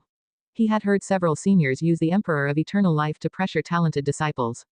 However, when asking about more deeds of the Emperor of Eternal Life, they were warned not to inquire too much. The Emperor of Eternal Life seemed to be a taboo within the misty immortal court. Why did such a powerful Emperor of Eternal Life die? Someone asked, puzzled. The blue-clothed man mysteriously said, he didn't die from being killed. Even legendary immortal gods couldn't do anything to him. He entered the river of cause and effect for his beloved. Whether he truly perished remains unknown. In fact, many ancestors within the court anticipate his return. It's said that Ling Mountain occasionally sends disciples to the river of cause and effect for training, likely orchestrated by the heavenly Buddha ancestor. The Emperor of Eternal Life was the heavenly Buddha ancestor's most cherished disciple.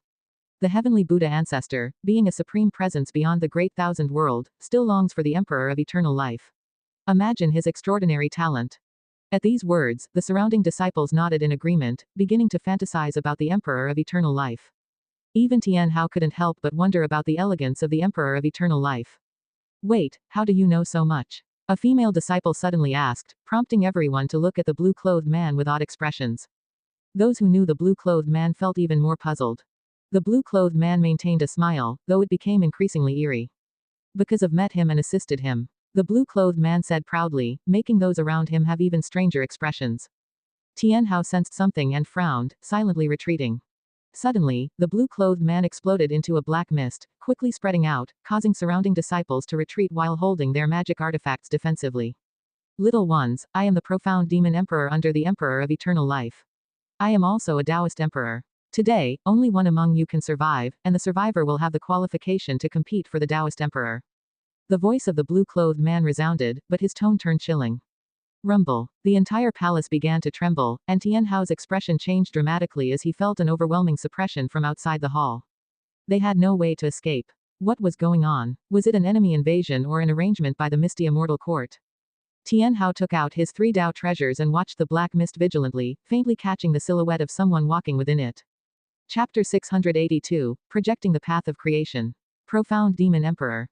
In the Taoist field of the beginningless, Ji Yuan, lying under a tree reading, murmured this name. Having inherited the memories of the Emperor of Eternal Life, he naturally remembered the profound Demon Emperor. The profound Demon Emperor was the most capable underling of the Emperor of Eternal Life, helping him to manage the Stealing Heaven Immortal Sect and search for Fairy Yaoxuan. However, ever since the Emperor of Eternal Life ignored the profound Demon Emperor's obstruction, insisted on leaving the Stealing Heaven Immortal Sect to find Fairy Yaoxuan, and even injured the profound Demon Emperor, the two bid farewell forever. Unexpectedly, after so many years, the profound Demon Emperor was still alive. He calculated that the profound Demon Emperor was invited by the Misty Immortal Court to create crises for this group of talents, forcing them to fight each other, only for the Misty Immortal Court to step in and chase him away. The Misty Immortal Court is not an evil sect. Letting disciples kill each other is unacceptable, as these disciples come from different immortal mansions, and their kin are within the court. If they engage in mutual slaughter, a storm will surely arise, potentially bringing about power shifts. Ji Yuan couldn't help but sigh. Indeed, darkness exists everywhere. With Tian Hao's current ability, even with the reliance on a Dao treasure, it would be difficult to survive till the end. The talents within that palace are not weak. The disciples of the Misty Immortal Court did not listen to the words of the profound Demon Emperor but instead began to jointly attack him. The profound Demon Emperor's cultivation level had reached the heaven-opening Deluo immortal realm, which this group of talents could not contend with. Soon, all the talented disciples were suppressed. The profound Demon Emperor unleashed his divine skills, isolating time and space, so even if 1,000 or 10,000 years passed here, only a few breaths' time would pass outside, plunging the disciples of the Misty Immortal Court into despair. Eventually, someone couldn't contain themselves and began attacking their fellow disciples. Once someone took the lead, the slaughter naturally erupted. Tian Hao did not actively participate in the slaughter, carefully avoiding other disciples, yet someone still sought him out. The Misty Immortal Court seemed to receive some kind of stimulus, intensifying the cultivation of its disciples, wishing to nurture combat power more swiftly. The reason behind this, Ji Yuan couldn't compute. If there's something he couldn't calculate, 9 out of 10 times it relates to the Celestial Court. Though the Misty Immortal Court isn't within the Great Thousand World, it's reasonable to speculate that it got involved due to the Celestial Emperor's struggle within the Celestial Court, as many immortal gods have emerged from the court. Ji Yuan had no intention of interfering. Though Tian Hao wasn't the strongest, he was destined to survive. Because Tian Hao was a reincarnation of the Son of Heaven, those of great power in the Misty Immortal Court would remind the profound Demon Emperor. Indeed, as Tian Hao was severely injured, the profound Demon Emperor intervened to send him away. This great battle persisted within the divine power illusion realm for quite some time, yet in reality, it was but an instant. Seeing Tian Hao unharmed, Ji Yuan then withdrew his gaze. He was not only reading but also condensing the fortune of the primordial Dao Emperor. To have the primordial Dao Emperor exist, one must create a truly existent fortune that cultivators could obtain and control. For this, he projected his lifespan 5 times to comprehend the path of chi fortune. Every projection of his lifespan would manifest his reincarnation body in the celestial spirit great world. Fortunately, these reincarnation bodies didn't leave a renowned legacy, but became a psychological shadow of defeat for some of the absolute geniuses of the era, unforgettable for all eternity. Each lifespan projection required millions of years, and after using it 5 times, Ji Yuan's path of chi fortune stepped into a brand new realm.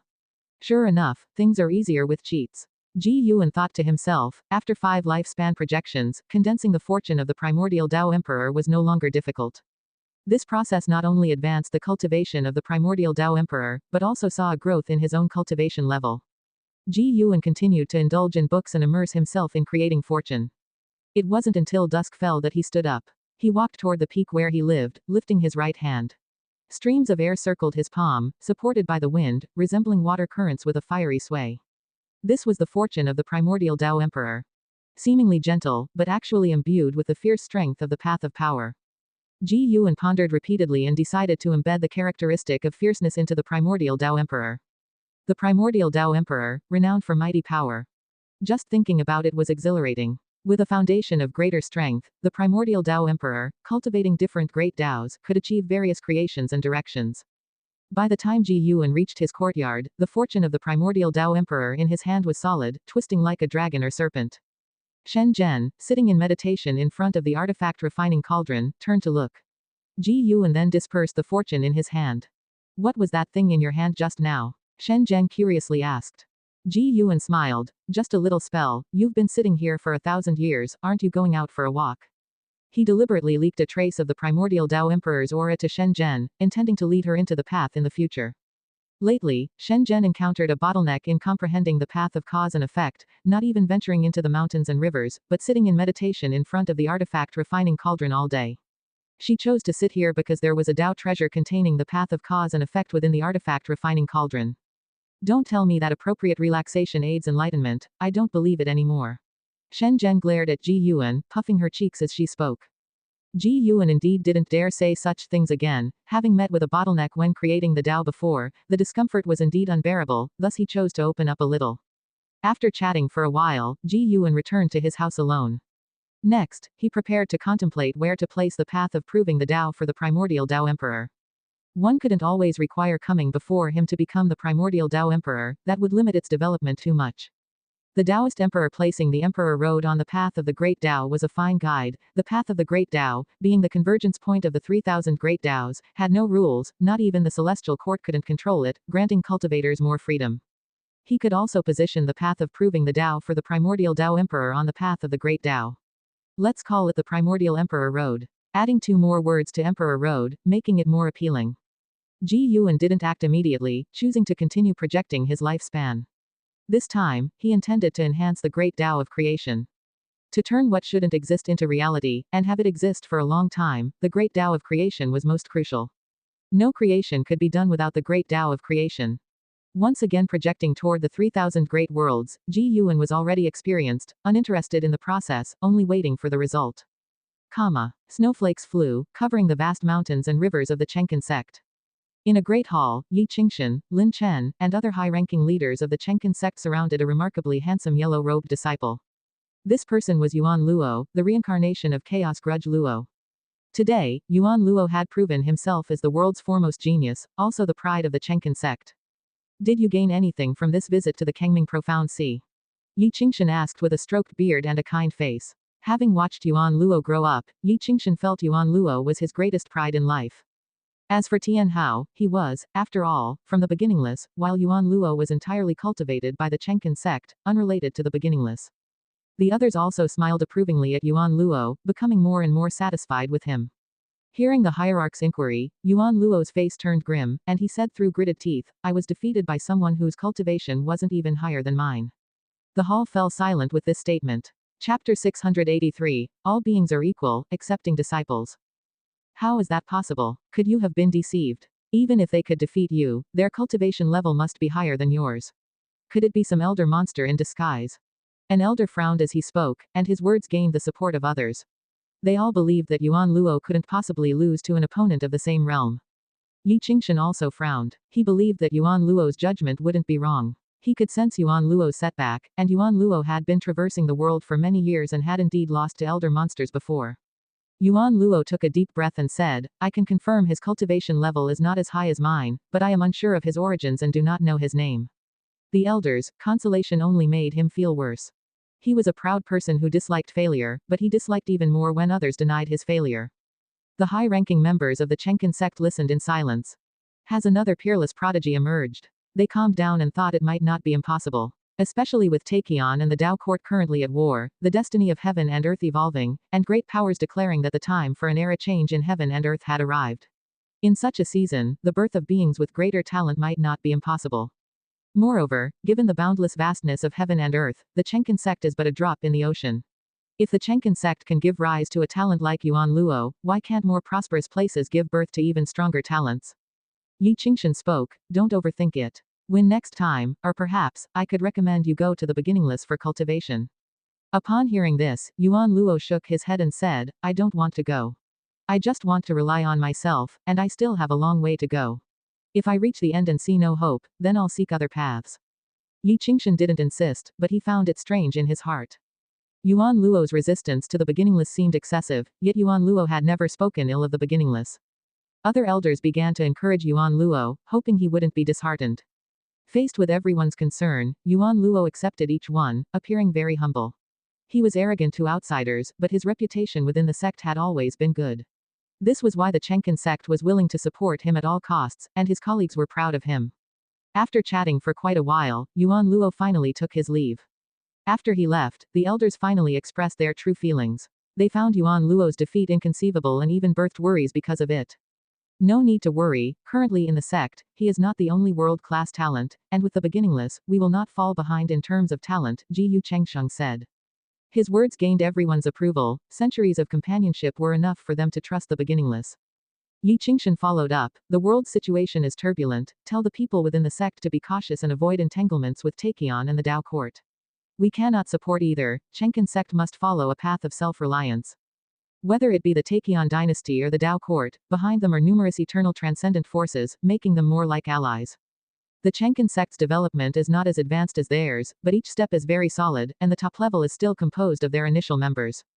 After receiving the orders, the elders began to discuss the world situation. The Taixuan dynasty's offensive is fierce, nearly reaching the Tao court's mountain gate, causing an uproar throughout the land.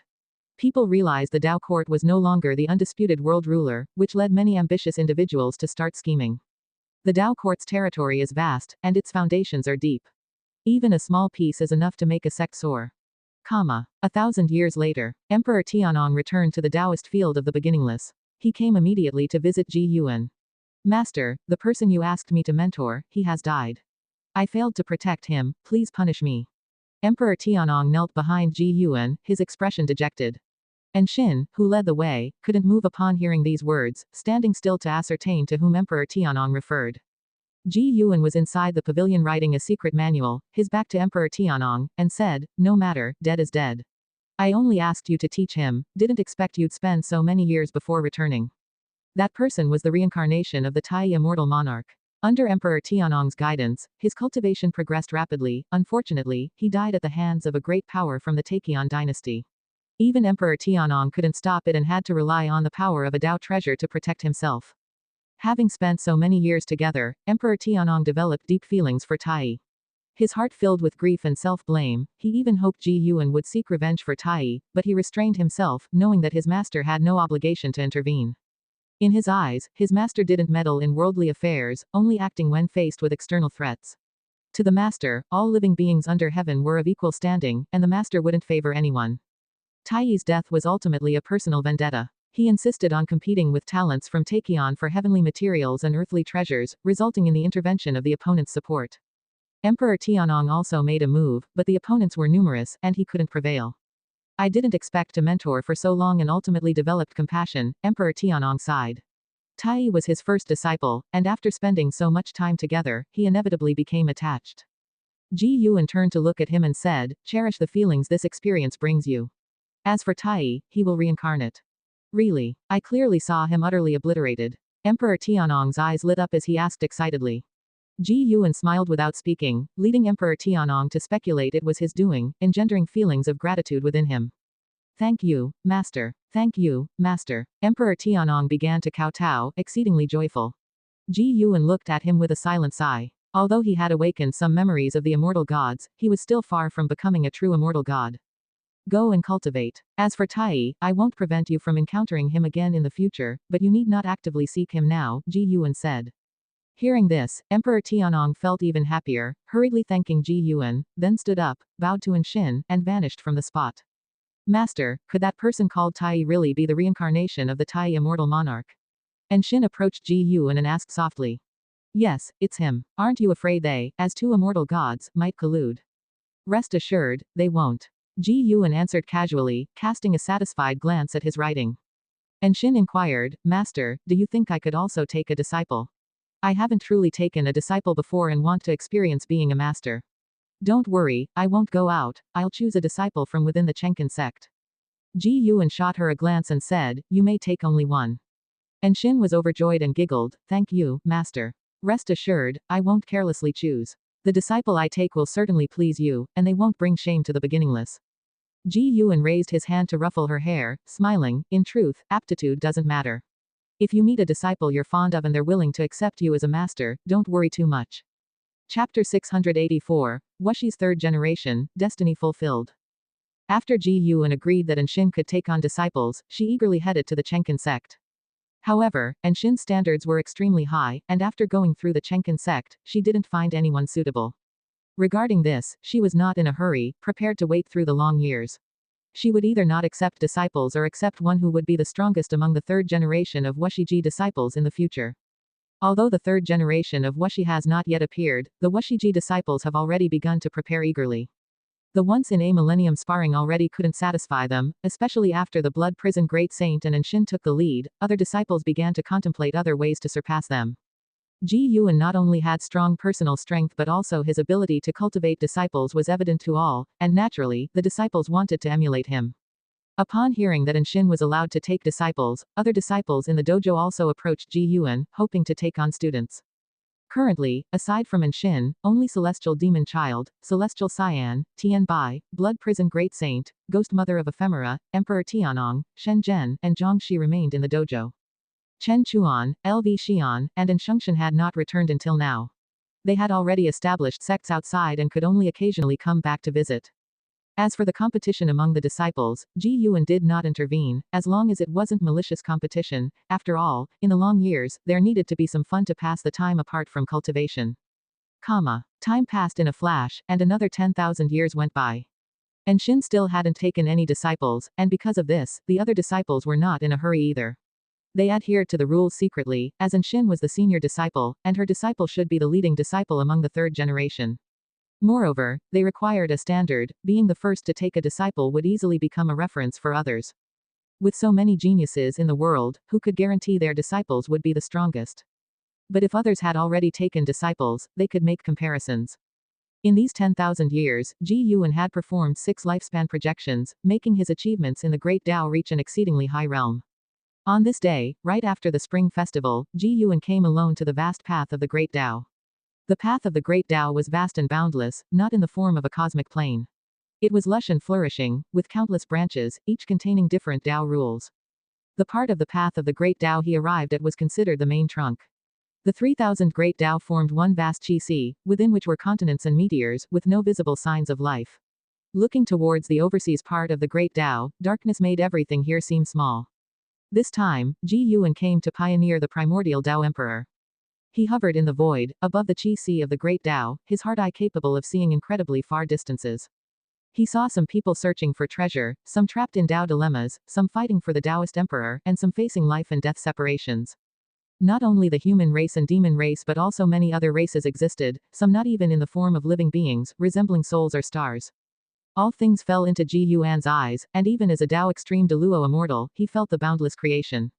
Those who could tread the path of the Great Tao had already become immortals, detached from the mundane world, each entwined with endless karma, as if a world became a speck of dust upon entering the path of the Great Tao. Ji Yuan's gaze turned to a farther place. The 3,000 great worlds lay under the path of the Great Tao, and the path of the Great Tao connected many mysterious planes, including the primordial Emperor Domain, Misty Immortal Court, Ling Mountain, among others. Upwards from the path of the Great Tao was chaos, and nothing could be seen, but Ji Yuan's divine sense could reach into it, which meant there were planes above, he just couldn't explore them yet. Ji Yuan withdrew his gaze and began to create the destiny of the primordial Tao Emperor. Creating destiny would not cause a great commotion. For the destiny of the primordial Tao Emperor to truly establish, it would take long years to develop. Rather than say he was creating destiny, he was in fact creating a kind of great Tao, allowing it to exist in the path of the great Tao until discovered by cultivators. Notably, Yangxian's Sacred Heart Sword Tao was also a kind of destiny. The Sacred Heart Sword Tao would persist with the River of Sword Tao, allowing cultivators to draw upon its power, just like a Taoist emperor and a primordial Tao emperor. It's just that Yangxian's cultivation level wasn't strong enough. There's no denying that Yangxian's comprehension was truly terrifying. Without using lifespan evolutions, he could reach this step, even though he wasn't stronger than the celestial spirit god. Before Ji Yuan entered the golden immortal Tao fruit realm, creating such a sword Tao was very difficult. But Yangxian was him, and Yangxian's greatness was his greatness too. As he complemented himself in his heart, he continued creating. His Tao intent formed streams of airflow around him. Before coming, he had already constructed the destiny structure of the primordial Tao Emperor. Now only the final step was needed for it to be born. Soon, these streams of airflow converged to form a gray mist studded with countless golden stars, still swirling around Ji Yuan. He raised his right hand and pointed in a direction, and the destiny of the primordial Tao Emperor surged that way. During the surge, this destiny gradually gained color, resembling a rainbow, but quickly becoming more vivid than a rainbow. Ji Yuan watched as it drifted far away. Only after it merged into the great Tao destiny and disappeared without a trace did he vanish as well. He didn't return directly to the celestial spirit great world but visited other great worlds, even going to the primordial emperor domain and Misty Immortal Court. Each time he went somewhere, he would erase his karma and aura. After several hundred back and forth trips, he finally returned to the celestial spirit great world. At this moment, it was still afternoon, with a bright and sunny day. Ji Yuan went to the Gathering Flower Sect and met with Zhang Chong. Upon hearing Ji Yuan's message, Zhang Chong immediately set aside everything and came to meet him, even having her disciples prepare immortal brew and immortal food. The two met in a small pavilion on the mountain top, outside of which a vast sea of clouds resembled an earthly fairyland. Did something happen? Ji Yuan asked with a smiling face, naturally aware of what Zhang Chong faced. His direct call for her was also to help her out of a predicament. Upon hearing this, Zhang Chong's smile faded, she furrowed her brows and sighed, it's still the Taixuan dynasty and the Tao court causing trouble. Taixuan is rallying all the sects and dynasties to divide Tao court's territory. Before Taixuan breaks Tao court, whatever territory the sects get will forever belong to them. But if they wait until Taixuan breaks Tao court, Taixuan will confiscate all the land in the world. The elders of our sect also want to get involved, but I don't think Taixuan will win. Why won't they win? Ji Yuan asked. Zhang Chong gave Ji Yuan a sidelong glance and responded with irritation, because the Tai Kang dynasty still exists, the Tao court won't annex the Tai Kang dynasty, but Taixuan will. Ji Yuan smiled helplessly, I have long been unrelated to the Tai Kang dynasty. The evolution of worldly affairs is not something I will interfere with. Really? Zhang Chong didn't believe it, and her inner voice made Ji Yuan give her a glare. Ji Yuan fake coughed and said, I have an opportunity here, if you can grasp it, the Gathering Flower Sect might become as strong as the Tao court in the future. Chapter 685, The Visage of an Old Friend. What opportunity? Zhang Chong's eyes lit up with curiosity, and she asked eagerly. She trusted Ji Yuan wouldn't deceive her, so she already began looking forward to the future of the Gathering Flower Sect. Ji Yuan said, the Great Tao encompasses 3,000 paths, besides chi absorption for immortal cultivation, there are many aids. I have an opportunity in hand called the Primordial Tao Emperor. By achieving the Primordial Tao Emperor, within the same realm, no one can defeat you. You will find it easier to attain enlightenment than other cultivators. Of course, becoming a Primordial Tao Emperor is no easy task. I can only provide an opportunity, success depends on your efforts and fortune. Primordial Tao Emperor. Hearing this name, Zhang Chong was instantly excited. Just from the name, she felt it was formidable. Ji Yuan then waved his sleeve, and a gust of clear wind brushed Zhang Chong's face, causing her to become slightly dazed, her consciousness floating into the Great Tao. The initial opening of the Primordial Tao Emperor requires not only time but also Tao seekers. The more people comprehend it, the stronger it becomes. Destiny inherently needs to spread. Every living being carries the creation of the great Tao, which they cannot perceive, but when they move toward a certain goal, the creation aligns with that target, forming an intangible, imperceptible destiny. The more beings pursuing the primordial Tao Emperor, the faster its destiny grows. This process also aids Ji Yuan's Tao practice. Of course, he can also transmit his power to all cultivators through the primordial Tao Emperor, complementing each other. While Zhang Chong was immersed in the creation of the primordial Tao Emperor, Ji Yuan began drinking wine. He decided to conceal the fact that the primordial Tao Emperor was his own creation. Even his disciples wouldn't know the truth. Zhang Chong was just the beginning. Ji Yuan would lead those he cared about into the primordial Tao Emperor. Of course, if someone didn't want to become a primordial Tao Emperor, he wouldn't force them. But he thought no one could refuse to become a primordial Tao Emperor. Just like the attraction of the Taoist Emperor to the world, cultivators find it hard to refuse additional power to enhance themselves. Thus, in the years that followed, Ji Yuan transmitted the destiny of the primordial Tao Emperor to his disciples, old friends, only saying that the primordial Tao Emperor was a destiny rank different from the Taoist Emperor. Just as he anticipated, no one refused to become a primordial Tao Emperor. When dealing with Li Ya in martial resolution, Ji Yuan didn't appear in person but allowed them to encounter the opportunity to become a primordial Tao Emperor in a serendipitous manner. This made both extremely happy, thinking they had found the greatest opportunity in the world. Through the destiny of the primordial Tao Emperor, they sensed the vastness of the great Tao, even feeling their souls had transcended the great thousand world. To truly become a primordial Tao Emperor, reaching the stage of soul projection is required, where the cultivators need to resonate with the great Tao. That is a high level of achievement, a process in which Ji Yuan would not assist them. If the primordial Tao Emperor were chosen by his will, it could never surpass the Taoist Emperor. On the path of the great Tao, in a void space. A man in red with white hair was treading a sword, his features handsome and posture upright, like an immortal monarch wandering the void. His name was Fang Zan, a heaven-encompassing free immortal. Suddenly, his face turned pale, and he couldn't help raising his hand to clutch his chest, showing a pained expression. Damn it, I survived the celestial spirit great world, and after merely tens of thousands of years, I am to die on the path of the great Tao. Heaven, you truly love to toy with me. Fang Zan thought bitterly. Not long ago, he encountered two prodigies battling over the Taoist Emperor. Because he stayed to watch, one of them secretly attacked him, cursed him with bad luck, and left him in great distress. He had just managed to become a heaven-encompassing free immortal, he also aimed to be a Taoist Emperor. Yet, before setting foot on the Emperor Road, he was about to die. His heart filled with confusion, he couldn't help but think of the battle between the battle court and the supporting Tao sword venerable back then. He thought he had great destiny for surviving under the supporting Tao sword venerable. Now it seems it was indeed just good luck. On the path of the great Tao, his talent wasn't extraordinary. He was even defeated by contenders for the Taoist Emperor in the profound Yuan free immortal realm. Looking back on his life, he was a renowned genius of the battle court since childhood, yet he had never done anything worth boasting about, always failing. He once found comfort in the idea of poor timing, but now. Fang Zan's eyes gradually dimmed, his mana roiling within, painful memories surfacing that he wished not to recall.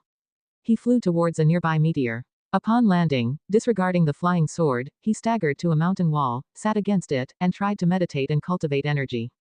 Peef. A mouthful of black blood spurted from his mouth, splattering on the ground and turning into scalding black smoke as it dissipated. He spat not only blood but also his Tao practice, they were fragments of his Tao fruit. His Tao fruit was shattering. Fang Zan was unable to cultivate energy, he leaned back against the mountain wall, his head drooping. At this moment, he looked so weak, but such scenes were not uncommon on the path of the great Tao. He remembered the dead he'd seen before. He once admonished himself to be cautious, never to follow in their footsteps. But he never expected. Fate was already before his eyes. Fang Zan's lips curled, revealing a self-mocking smile. Suddenly, a light appeared before him, capturing his attention. He instinctively looked up and saw a light at the end of the cliff ahead. For some reason, he felt compelled to see that light clearly. He was dying anyway, he couldn't die so disgracefully. If he were to die, he would die standing. Fang Zan took a deep breath and forced himself to his feet, walking shakily forward. He was only a few dozen feet from the cliff's edge, yet it felt like a lifetime's journey. When he finally reached the cliff's edge, his chin was stained with black blood, his entire being appearing miserably tragic. At the cliff's edge, he finally saw the existence within that light, a piece of silver crystal, like a fragment of some creation, emitting light while rotating. This is, Fang Zan murmured. As he recognized the silver crystal, his spirit condition surprisingly improved somewhat. He involuntarily raised his hand to touch the silver crystal. When his fingertip made contact with the silver crystal, a strong light burst forth, engulfing him in an instant. Supreme Sect, Third Medicine Valley. Under an old tree, Ji Yuan, transformed into a middle-aged cultivator, was playing chess with the nine-fingered divine monarch. Even though he had left the Supreme Sect for hundreds of thousands of years, because his sword intent atop the heaven-repairing platform had yet to disperse, many still came in pursuit of the supporting Dao sword venerable. Emperor Tianong once came in the past. The Supreme Sect might not have been a top sect in the world, but its fame was immense. Ji Yuan's eyes slightly changed as he placed down the chess piece in his hand, somewhat surprised in his heart. Unexpectedly, this person has such fortune. Ji Yuan sensed someone stepping into the primordial emperor road of the primordial Dao emperor on the path of the great Dao. This person had some causal ties with him, being a cultivator from the battle court whom he had spared in the past. The cause and effect on the path of the great Dao are complex, especially concerning such destiny ranks as the primordial Dao emperor. Ji Yuan couldn't discern who in the future would become a primordial Dao emperor, so Fang Zon's success came as a surprise. It's truly a case of fate playing tricks, turning foe into friend. Sitting opposite Ji Yuan, the nine-fingered divine monarch stared at the chessboard, his brows furrowed tightly. He occasionally glanced up at Ji Yuan, then back at the board, thinking deeply. After a while, the nine-fingered divine monarch looked up at Ji Yuan and said, "This fellow Taoist, you remind me of an old friend." Ji Yuan chuckled and asked, "Who?" The nine-fingered divine monarch stood up, walked to the side, turned his back to Ji Yuan, and stroked his beard sentimentally, saying, "He was someone who disappeared almost 400,000 years ago. His chess skills were second only to mine. I see his style in you." Ji Yuan glanced at the board and internally scoffed. Is he trying to take this chance to end the game? Chapter 686, The Rise of the Emperor. The nine-fingered divine monarch began recounting his past with Ji Yuan, leaving out Ji Yuan's name entirely, and altering many parts of the story. Ji Yuan sat in front of the chessboard, patiently listening to the nine-fingered divine monarch boast. His thoughts drifted to the Supreme Sect. Currently, the Supreme Sect's sect leader is Yi Kang. Under his leadership, the Supreme Sect has developed excellently, growing stronger year by year. The alliance between the Supreme Sect and the Taixuan dynasty has proven effective, with both sides brimming with zeal. Ji Yuan considered releasing the inheritance of the heaven-splitting axe. The inheritance contained within the heaven-splitting axe was long negligible, but the sword intent imparted by Ji Yuan was so powerful that no one could lift it. After laying the groundwork for hundreds of thousands of years, it was time to bestow the true inheritance of the heaven-splitting axe. Ji Yuan infused it with a special primordial Dao Emperor fortune, doing so without drawing any attention. As Ji Yuan had predicted, after finishing his story, the nine-fingered divine monarch wanted to drag Ji Yuan to the old residence of a deceased friend, ignoring the chess game he was about to lose.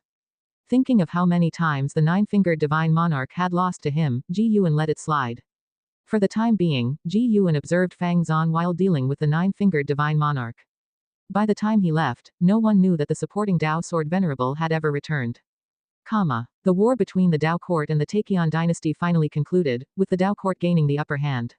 After Zhao Rushan slew the Taixuan son of heaven, the Taixuan dynasty unraveled, descending into chaos akin to the human purgatory. This lengthy war, spanning many years, resulted in countless casualties.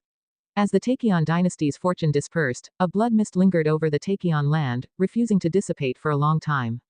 By slaying the Taixuan son of heaven, Zhao Rushan became renowned across the world, relinquishing the title of prodigy to become a hero recognized by all.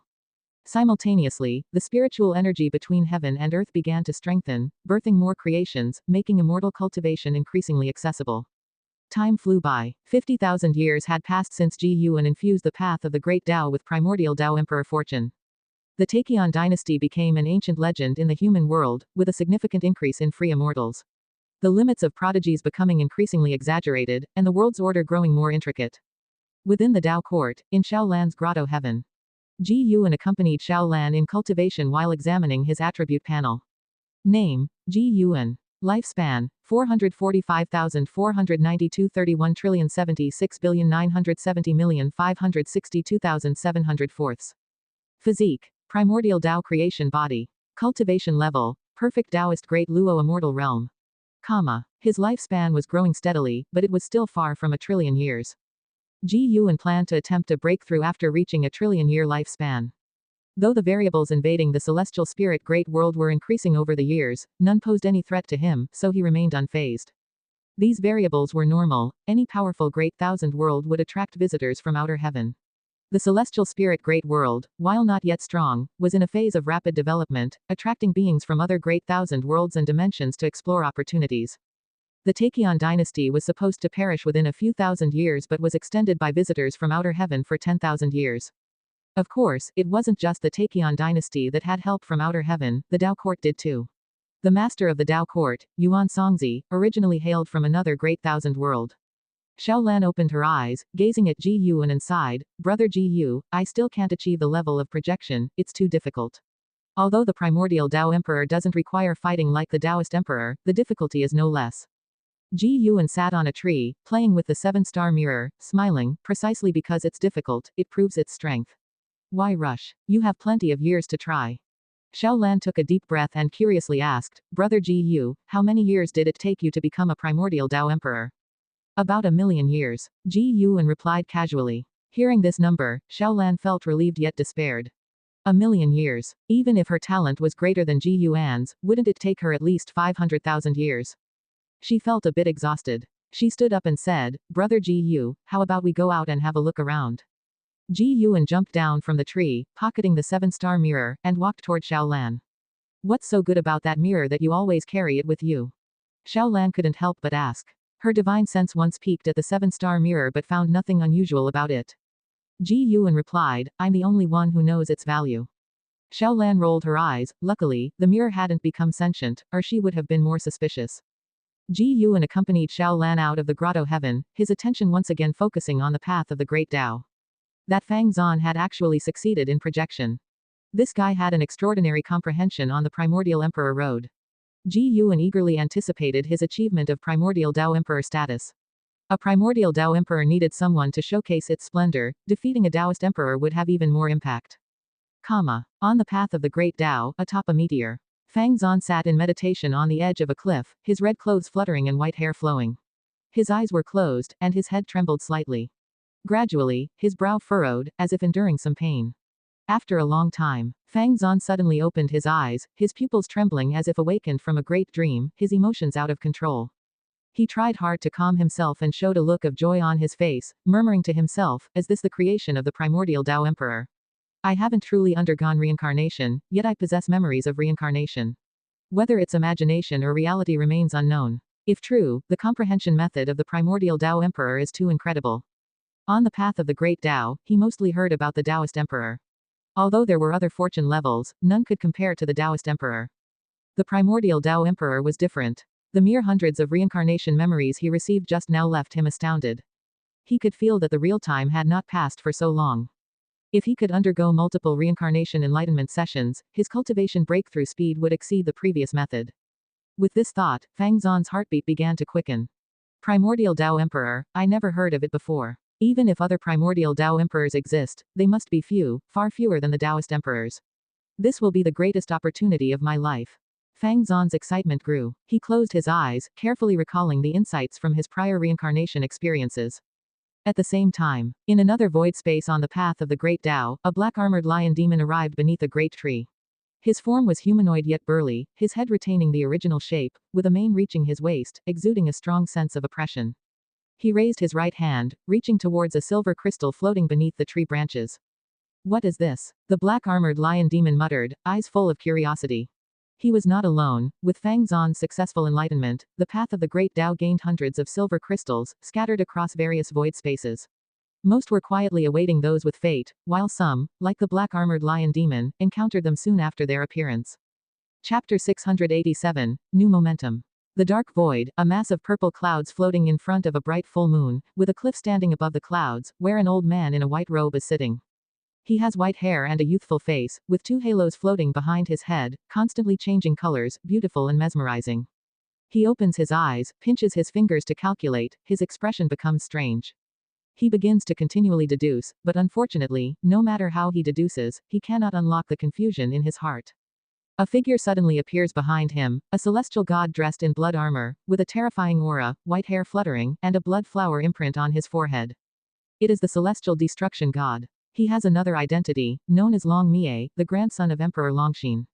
The celestial destruction god bends and raises his hand, saluting the old man in white, saying, "Master, your disciple has come to see you. How many years has it been? You have finally come. It seems you have successfully refined a Dharma body for that entity." The old man in white speaks, his tone calm. The celestial destruction god replies, duty calls, the celestial mandate cannot be violated. The celestial mandate cannot be violated. Indeed, it cannot be violated. The old man in white stands up, turns to look at the celestial destruction god, gazing up and down, with a look of gratification in his eyes. Your Tao practice is not bad, proving you haven't wasted your time, you're not unworthy of my cultivation. The old man in white strokes his beard and smiles.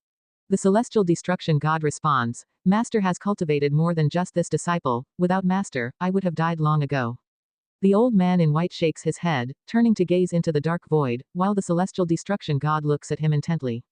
Disciple, your talent is extraordinary, possessing gifts that even the immortal gods find hard to match. From now on, you need not restrain your desire for slaughter.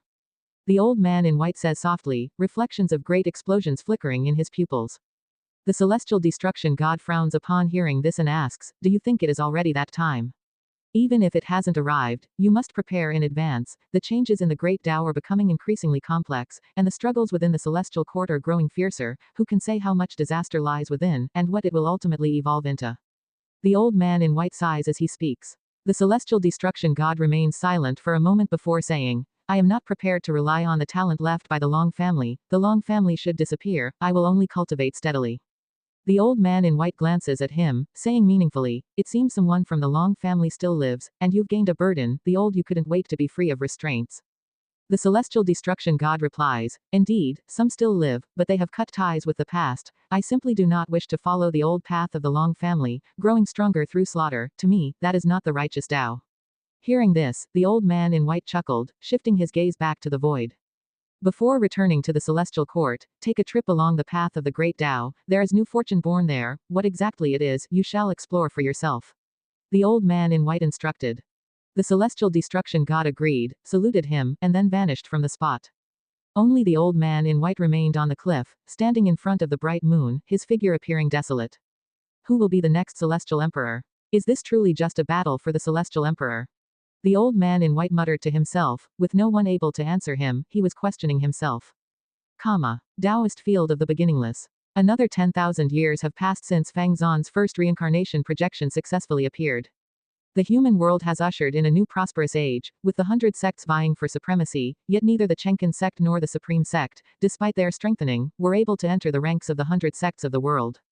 Over the years, besides daily life, Ji Yuan is most concerned with the fortune of the primordial Tao Emperor.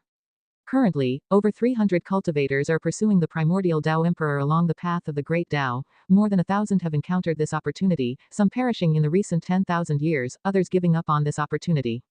Generally speaking, having over 300 cultivators striving for the primordial Tao Emperor, this destiny is considered to be formed. Although the primordial Tao Emperor does not seek quick strength through victory, the reincarnation projection speeds up cultivators' advancement, possibly resulting in the emergence of the first primordial Tao Emperor within hundreds of thousands of years, which piques Ji Yuan's curiosity. Who exactly will it be? Fang Zhan was the first to begin, but new talents have emerged along the path of the great Tao, with momentum surpassing his.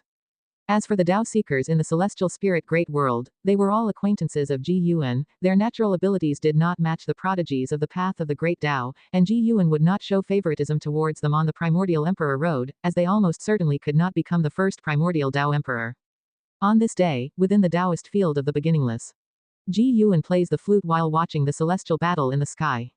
He creates a barrier field, allowing the blood prison great saint and Anshin to engage in combat, with Shen Zhen, the celestial demon child, celestial Cyan, Tian Bai, Zhongxi, ghost mother of ephemera, Emperor Tianong, and the white spirit rat watching nearby, their hearts surging and discussing continuously.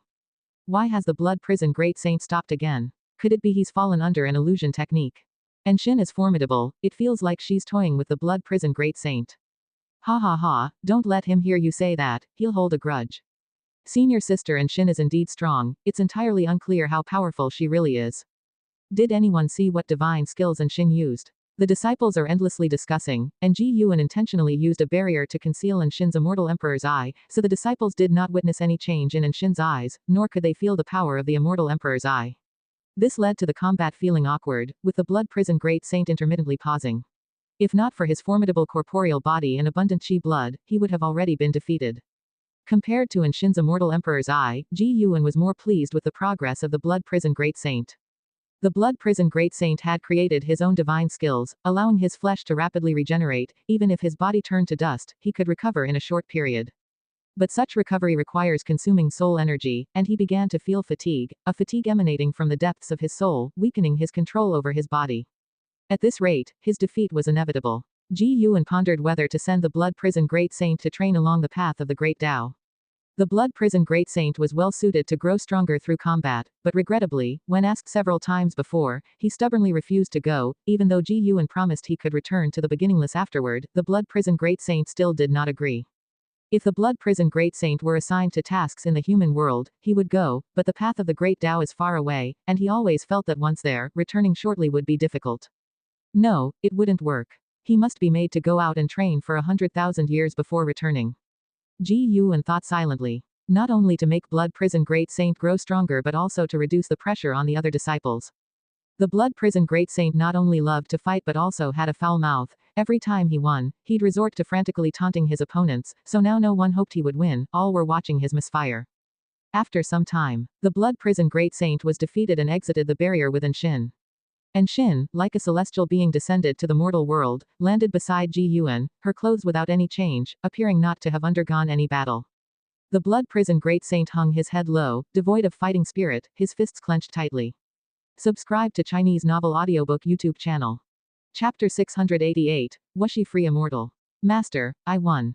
Anshin lightly laughed, causing other disciples to cheer, which made the blood prison great saint even more uncomfortable.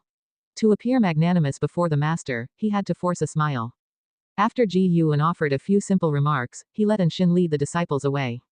The blood prison great saint landed beside Ji Yuan, hanging his head, looking utterly forlorn. After the aura of Anshin and the others faded into the distance, he gritted his teeth and said, Master, next time I will definitely win it back. Thinking about it now, it's truly incredible. Before the creation of the Taoist field of the beginningless, Anshin's talent was so mediocre, hardly worth mentioning compared to other disciples. Yet, after arriving at Wuxi, Anshin's Tao practice advanced rapidly. Recalling the earlier battle, he even felt a chill. Anshin's divine skills were too terrifying, he was besieged by countless sins. If not for his body's strong self-healing power, he would have long been defeated. The self-healing divine skill he created seemed tailored to showcase Anshin's prowess. With anyone else, it's doubtful they'd witness so many sins. The blood prison great saint's heart had never been so defeated, he dared not face Ji Yuan's gaze. Although Anshin was Ji Yuan's most cherished disciple, he was the only mount. In his view, his position was more special, and he could not afford to lose. Ji Yuan seldom saw the blood prison great saint so dejected, asking, Are you very unwilling? The blood prison great saint nodded heavily, his usual arrogance gone. Lost is lost, win back later. Anshin also once lost to you. Even I have opponents I cannot defeat, Ji Yuan comforted him. The blood prison great saint took a deep breath, trying to calm his emotions. Ji Yuan's lips twitched slightly because he heard the thoughts of the blood prison great saint. The blood prison great saint internally asked, But have you ever lost? If you achieve the primordial Tao Emperor status earlier than Anshin, perhaps you could surpass her, Ji Yuan pointed in a direction. The blood prison great saint looked up at him, reluctantly saying, She is also chasing after the primordial Tao Emperor. Even if I am one step ahead, she will eventually catch up unless I have stronger divine skills than hers. The suppressive power of the immortal emperor's eye was too strong. After the immortal god reincarnation Emperor Tianong lost to Anshin, he dared not challenge her again. Only by truly facing Anshin's immortal emperor's eye can one feel that despair. That may not be the case. The divine skills you have created have limitless potential, you just haven't thoroughly explored them. In fact, I have the most confidence in you, but don't tell the other disciples this, Ji Yuan said earnestly. Hearing this, the blood prison great saint was instantly excited, his eyes even glistening with tears. These words at this moment gave the blood prison great saint a great encouragement. He swept away the feelings of loss and confusion, becoming full of fighting spirit. He believed his master would not deceive him. Master, I definitely will not disappoint you. The blood prison great saint promised, also pledging to himself. Ji Yuan followed up. I want to send you to the path of the great Tao for training, strive to become the first primordial Tao Emperor of Wuxi, and once you achieve it, you can return. Upon hearing this, the blood prison great saint's excitement calmed down. He did not immediately agree, appearing hesitant. He feared that after he left, Ji Yuan would adopt another mount. Not to mention, Celestial Cyan and Tianbai were eyeing his throne. Ji Yuan didn't comfort his concerns, joking that if he wanted to take a mount, would he need the blood prison great saint's permission. I am very interested in the origins of the primordial Tao Emperor and the Taoist Emperor. You must not only grow stronger but also collect information on both, and when you return, I will help you perfect your divine skills, Ji Yuan said solemnly. Seeing his serious demeanor, the blood prison great saint dared not refuse, and could only agree. Ji Yuan let him rest for a few days, and then would send him to the path of the great Tao. Embracing this arrangement, the blood prison great saint began to look forward to the path of the great Tao. What kind of place is it? He must make a great name for Wuxi. The blood prison great saint thought his master might really send him, allowing him to build rapport along the way. However, once he was ready, the master simply waved his sleeve and sent him to the path of the great Tao. So this is how he's sent. The blood prison great saint's senses were rendered useless, he tightly closed his eyes, thinking bitterly. After a while, he felt his feet touch solid ground, his senses quickly returning to normal, and as he opened his eyes, his pupils widened. Before him was a magnificent Tao intent Chi Si, vast and boundless. He stood upon a meteor, feeling so small, with the darkness beyond the Tao intent Chi Si appearing terrifying, as though it could swallow him at any time. What a majestic Tao intent. The blood prison great saint murmured, the last bit of resistance in his heart disappearing completely. In such a place for cultivation, he might truly surpass Anshin again. The departure of the blood prison great saint left a quieter atmosphere in the Taoist field of the beginningless. Upon learning that he'd been sent by Ji Yuan to the path of the great Tao for training, everyone felt a sense of crisis. When the blood prison great saint returns, he will surely be more arrogant. Though they could no longer compete with the blood prison great saint, they did not wish to be mocked for their increasing gap. Thus, the Taoist field of the beginningless entered a period of secluded cultivation. The human world was also changing. As more and more sects rose, the Tao court's suppressive power declined, their control over the outer heaven was broken, and the sects of the human world sent disciples to the outer heaven for training, ushering in the first outer heaven craze of the new era. Reaching the outer heaven immortal stage allowed one to go to the outer heaven, but previously, due to the Tao court, cultivators found it difficult to venture there. As more cultivators went to the outer heaven, its stars began to be claimed. Some fled to the outer heaven, some opened little worlds or dojos there, and some even established sects. The human world was experiencing a flourishing era not seen in a million years. In this context, 100,000 years passed like pages in a book, leaving no trace. In those 100,000 years, in the Taoist field of the beginningless, besides the ghost mother of ephemera, the weakest cultivation level was Tao Void Profound Immortal Realm, and Anshin was the first to reach the Zizai Immortal Realm, becoming the first free immortal among Wuxi's disciples. A 55,000-year-old free immortal, how dazzling. However, Anshin's reputation did not spread in the human world, but Emperor Tianong could use her as a comparison to the world's prodigies, making him feel incredulous while also motivating him to cultivate harder. In the 2nd century after breaking through to Zizai Immortal, Anshin finally selected a favored disciple. She brought back a 6 or 7-year-old boy to the Taoist field of the beginningless, hoping Ji Yuan could bestow a name. This child did not come from the Taixuan Sect but was an orphan from the Nine-Spirit continent, whose parents were killed by a demon beast. Had it not been for Anshin's intervention, he too would have perished. This experience reminded Ji Yuan of Anhao from back then. Let's call him Anzizai. Ji Yuan looked at the timid boy hiding behind Anshin, murmuring. Anshin asked with a smile, is it because I've just reached the Zizai Immortal Realm? Ji Yuan shook his head, saying, I just hope he's different from your senior brother, free from many burdens, and I hope in this life he can live freely and for himself. Chapter 689, Vile Ancestor. Carefree and at ease, huh? Anshin murmured to herself, thinking of Anhao, her mood somewhat heavy. When she was a child, her parents were eaten by demons. If Anhao hadn't desperately protected her, she would have died too. In her heart, Anhao was like her own brother. Even though they only depended on each other for a few years, before Anhao soared far away, she constantly thought of him. Anhao was like an eagle, never stopping, always soaring high, with missions constantly appearing in his path, ultimately dying for all living beings. In this life, he was reincarnated as Tian Hao, yet he had to head to the misty immortal court for the sake of the celestial spirit great world. After knowing Anhao's destiny, Shungshan no longer resented this primordial ancestor. Instead, he took Anhao as a goal, wanting to surpass Anhao to prove that family's descendants were not a burden on Anhao. Young Anzizai did not yet understand the meaning of his name. When Anshin fell silent, he couldn't help but shout to Ji Yuan, I have a name, I don't want to be called Anzizai. Ji Yuan asked with a smile, then what's your name? My mother calls me Little Spring. You can keep that name, people can have more than one name. Ji Yuan's words made Anzizai feel much more relaxed. For some reason, being renamed made him very nervous, as if he was being sold. At this time, Shen Zhen, the celestial demon child, and others arrived one after another, curious about Anshin's disciples' talent. And Zizai's talent was naturally not lacking, with an ultimate lifespan of 9,999 years as well. On the Nine-Spirit continent, orphans like him were not in the minority, especially when the timeline was extended to tens of thousands of years. In the long years, such tragedies were countless. And Shin never deliberately managed these unless they appeared right before her. And Zizai attracted Shin's attention because he invoked the rules of heaven and earth in his despair, even though he had no cultivation level at all. However, the ultimate lifespan of 9,999 years is not uncommon in today's human world. Physical aptitude is no longer the most important. Unseen, untouchable comprehension determines how far a cultivator can go. And Zizai's adorable appearance quickly won everyone's pity. Ji Yuan did not plan to teach Zizai, conveniently giving Shin a chance to hone her teaching skills.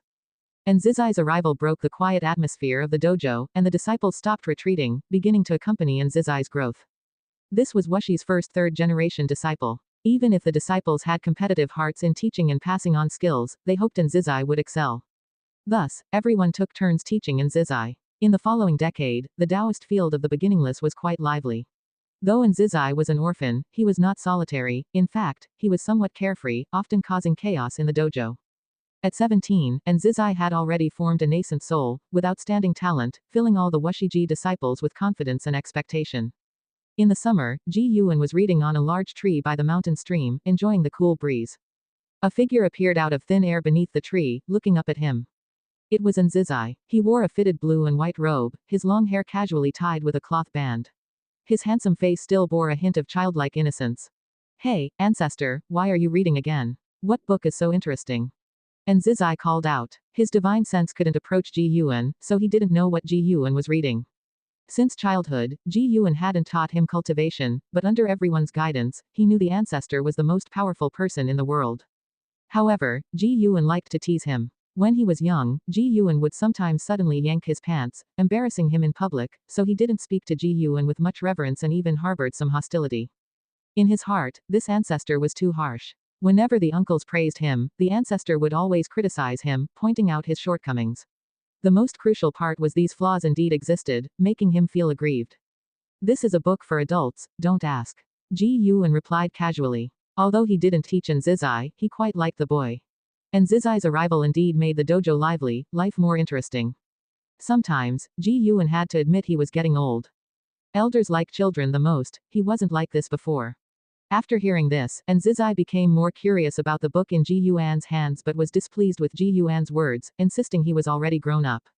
"Master asked me to tell you that the Magic Battle Conference of the Taixuan Sect is about to begin and asked if you would like to go watch." Zizai continued to ask, very curious about this matter. Since coming to the Taoist field of the beginningless, he hadn't been out and was curious about everything outside. "I will go to watch, but I won't go with you all." HMPH. Zizai pouted, waved his fist at Ji Yuan, and then disappeared from where he stood. He was already eager to head to the Taixuan Sect. Ji Yuan didn't care about his small actions and continued reading, thoughts dwelling on the path of the Great Tao. The Blood Prison Great Saint had already successfully carried out a reincarnation projection, considered stepping on the road of the primordial Tao Emperor. Now, over 1,000 beings had stepped onto the primordial Emperor road, and although no one truly became a primordial Tao Emperor, many forces were investigating the primordial Tao Emperor. Even including the Celestial Court. Ji Yuan saw a celestial god investigating the primordial Tao Emperor and even engaging in dialogue with one of the contenders for the primordial Tao Emperor. This celestial god seemed familiar to him, and although the other possessed the destiny of the Celestial Court, which could block deductions, he instantly noticed the resemblance between the celestial god and Long Xin. He vaguely speculated in his heart. Even if this celestial god had nothing to do with the Long family, Ji Yuan wouldn't deliberately suppress them. He had anticipated today's scenario when he opened the primordial Tao Emperor. He wasn't worried about anyone discovering him through the fortune of the primordial Tao Emperor. The fortune of the primordial Tao Emperor had already been established, equivalent to the Great Tao. The Great Tao is boundless, who could trace it back to its root? Fang Zong grew well on the primordial Emperor road, his understanding of the Great Tao far surpassing those of the same realm after multiple reincarnation projections. Ji Yuan believed he wouldn't lose if he fought with someone of the same realm on the Emperor road. This indicated that the primordial Tao Emperor indeed held potential not inferior to that of the Taoist Emperor. After observing for an hour, Ji Yuan turned over and leapt down, tucking the green hero travelogue into his chest, then headed towards the Taixuan Sect. He wasn't going to watch the Magic Battle Conference of the Prodigies but because an old friend had arrived at the Taixuan Sect. This old friend was none other than Profound Celestial Intent, the writer of the Green Hero Travelogue. After traveling the world for hundreds of thousands of years, it was the first time he came to the Taixuan Sect, bringing no particular purpose, just happening to arrive here. Ji Yuan looked forward to meeting him. They truly hadn't seen each other for hundreds of thousands of years, and Ji Yuan's Green Hero Travelogue was bought from the human world, not obtained directly from Profound Celestial Intent. Meanwhile, Profound Celestial Intent was strolling through the bustling main city of the Taixuan Sect. He had visited many flourishing sects like this. Walking amidst the crowd, he observed the ethos of this sect, seeking inspiration. This Taixuan Sect is indeed remarkable, not only deeply rooted but I haven't witnessed a single act of bullying and oppressing the weak, truly deserves to be the leader of the righteous Tao in this region. Profound Celestial Intent marveled internally, involuntarily thinking of the Supreme Sect. Since Ji Yuan left, he hadn't returned, unbeknownst if today's Supreme Sect still possessed such a spirit of the righteous Tao. Chapter 690, The Style of a Grandmaster. Profound Celestial Intent walked on the streets of the Taixuan Sect, thinking about the Supreme Sect. Although he missed the Supreme Sect, he had no desire to return. He did not want to shoulder too much responsibility, he desired more to roam the world freely. Even if the Supreme Sect had the extraordinary opportunities left by the supporting Tao Sword Venerable, he still did not wish to go back. Compared to the cultivation level, he had more pursuits. In his view, if one lived only to live longer, it would be very dull. He enjoyed experiencing the dust and grime of the human world, interacting with different people, and he liked writing these experiences down, hoping that those destined to see them would make his life worthwhile. Of course, the reason he was willing to stay away from the Supreme Sect was that Ji Yuan had left. Although Ji Yuan was gone, the sword intent left at the heaven repairing platform remained, showing that Ji Yuan still had affection for the Supreme Sect. With someone protecting the Supreme Sect, he had no worries.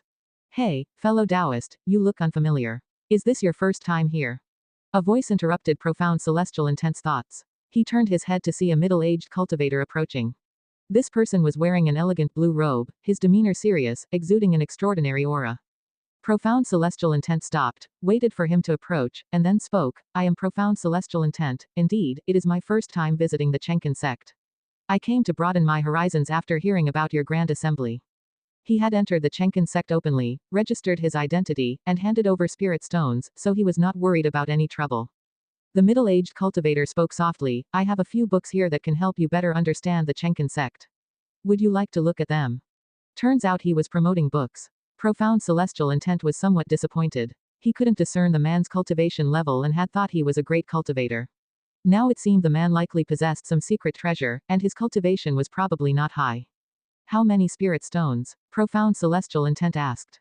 Being new here, he didn't want to instigate trouble. If it wasn't too expensive, he could consider it a good deed. 100 pieces of top-grade spirit stones, the middle-aged man said seriously. So expensive. Forget it. Profound Celestial Intent shook his head and walked away. Unexpectedly, the middle-aged man blocked him again, making him annoyed and ready to get angry. The middle-aged man raised his right hand, twisted his fingers to reveal 7 books, and Profound Celestial Intent was drawn to their titles. Taixuan Secret History, Elder's Apricot Loft Tour, That Night, That Wind, Those Emotions. Just from the titles, Profound Celestial Intent sensed an author's magnificent literary accomplishment, as if he saw a literary giant, comparable to himself.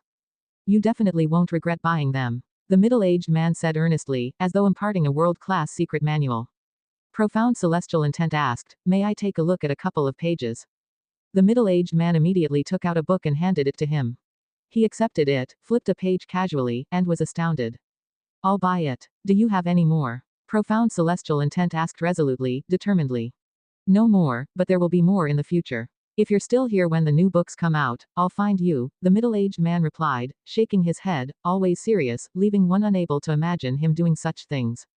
His attitude greatly impressed Profound Celestial Intent. What kind of conviction is this? May I ask for your name, fellow Taoist? After the transaction, Profound Celestial Intent raised his hand to salute and asked, his tone full of respect. The middle-aged man returned the salute and then left with a single sentence, I am Zhang Chuncho. Zhang Chuncho. Profound Celestial Intent remembered the name, deciding to write it into his book.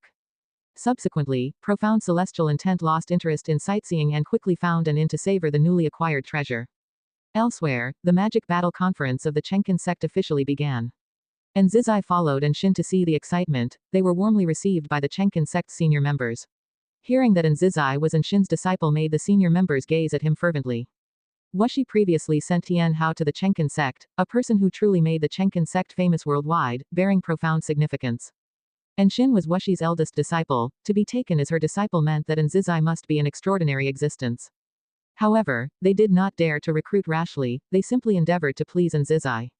In the pavilion observing the battle, Yuan Luo sat on a chair, looking far towards the pavilion where the elders gathered, his eyes landing on Nzizai, frowning slightly.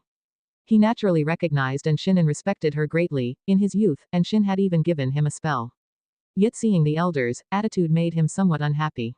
The Taixuan Sect was fine everywhere except for a lack of confidence, always needing Wuxi's assistance. The 20 prodigies previously sent by Wuxi were indeed strong, a few even made him troubled, but these people stuck together and never truly integrated into the Taixuan Sect. Sometimes, he worried they might betray them. In his view, where in this world is there perpetual giving? Why did Wuxi help the Taixuan Sect so much? If in the future, Wuxi needed reciprocation, how could the Taixuan Sect refuse? Always relying on others, when can they become independent? The Tao court is like this, with too many factions, always clashing, unable to truly rule the world. Sometimes, one decision stirs internal debate for decades, centuries, and even the master of the Tao court lacks absolute power. Yuan Luo noted Nzizai's appearance, and Nzizai seemed to sense something, turning to look at him. Their eyes met in the distance, and Yuan Luo quickly averted his gaze. Nzizai frowned slightly, feeling uncomfortable under Yuan Luo's stare. That person's name is Yuan Luo, he was once our Taixuan Sect's top genius, quite remarkable. I can have him teach you divine skills, Yi Qingshan said to Nzizai beside him, smiling. Sitting beside the sect hierarch, such treatment stirred not only Yuan Luo's interest, many disciples discussed Nzizai's background. Nzizai shook his head, thank you, sect hierarch, for the offer, but I have my master and martial uncle's guidance, no need to trouble you. His words shook Yi Qingshan and the senior members. So many of Wuxi's disciples teach him. It seems Wuxi intends to nurture him heavily. This intensified the senior members' desire to recruit Nzizai. They wouldn't doubt Wuxi but instead believe Nzizai's future was boundless, destined to become renowned worldwide. LV Xian, Chen Chuan, and Shengshan already had world-renowned names, this young man was likely to surpass these three. Nzizai felt uncomfortable with their gazes, so he could only direct his attention to the ongoing combat ahead. In the dim void, countless meteors drifted, while afar, nebulas shifted their forms, wondrously beautiful. Fang Zan, clad in red, walked on a sword, his robe fluttering, embodying the grace of an immortal. Fang Zan's gaze was forward, his eyes calm, but his heart was slightly anxious. I wonder what the peers will think of me. Fang Zan journeyed to this void, sensing the destiny of the primordial Tao Emperor here, not the true primordial Tao Emperor, as the destiny was lesser, but close. He had studied the primordial Tao Emperor for many years, encountering a bottleneck now, urgently wishing to exchange insights with others. Chapter 691, The Most Idle Person. Fang Zan journeyed through the meteor ocean, feeling the increasingly intense destiny unique to the pursuers of the primordial Tao Emperor, which made his heart more uneasy. On the path of the great Tao, cultivators pursuing the Taoist Emperor would fight upon meeting, he wondered if those chasing the primordial Tao Emperor would do the same. To become the primordial Tao Emperor, there is no need to kill each other, which is why he dared to come. But the path of the great Tao has no rules, and there will always be those who recklessly act, so he cannot guarantee that such interactions won't cause him trouble. Regardless, he had already come. Fang Zan released his aura, wanting to let the other party sense him. Do you also wish to become the primordial Tao Emperor? A voice came from ahead, surprisingly that of the Blood Prison Great Saint. In the depths of the void, the Blood Prison Great Saint sat in meditation on a meteor, eyes open, looking towards the direction Fang Zan flew from. Appreciation showed in his eyes, not just because Fang Zan was a kindred spirit, but also because Fang Zan's attire suited his taste. I am Fang Zan, indeed wishing to become the primordial Tao Emperor. I hope I haven't disturbed you, fellow Taoist. Fang Zan's voice came with a tone of anticipation. He did not immediately approach the Blood Prison Great Saint but maintained a safe distance.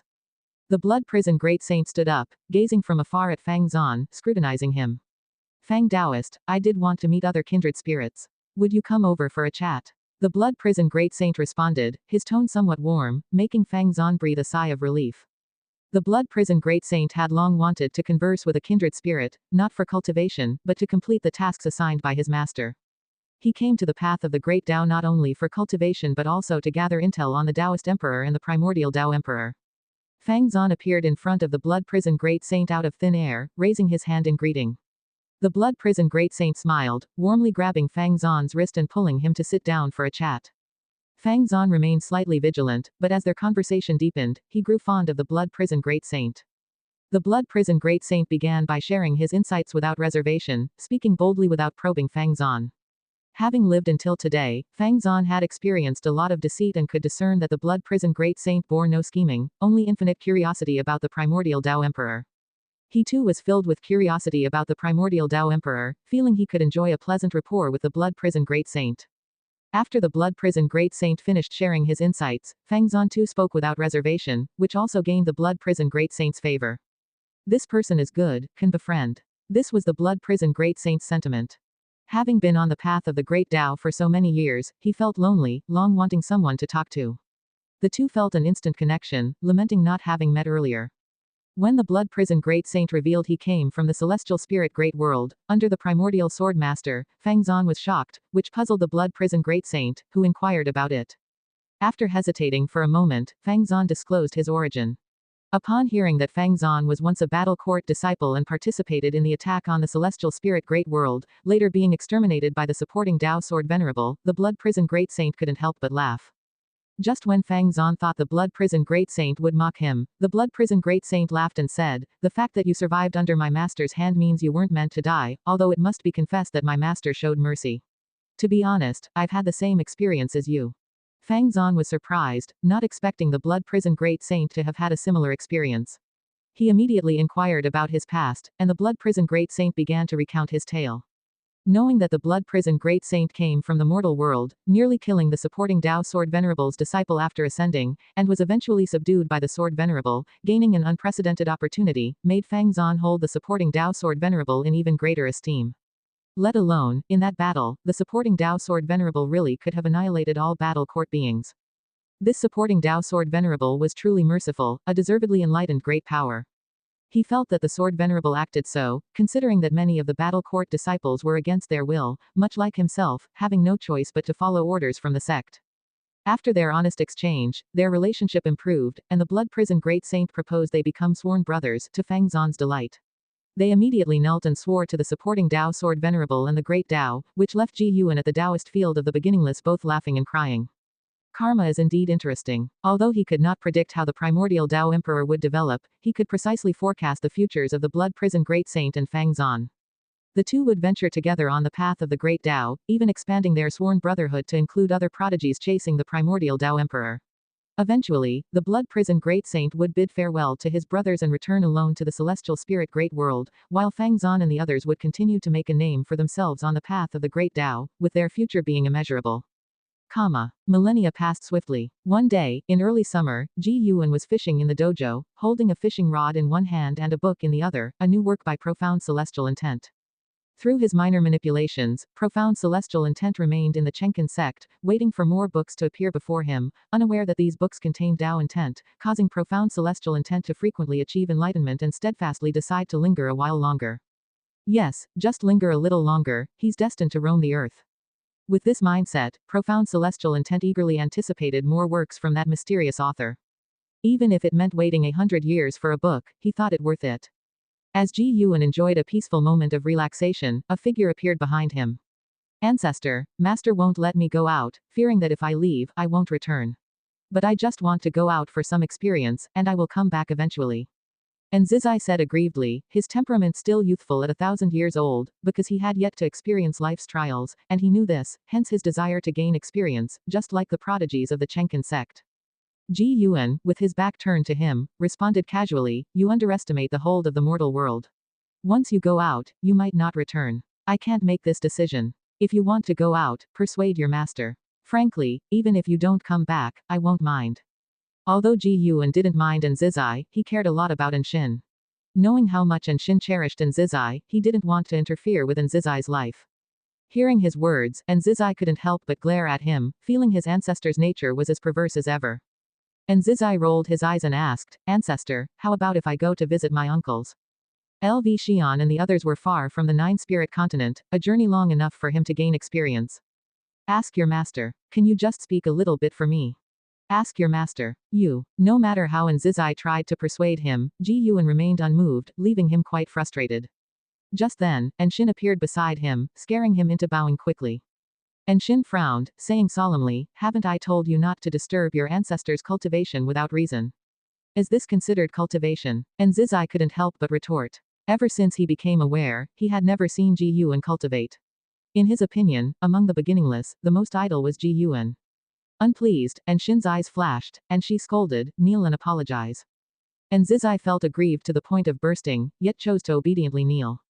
Ji Yuan turned around, smiling at Zizai, making his eyes redden. And Shin looked towards Ji Yuan, asking, Master, can you predict whether he will return if he goes out? And Zizai suddenly felt hopeless, believing Ji Yuan would certainly not speak up for him. He will return, but he will go through many events. Ji Yuan casually replied, surprising Zizai. Ji Yuan had not spoken, he had discerned Zizai's destiny upon leaving the dojo. Eventually, the kid would return, but before that, he'd face many trials, perhaps bearing some missions. Of course, these missions were only within the celestial spirit great world and weren't significant in Ji Yuan's eyes. But as long as this kid could resolve them on his own, he was disinclined to interfere. And Zizai was certainly not the last Wushiji disciple, there would be new disciples in the future, so Ji Yuan did not consider him crucial. And Shin understood her master's implication. And Zizai would experience many things, and they would undoubtedly be quite challenging. Chapter 692. Are you ready to face life's challenges? You will meet many people, and you may make enemies. Perhaps you will fall in love with someone, but in the end, it might be unfulfilled. Even so, you still want to go out. And Shin looked at Zizai and asked, her tone melancholy. And Zizai was overjoyed upon hearing this because his master finally relented. Gain or lose, it is my fate. I just want to see, not necessarily to gain anything. And Zizai looked up at his master and answered seriously. Watching his expression, and Shin sighed, took out her Tao treasure, the Six Paths mirror, and handed it to Zizai, saying, this is my magical treasure. I'll lend it to you. Go visit Chen Chuan. Show him this mirror, and he will see you. Tell him I would like you to follow him to cultivate swordsmanship. As Zizai took the Six Paths mirror and was about to say something, and Shin handed him a jade pendant, saying it could guide his direction. Go now, or I'll change my mind. And Shin said with an indifferent expression. Ji Yuan glanced back at Zizai and laughed, look at you making your master so angry, such impiety. Because of what he said earlier, Zizai initially felt grateful, but now that sense of gratitude vanished. Master, I will come back. And Zizai quickly knelt, kowtowed to Shin, then stood up, glared at Ji Yuan, and turned to leave. And Shin watched as Zizai disappeared into the horizon and then bowed towards Ji Yuan, silently departing. Ji Yuan didn't console Shin, instead, he had a mischievous feeling as if watching a play. People always long for freedom. The harder the challenges, the stronger the desire for freedom. Ji Yuan said leisurely. He had taken on many disciples and knew this very well. However, everything must be experienced. And Shin wanting to take a disciple has to face the disciple's mindset. After all, a disciple is human, with thoughts of their own. At this moment, the fishing rod quivered, and finally, a fish took the bait. Ji Yuan immediately gripped the fishing rod with both hands, starting a battle of wits with the fish in the lake. Water splashed, scattering onto the leaves, with sunshine illuminating the droplets, making them appear as if they held tiny worlds within. And Zizai's departure once again left the Taoist field of the beginningless quiet, with other disciples also starting to retreat into seclusion for cultivation. For Ji Yuan, the liveliness or quietness of the dojo wasn't the most important aspect, time seemed to speed up with each passing moment. 800 years later, Ji Yuan returned to this spot to fish, holding a book in his other hand while waiting for a fish to take the bait. The sunlight was bright, making the lake's surface glisten, and a gentle breeze blew through, ruffling his hair. A figure emerged from the woods behind him, a man in a warrior's cloth robe, with disheveled hair, a weathered face, and stubble around his mouth. His eyes carried a look of sorrow. It was Zizai. Compared to 800 years ago, he was a different person, devoid of his previous spirit, and his demeanor appeared desolate. Zizai looked at Ji Yuan's back, somewhat dazed, with a slight change in his eyes. He suddenly recalled the scene from years ago when he left, with the ancestor also fishing here, turning his back to him, the silhouette unchanged, giving him a sense of traversing time and space. Disciple greets the ancestor. And Zizai approached Ji Yuan from behind, bowing respectfully, his voice filled with melancholy. It's good to be back. Ji Yuan replied without turning his head to look at Zizai. He already knew what Zizai had gone through over these years. 800 years seemed like a day to him, but for many, it was a long, lengthy passage of time. During these 800 years, Zizai experienced many things, witnessing the tragic deaths of brothers, those he loved, unable to protect those who trusted him. Too many blows had crushed his former vivacity. If not for Shin's Six Paths mirror protecting him, he wouldn't know how many times he would have died. And Zizai raised his eyes to look at Ji Yuan, taking a deep breath, asking, Ancestor, is there truly justice and fairness in this world? Why do some commit atrocities but still enjoy people's adoration, and even when their sect knows of their crimes, they cover for them? He was referring to a great cultivator of Taoist Zhang Zizai Immortal from one of the 100 sects, the Beidou sect. The disciple of that great cultivator worked for him, capturing mortals among the people, and even some cultivators fell victim, committing all sorts of atrocities. And Zizai and his friends, upon witnessing injustice, offended the great cultivator's disciple, triggering a series of grudges. And Zizai was hunted for over 100 years and once lay in hiding for 100 years before finally killing that disciple, only to uncover the truth. Helpless before Taoist Zhang Zizai Immortal's suppression, he could only watch his beloved ones dying. Even the Beidou sect continued to hunt him, and if not for his timely escape to Taixuan's sword sect, he would have already been killed. The sword sect was nowhere near as powerful as the Beidou sect, yet the legend of the beginningless still lingered in the world, giving the Beidou sect pause. The path of cultivating immortality does not lie in the short term. What you see is just a fragment of the vast mortal world. In years to come, what puzzles you will surely have answers. Those evils and seemingly invincible will also be obliterated, while right and wrong will be judged by future generations. Ji Yuan responded absent-mindedly. For disciples venturing out, he only ensured their survival but would not aid in revenge, so he wouldn't interfere with Zizai's vendettas. If he desired revenge, he must cultivate diligently and rely on himself. And Zizai's gaze became complex, as he continued questioning, Ancestor, you must have lived for a long time. In your view, does justice prevail in this world, or is it a matter of survival of the fittest? Looking back, no matter who laughs last, when facing history, they all must raise the banner of justice. This indicates that at least in this world, justice is what all beings desire, and it cannot be shaken. This was Ji Yuan's most patient response to Zizai, without any mockery or ridicule, answering each of his questions seriously. After hearing, Zizai fell into silence. A thought also flashed through his mind. And that was to kneel and ask the ancestor to avenge him. If the Beidou sect could stand up for their disciple, perhaps the ancestor would as well. But the thought came quickly and disappeared just as fast. After all, despite Beidou sect's injustice, it was he who actively intervened. Moreover, back then, neither the ancestor nor the master wanted him to go out, but he insisted on venturing out for training. Sometimes, he wondered if those people might have escaped a disaster if he hadn't gone out. The more Zizai thought about it, the more uncomfortable he became, even nearly unable to breathe. I can go into the reincarnation and retrieve all the people you care about, bringing them back to life. But you have to consider one point. In their next life, they might fare better, or after being resurrected, they might endure more suffering. You cannot predict any circumstance. Ji Yuan's voice floated over, making Zizai's face change dramatically, his eyes revealing an expression of disbelief. Into reincarnation, resurrection. And Zizai knew the ancestor was powerful, but he never grasped just how powerful. Yet hearing the ancestor's words today, he was shocked, as if the entire world before him instantly brightened. Chapter 693, Removing the Son of Heaven. And Zizai was shaken by Ji Yuan's words for a long time. When he came to his senses, he began to seriously ponder the words of the ancestor. Should he choose revival? He indeed lacked the courage to say he could protect others for a lifetime, let alone those old friends who had been dead for many years and might have already reincarnated. He remembered his master once said that reincarnation is natural, and many great powers even rely on reincarnation for cultivation. Knowing that his old friends had entered reincarnation brought him some comfort. He originally thought that his old friends would be lost forever, with no hope for reincarnation. After contemplating for a long time, Zizai looked at Ji Yuan and replied, let things take their natural course. I don't want to interfere in their lives anymore, but I will strive to cultivate, avenge them, and fulfill my mission. The brother closest to him had said before dying that perhaps he was the hope to overthrow the Beidou sect, that he would become the savior. In the eyes of those people, the Beidou sect was the most powerful existence, covering the skies with one hand, and Zizai had also felt the strength of the Beidou sect. For now, he couldn't think of how to topple the Beidou sect. The human world was vast, and almost every place he had been to was under the control of the Beidou sect. Even when encountering cultivators of the Taixuan Sect, they were full of dread for the Beidou sect. From a young age, Zizai had been instilled with the idea that his ancestor was the strongest, but after going out once, this thought wavered. Even knowing the ancestor could enter reincarnation, he did not feel that the ancestor could reverse the fortunes with sheer personal power. After hearing Zizai's choice, Ji Yuan said nothing more. Zizai then paid his respects and turned to leave. Zizai's aura attracted the attention of the dojo disciples, who left their seclusion one after another to seek out Zizai. Ji Yuan continued fishing, but his ears were eavesdropping on their conversations.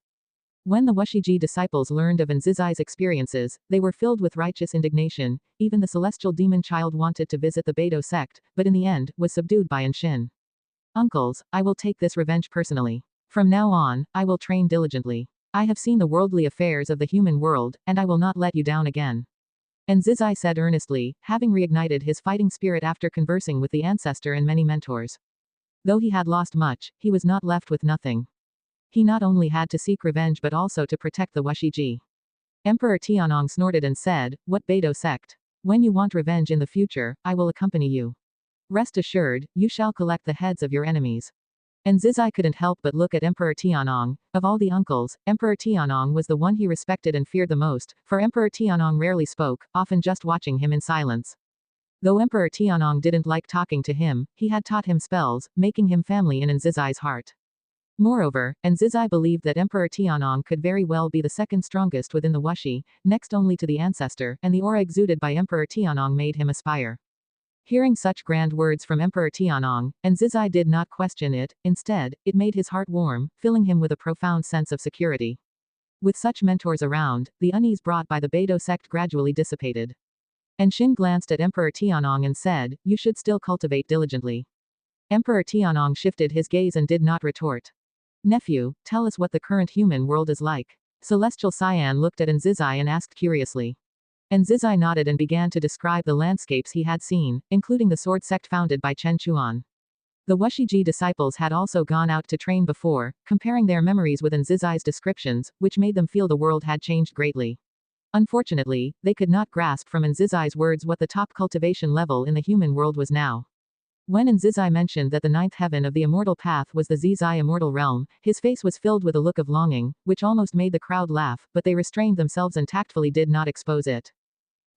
Within the Qi Sea of the path of the Great Tao, the stars shone brilliantly, and a beam of golden light swept across the top of the Qi Sea, countless figures advancing within it, all donned in golden battle armor, with an imposing and unstoppable aura.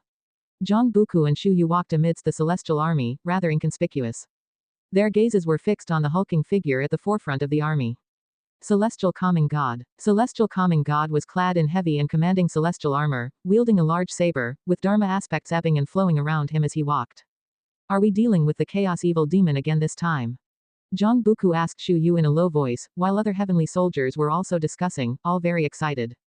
To be able to enter the celestial army, one must be a peerless talent and a great power from various realms, and they only got excited about combat. In great battles, it's the easiest to seize destiny and accumulate merit. Their goal is to become a celestial god like the celestial calming god. Shu Yu replied, "Probably not. If it were the chaos evil demon, there would have been word of it long ago. There hasn't been a whisper, which means that perhaps what's happening next isn't by the will of the Kangtian but a personal matter of the immortal gods." His gaze swept from side to side, seemingly searching for someone. A personal matter of the immortal gods. Zhang Buku was even more puzzled. Do not assume the immortal gods only act for all living beings. They too have their struggles over interests. Shu Yu said, his face calm beyond measure. Shedding his beggar appearance, even wearing the heavenly soldiers' battle armor, he looked unsuited, unlike Zhang Buku who seemed imposing and majestic. Why is this not about seeking treasures for the immortal gods? How do you conclude it's an internal struggle among the immortal gods? Zhang Buku pursued further. He had long realized Shu Yu wasn't simple. In the Taizé Great World, Shu Yu already acted as if omniscient. Now that they were within the celestial army, Shu Yu could still answer his questions, filling him with confusion. Based on their tens of thousands of years of life and death bonds, however, he trusted Shu Yu wouldn't harm him. Because this is the path of the Great Tao, a place that cannot be deduced, and where the destiny of the celestial court cannot encompass. Acting here won't be discovered by the celestial court, and even if an immortal god falls here, it's hard to find the true culprit. Shu Yu's words made Zhang Buku frown, and the surrounding heavenly soldiers, upon hearing this, inquired with Shu Yu. The two had joined the celestial army for hundreds of thousands of years and made many friends. Shu Yu had no reservations and answered whoever asked him. The celestial calming god at the forefront seemed not to notice him and never looked back. Time swiftly passed. The golden light extended infinitely, and the celestial army's steps never halted, as though trudging along an endless path. For a long time, a vast and overwhelming pressure emanated from ahead, enveloping tens of thousands of heavenly soldiers within the army, causing them all to change their expression. Celestial calming god halted his steps, and with his pause, all heavenly soldiers followed suit, feeling the terrifying pressure from the front, standing solemnly and not daring to speak. Celestial calming God, do you truly intend to annihilate us to the bitter end? A voice filled with murderous intent resounded from the front, the tone full of indignation. Celestial calming God's face was expressionless as he said, choosing the wrong team, picking the wrong camp, one should face a fate of endless calamity, no matter where you flee. You should be grateful that it's me coming instead of that immortal monarch. The mysterious voice followed, ridiculous, even the Son of Heaven dares to eliminate you.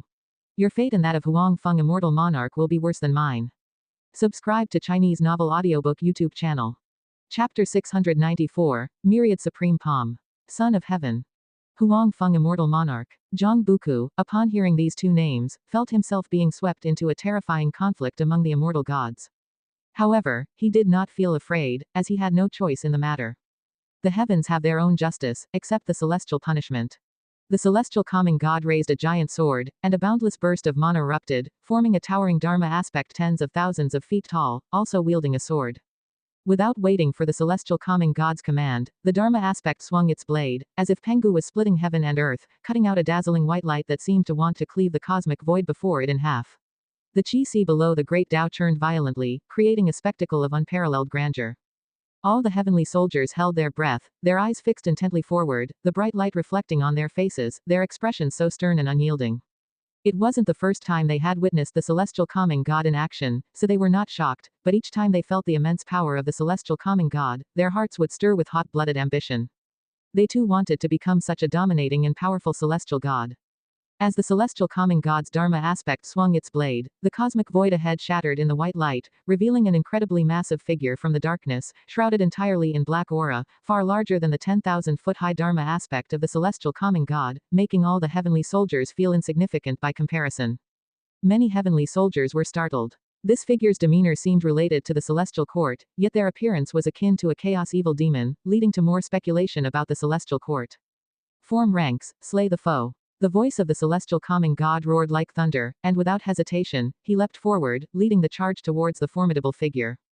Tens of thousands of heavenly soldiers immediately began to cast spells, forming ranks, as mighty celestial Tao destiny gathered together, creating an oppressive and terrifying momentum that soared higher and higher, as if the majestic might of heaven was awakening. Time flew by, and it had already been 10,000 years since Nzizai returned. Nzizai focused on his cultivation, making rapid progress in his cultivation level, yet the path of immortal cultivation is long. No matter how fast he cultivated within 10,000 years, he could not catch up with other Wushiji disciples. With those 800 years of experience, his Tao heart became more stable, and he no longer desired to venture out for experience. He diligently practiced day and night, which greatly satisfied Anshin. Ji Yuan, however, was somewhat displeased, thinking that Nzizai had become less interesting. He began to look forward to other disciples taking on apprentices. After Anshin took on an apprentice, others indeed began to prepare to take on apprentices. However, with Nzizai's exceptional talent, they had yet to find suitable candidates in the Taixuan Sect or the Nine-Spirit Continent, so they had been waiting. The world is vast, with many talents, but for the Nine-Spirit Continent, a talent like Nzizai is incredibly rare, one in 10,000 years. Days passed quietly, and Ji Yuan occasionally paid attention to the state of the path of the Great Tao. The primordial Tao Emperor's influence was growing, with the number of Tao seekers exceeding 3,000, although many more desired to become the primordial Tao Emperor, yet many perished on the journey. On the path of the Great Tao, some matters related to Zhang Buku also caught Ji Yuan's attention. Shrouded by the destiny of the celestial court, Zhang Buku's actions were difficult to fully foresee, but his extensive activities always left traces, allowing one to follow his trail. The heavenly army to which Zhang Buku belonged was active on the path of the Great Tao, conquering in all directions, causing many forces to be apprehensive. One of the followers of the primordial Tao Emperor expressed confusion to others about why the celestial court was so ostentatious, unlike their past conduct. Ji Yuan did not interfere with the actions of the celestial court, as long as they posed no threat to him. On this day, Ji Yuan had just returned to the Taoist field of the beginningless, sitting on a cliff, playing with the wooden plaque formed by the 72 immortals of Jin Dong, his gaze falling on the reincarnation of Tai immortal monarch. This life's Tai immortal monarch had lived for over 10,000 years, a disciple of one of the 100 sects in the human world, considered to have exceptional talent, currently experiencing his own life. The present Tai immortal monarch seemed to have fully integrated into the celestial spirit great world, yet his celestial Tao immortal position would eventually lead him out of this realm.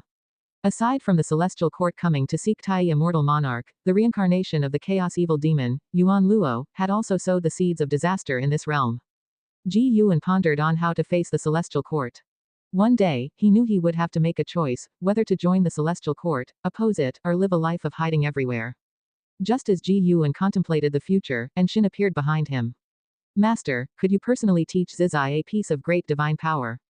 Shin asked after performing a bow to Ji Yuan. The most powerful divine skill she mastered was the immortal emperor's eye, but this divine skill was strictly forbidden by Ji Yuan to be passed on, so she dared not mention it to Zizai.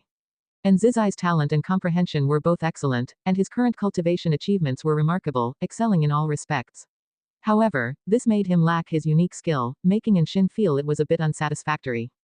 In the Taoist field of the beginningless, everyone possessed a unique piece of great divine power as their trump card. Ji Yuan responded, he's not worried himself, so why are you so anxious? Shin replied helplessly, he will eventually seek revenge on the Beidou sect, where strong individuals abound and prodigies are numerous. With his abilities, it's hard to exact revenge. Since he will inevitably face the Beidou sect, why not teach him in advance? Is that so? Ji Yuan said lazily, showing little interest in teaching that boy Zizai. Shin squatted beside him, grabbed his arm, and started to act coy, continuously pleading with him, abandoning her usual serious and solemn demeanor. If Zizai saw this, he would no doubt be stunned. All right. Unable to withstand his beloved apprentice's coquetry, Ji Yuan could only agree. There's no better time than the present, I'll teach him today. Shin, delighted, stood up and disappeared from the spot with him. A stick of incense's time later, a refreshed Zizai, clad in clean robes, arrived behind Ji Yuan, respectfully saluting, unable to show the same disrespect to Ji Yuan as in his youth. Only after experiencing certain things did he realize how difficult everything he had now was to obtain. And everything he now possessed was brought to him by the ancestor. Even when his master took him as a disciple, it required the approval of the ancestor. What divine skill do you want to learn? Ji Yuan asked as he stood up, turning to face him. The breeze grazed Ji Yuan's black attire, and he still exuded the carefree immortal aura that transcended worldly constraints. On the way, Zizai had already made up his mind, and he answered without hesitation, I want to learn a divine skill that can bring justice to the world, capable of forcefully suppressing all injustice. Ji Yuan's lips curled slightly, amusedly saying, speak so righteously, isn't it just about wanting a sufficiently domineering divine skill? Zizai scratched his head in embarrassment after hearing this. Seeing this gesture, Ji Yuan inwardly nodded in satisfaction. This was more like him in the past, not so weary and stagnant. I recently created a palm technique that may satisfy you, continued Ji Yuan. You just created it. Zizai hesitated slightly, suspecting that the ancestor wanted to use him to test it out. Though he had changed greatly in character, his memory remained, and the ancestor was great in all respects, except that he loved to tease him. Ji Yuan introduced, this palm technique is named Myriad Supreme Palm, consisting of 7 palms. Mastering the first palm alone is enough to quell all chaos in the world. Chapter 695, As Godly as Stabilizing the World. Myriad Supreme Palm. Zizai muttered the name of this palm technique, having heard Ji Yuan say that the first palm could quell all the chaos of the world, which made him anticipate and feel pleasantly surprised. The name itself sounds powerful. Please, ancestor, teach me. Zizai immediately knelt down, speaking with a face full of expectation. Ji Yuan looked at him, smiled, and said, the Myriad Supreme Palm is a secret skill I created after comprehending the Great Tao. It consists of 7 palms, equivalent to 7 kinds of great divine power. The first palm I will teach you is named, World Stabilizing Like a God. Zizai listened patiently. This was Ji Yuan's first time teaching him, and he wanted to prove his talent, so he was very attentive. Gradually, his mind became immersed. He was entering the Tao. It wasn't that his comprehension was astonishing, but rather Ji Yuan was guiding him with his Tao intent. Since Shin had spoken, and Zizai was the first to cultivate the Myriad Supreme Palm, Ji Yuan naturally had to teach earnestly. He was bound to ensure Zizai's Myriad Supreme Palm would become renowned. Unknown how much time had passed. When Zizai awakened, his eyes became clear, and it was now nighttime. He instinctively looked around and did not find Ancestor's silhouette. He took a deep breath, reminiscing about the insights in his mind, and his spirit trembled. He had never encountered such a powerful secret skill before, he hadn't even mastered it yet, but just recalling the inherited memory, he felt this secret skill was invincible in the world. This was only the first palm. What kind of incredible power would the 7th palm possess? For the first time, he became intensely curious about Ancestor's Tao practice. What kind of cultivation level was needed to create such a secret skill? Zizai suddenly wanted to follow Ji Yuan by his side to cultivate. Previously, he thought Ji Yuan was annoying and would keep his distance, but now, he was curious about everything about Ji Yuan. How high is Ancestor's Tao practice? What kind of life has he experienced? Why does Ancestor refuse to appear in the world? So many questions aroused Nzizai's sense of rebirth, even filling him with fighting spirit. Thus, in the days that followed, Nzizai began to stick to Ji Yuan. As long as Ji Yuan was in the dojo, he would go to Ji Yuan's side to cultivate the myriad supreme palm. As time passed, the Wushiji disciples gradually learned that Ji Yuan had created a secret skill, but they didn't ask Nzizai about how to cultivate the myriad supreme palm. Without Ji Yuan's orders, they didn't dare act rashly. This had been a rule cultivated over hundreds of thousands of years, where disciples would not exchange divine skills, and they had full confidence in their own divine skills. In the void, countless meteors floated silently in the darkness. The Blood Prison Great Saint and Fang Zan sat shoulder to shoulder, cultivating together. Fang Zan opened his eyes, exhaled a breath of turbid air, and his eyes became complex. How many lifetimes have you projected? The Blood Prison Great Saint's voice came from beside him, with a tone of exhaustion. Fang Zan glanced over, seeing Blood Prison Great Saint's expression was somewhat desolate as well. He replied, 27 lifetimes, all were bitter. The Blood Prison Great Saint followed with a sigh, 21 lifetimes, I was bitter too. Both fell into silence together. After a while, perhaps experiencing enough failures can prepare one for all future hardships. The strength of the primordial Tao Emperor isn't just about cultivation level and divine skills, but also a robust Tao heart, Fang Zan sighed. He could hardly imagine how many reincarnations the real primordial Tao Emperor had experienced, and what kind of mindset he had when looking at the great Tao, at all things. Perhaps they hadn't heard of the primordial Tao Emperor before because he had already transcended, without any desire for fame or gain. The Blood Prison Great Saint nodded, saying, the higher my achievement in cultivating this path, the more I revere the primordial Tao Emperor. No wonder my master sent me to cultivate. I feel the primordial Tao Emperor is stronger than the Taoist Emperor. Fang Zan smiled and replied, that's inevitable. The Taoist Emperor relies purely on slaughter and does not cultivate the heart. The two continuously expressed their longing for the primordial Tao Emperor. Even though they had cultivated up to now, they still couldn't see the day when their Tao would be complete, but having each other, they felt more confident and less confused. Just as the two were having an unending exchange, a dazzling light erupted from the depths of the darkness, catching their attention. An overwhelming aura came, causing them to frown. Boom! A Jing Hong shot over swiftly, making the void where the Blood Prison Great Saint and Fang Zan resided as bright as day. The two looked up to see a figure above. It was a man cloaked in a black robe with chain armor underneath, standing in the void. His face was grim, eyes like a snake, looking down at the Blood Prison Great Saint and Fang Zan with furrowed brows. Blood Prison Great Saint was the first to ask, is there something you need? Although the opponent's aura was powerful, he wasn't fazed at all. At worst, they would fight. It had been many years since he last battled. Fang Zan glanced at Blood Prison Great Saint, suddenly feeling this sworn brother was more belligerent than he imagined because he heard the eagerness in the Blood Prison Great Saint's tone.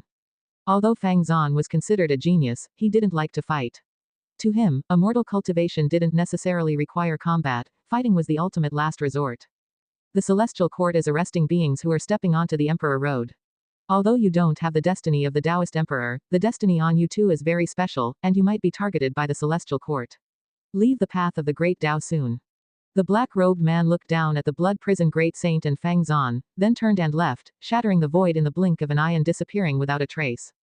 The Celestial Court. Blood Prison Great Saint frowned. He had heard this name before, but didn't know much about it, only that the legendary immortal gods came from the Celestial Court, which also represented the heavenly Tao. Fang Zan knew more about the Celestial Court, and his expression turned ugly. He whispered, better to believe it exists than not, we should find a place to hide, at least stay away from the main plane of the path of the Great Tao. Blood Prison Great Saint glared and said, so what if it's the Celestial Court? This is the path of the Great Tao, I've never heard of a force that could dominate it single-handedly. If they left, how would he carry out the tasks his master assigned? Fang Zan wanted to continue persuading when suddenly, a vast oppression descended, enveloping them both, causing their expressions to change. They instinctively turned to look. From the direction where the black-robed man had appeared, a golden light unfolded rapidly toward them, accompanied by deafening footsteps, as if tens of thousands were marching together. The Blood Prison Great Saint immediately took out his Tao treasure, the heaven-breaking Blood Prison Saber. With the Tao treasure out, the suppressive force he encountered immediately weakened. He grabbed the adjacent Fang Zan, who was immobilized by the oppressive force, and turned to flee. Humph! Where do you think you're going? The celestial calming god's cold snort came from behind. Before Blood Prison Great Saint could turn his head, he suddenly felt an irresistible pull. Even the Tao treasure couldn't completely resist this suction force. Blood Prison Great Saint was greatly horrified and instinctively turned his head, seeing the endless darkness like a giant abyssal mouth engulfing everything, about to swallow him and Fang Zan. Chapter 696, Unfathomable Ancestor. Within the Wuxi dojo, at dusk. Ji Yuan was carving a wooden figure in the courtyard, Shen Zhen was cultivating in front of the artifact refining cauldron, and Nzizai was pondering deeply atop the courtyard wall, as the twilight glow cast an aura of tranquility and harmony over the entire courtyard. Suddenly, Ji Yuan slightly raised his eyebrows. He sensed that Blood Prison Great Saint and Fang Zan had been captured, and the threads of destiny suddenly became blurred. Celestial Court. Only the Celestial Court could make destiny appear this obscure. Fortunately, the Blood Prison Great Saint and Fang Zan carried the destiny of the primordial Dao Emperor, allowing him to track their whereabouts. Ji Yuan began tracing their trail through the destiny of the primordial Dao Emperor and saw the plight of Blood Prison Great Saint and Fang Zan. Ji Yuan suddenly thought of the Divine Court within the Taiwei Great World. The Divine Court was also aiding the immortal gods in capturing creatures, tossing them into a furnace, and now the same fate befell Blood Prison Great Saint and Fang Zan. Could it be that these immortal gods were preparing for the Celestial Emperor's struggle? Ji Yuan stood up, stretched lazily. He looked at Nzizai and suddenly had an idea. No matter what, Nzizai, being the eldest disciple among the third-generation disciples of Wuxi, must eventually possess the ability and insight to stand on his own. Currently, Nzizai severely lacks insight, even considering the free immortal realm as the highest stage of immortal cultivation. Zizai, I am planning to go out and have a look. There might be battles involved. Would you like to come and see? Ji Yuan spoke, and as soon as he said this, Nzizai turned his head towards him with an expression of interest. Not only him, but even Shen Zhen looked at Ji Yuan, eyes full of curiosity. Ancestor, I'm afraid I will drag you down. Nzizai wanted to go, but recalling his previous experiences of external training made him hesitant. Ji Yuan smiled and said, no worries, you won't need to act.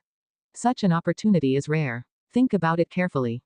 Hearing this, Nzizai fell silent, while Shen Zhen spoke, your ancestor wants to broaden your horizons. You are the first third-generation disciple of Wuxi, and you will surely have many junior brothers and sisters in the future. Do you think you are qualified to be the eldest disciple in your current state? Her words were not pleasant, tinged with a shade of mockery, but they did not anger Nzizai. Nzizai took a deep breath, finding reason in Shen Zhen's words. He gave Shen Zhen a grateful look, then said to Ji Yuan, Ancestor, I am willing to go with you. Ji Yuan immediately waved his sleeve, and Nzizai felt a strong wind rush towards him, instinctively closing his eyes. Then Nzizai could not open his eyes, only feeling himself falling, unable to extend his divine sense, which instinctively made him feel tense. After a while, Nzizai felt his feet touch the ground, and instinctively opened his eyes to see Ji Yuan's back. Seeing his ancestor before him, he breathed a sigh of relief. Without speaking, he raised his head to observe the surroundings. He found himself in a dim world, the celestial vault pitch black like a starless night sky, the barren earth and heaps of scorched soil emanated fire sparks and smoldering smoke, gradually making him feel the heat. What is this place? Confusion filled Nzizai's heart, and he could only look towards his ancestor. Ji Yuan said, we are inside a great cauldron, where thousands of beings beyond the 9 heavens of the immortal path are suffering. Beyond the 9 heavens of the immortal path. Thousands. Nzizai's eyes widened, his mouth dropped open in shock, his worldview experiencing a strong impact. In his understanding, the 9th heaven of the immortal path was the highest realm, and he could not envision how powerful those beyond it could be. Yet thousands of such powerful beings were subdued here. Above the free immortal realm is the Dao fruit realm, segmented into Taoist Zhang Zizai immortal, profound Yuan free immortal, and heaven encompassing free immortal. Beyond that lies the golden immortal Dao fruit, segmented into innate golden immortal, heaven balancing golden immortal, and Taixuan golden immortal. Ji Yuan gazed into the distance, softly introducing, leaving Nzizai even more astounded. There are so many realms above the free immortal. What realm was the ancestor in? His intuition told him the ancestor might very well be a Taixuan golden immortal. How else could he know so much? Nzizai nervously asked, Ancestor, who is the enemy and where are they? Ji Yuan did not hide it, the owner of this cauldron is an immortal god from the celestial court. We came here because my steed was captured here. Is it Uncle Master Blood Prison? Nzizai's eyes lit up as he asked. Though the Blood Prison Great Saint was a steed, he was regarded as a disciple within Wuxi, and Nzizai had heard his name since childhood. Among the disciples of Wuxi, Blood Prison Great Saint was the second only to his master, with immense capability. Yes, it is him. Ji Yuan answered, having already sensed the presence of Blood Prison Great Saint and Fang Zan within the cauldron. They were trying to escape the cauldron, but no matter how they exerted their divine skills, they could not break free. The other trapped individuals within the cauldron had long given up hope, opting only to meditate to resist the cauldron's flames as best as they could. Are we going to rescue him now? Nzizai asked excitedly. He was excited for two reasons: meeting the blood prison great saint and encountering the immortal gods and realms beyond the free immortal. He felt a thrill reminiscent of his early days of training away from the nine-spirit continent. No rush. Ji Yuan turned to walk, and Nzizai quickly followed. He glanced around, feeling very nervous, unsure of where the enemy lay. This world is so vast. Is it really a cauldron? Nzizai was secretly astonished, unable to imagine the strength and features of the celestial court immortal god who wielded such a great cauldron. As they advanced, Nzizai saw bones upon bones, human remains, and demon remains, shocking to the eye, the stances of some of the skeletons making his scalp tingle. He could imagine how desperate they must have been while alive. Ancestor, how did you bring me in? Nzizai refocused his gaze on Ji Yuan, cautiously asking. Invading even the treasure of an immortal god seemed effortless, and Nzizai truly sensed his ancestor's profound abilities, heightening his anticipation for the impending battle. Just stepped in. Ji Yuan answered casually. This offhand remark further increased Nzizai's admiration for him. Ancestor, will you fight the immortal gods? In this place, it might be worth testing their edge. What is this place? Where is this great cauldron located? Is it still within our world? This is the path of the great Tao, incredibly far from the celestial spirit great world, so distant that with your current cultivation level, you will never be able to come here in your lifetime. Ji Yuan's answer left Nzizai wide-eyed again, memorizing the name of this place, determined to journey here if possible in the future. Ancestor, if a battle does start, will you use the myriad supreme palm? Nzizai blinked, expectantly asking. Ji Yuan gently nodded. He did not look back, but this gesture was enough to make Nzizai feel thrilled. Having cultivated the myriad supreme palm for so many years, he had not truly witnessed the power of this secret skill. Chapter 697, Demon God's Physical Body. Under the dark celestial vault, the blood prison great saint landing beside Fang Zan, both of their expressions grim. No, we can't escape at all. The blood prison great saint gritted his teeth, clenching his fists, his eyes filled with rage. Having cultivated on the path of the great Tao for so many years, to be effortlessly trapped in this realm made him feel deeply humiliated. Don't act rashly, let's meditate and observe this realm first. Fang Zan pulled the blood prison great saint to sit down, cautiously watching their surroundings. The floating scorched smoke and sparks reminded him of a terrible event that had occurred here, and it was likely to happen again. The blood prison great saint took a deep breath, struggling to calm his emotions. He then dispersed his divine sense, trying to investigate the situation here. He quickly saw figures of other captives but could not see the figures of Ji Yuan or Nzizai. So many people were caught, and many have a higher cultivation level than us. Fang Zan murmured, his tone full of unease. Xuanji Emperor. He's also here, reportedly one of the best chances of becoming a Taoist emperor among the current prodigies. Fang Zan's face changed dramatically. After saying this, his face looked ashen. The blood prison great saint felt increasingly anxious. Why had the immortal gods captured so many people? Meanwhile, Nzizai followed Ji Yuan all the way. He noticed that although his pace hadn't accelerated, the surrounding environment shifted significantly. This was a very peculiar experience. Although he advanced quickly, it was hard to notice unless he observed carefully. It must be the ancestors' doing. Nzizai looked at Ji Yuan with growing admiration. As a child, he didn't understand why his master always obeyed the ancestor without question and wouldn't ask a single question regarding his commands, nor why other disciples feared the ancestor so much. Though seemingly carefree, the ancestor actually possessed great divine power capable of extraordinary feats, but he usually didn't show off. Nzizai silently vowed that he too wanted to become a person like the ancestor. True strength should be displayed at critical moments, not flaunted in daily life. We've arrived. Ji Yuan's voice suddenly rang, pulling Nzizai's thoughts back to reality. In that instant, he had the illusion that heaven and earth trembled. His gaze was drawn forward, his eyes slowly widened, pupils filled with astonishment. Following his gaze, there was a giant egg standing on the ground ahead, as massive as a mountain, towering 1,000 zhang high. The surface of the giant egg was like flesh and skin with veins, glowing red inside, faintly revealing a giant curled up within. Ji Yuan looked up at the giant egg and used lifespan detection, but received no feedback. So, it's not for alchemy but for forging a body, without a soul, could it be for possession? Ji Yuan speculated secretly, sensing that the flesh inside the giant egg was already no less than the heaven-encompassing free immortal realm. This body lacked celestial Tao destiny, yet exuded a terrifying aura, one that the heaven-encompassing free immortal should not have. Ji Yuan carefully deduced, finding this aura to be linked to some great Tao, and that this body had countless ties to the 3,000 great Tao. Delving deeper into his deductions, he saw a darkness, a cosmic plane beyond the 3,000 great worlds, oppressively bleak, with nothing visible. Though not much useful information was gained, he could confirm that the purpose of the Great Cauldron capturing so many living beings was to refine their flesh and merge it into this body. Ancestor, what is that? And Zizai couldn't help but ask. Just looking at the body within the giant egg made him shudder and gave birth to a strong urge to flee. Perhaps it's a demon god. Ji Yuan answered, his gaze fixed on the giant egg ahead. And Zizai wanted to ask more questions when suddenly the ground trembled, and frightening earth fire erupted. He instinctively flew upward, his eyes glancing at the ground. Ji Yuan still stood in place, the blazing flames around him causing no harm, his robe untouched by the fire, as if the surrounding inferno were an illusion. The speed of the earth fire's ascent was so fast that Zizai had to keep flying upwards. In the distance, silhouettes of other living beings also rose, with strong auras bursting from different directions, and Zizai could sense anxiety in those auras.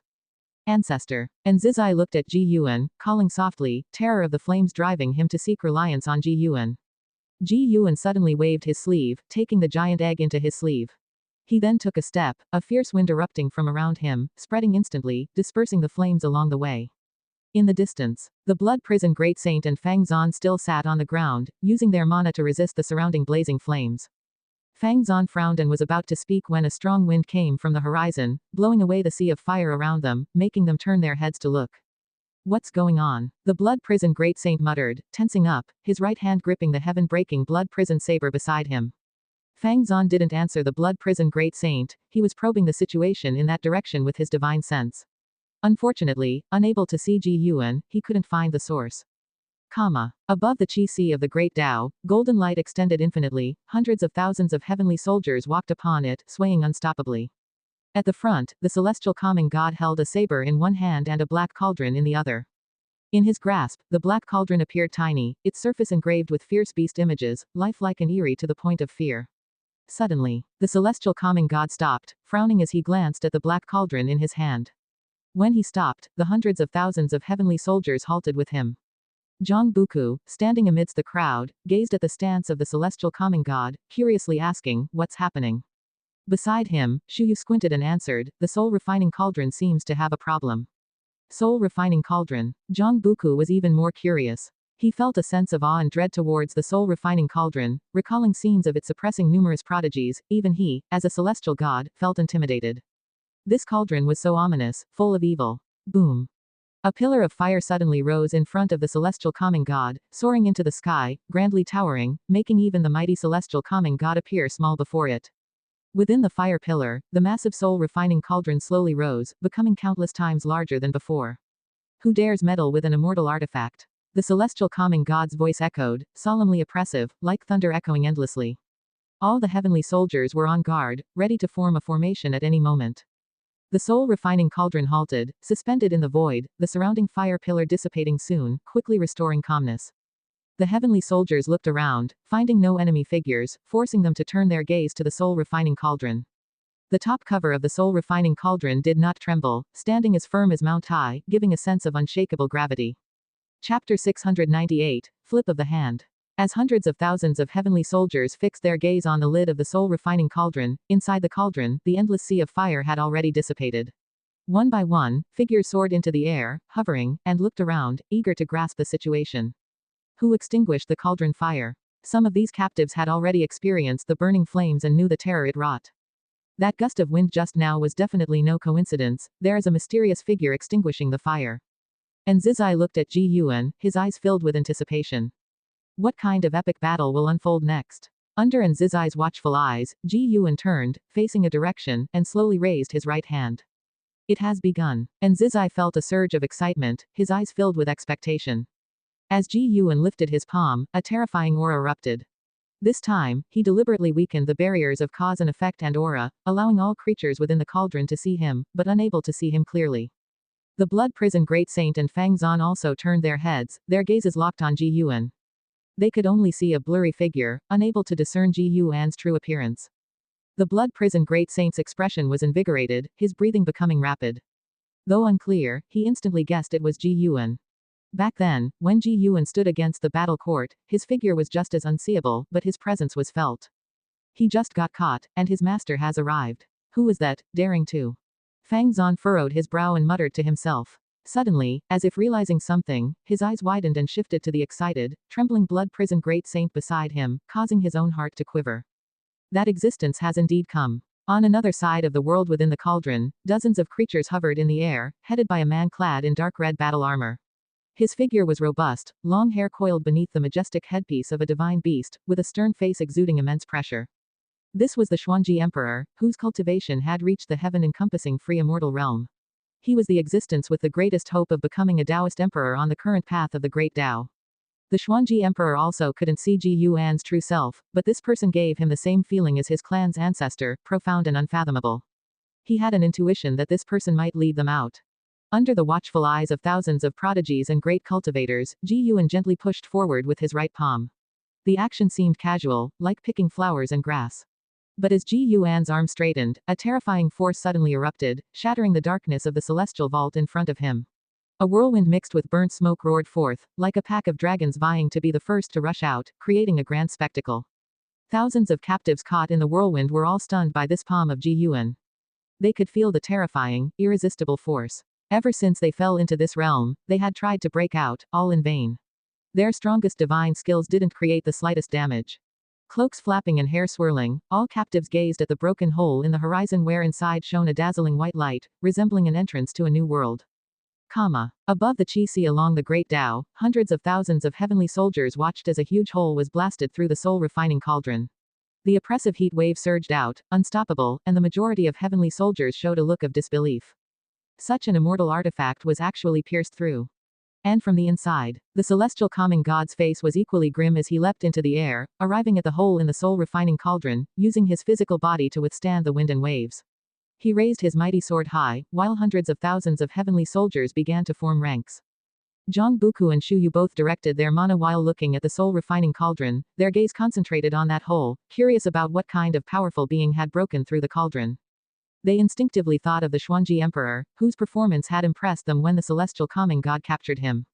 Under the scrutinizing eyes of all the heavenly soldiers, the blinding light inside the hole of the soul-refining cauldron continued to shine as a figure slowly emerged, seeming like a speck of dust compared to the gaping hole but exerting extreme pressure on the heavenly soldiers.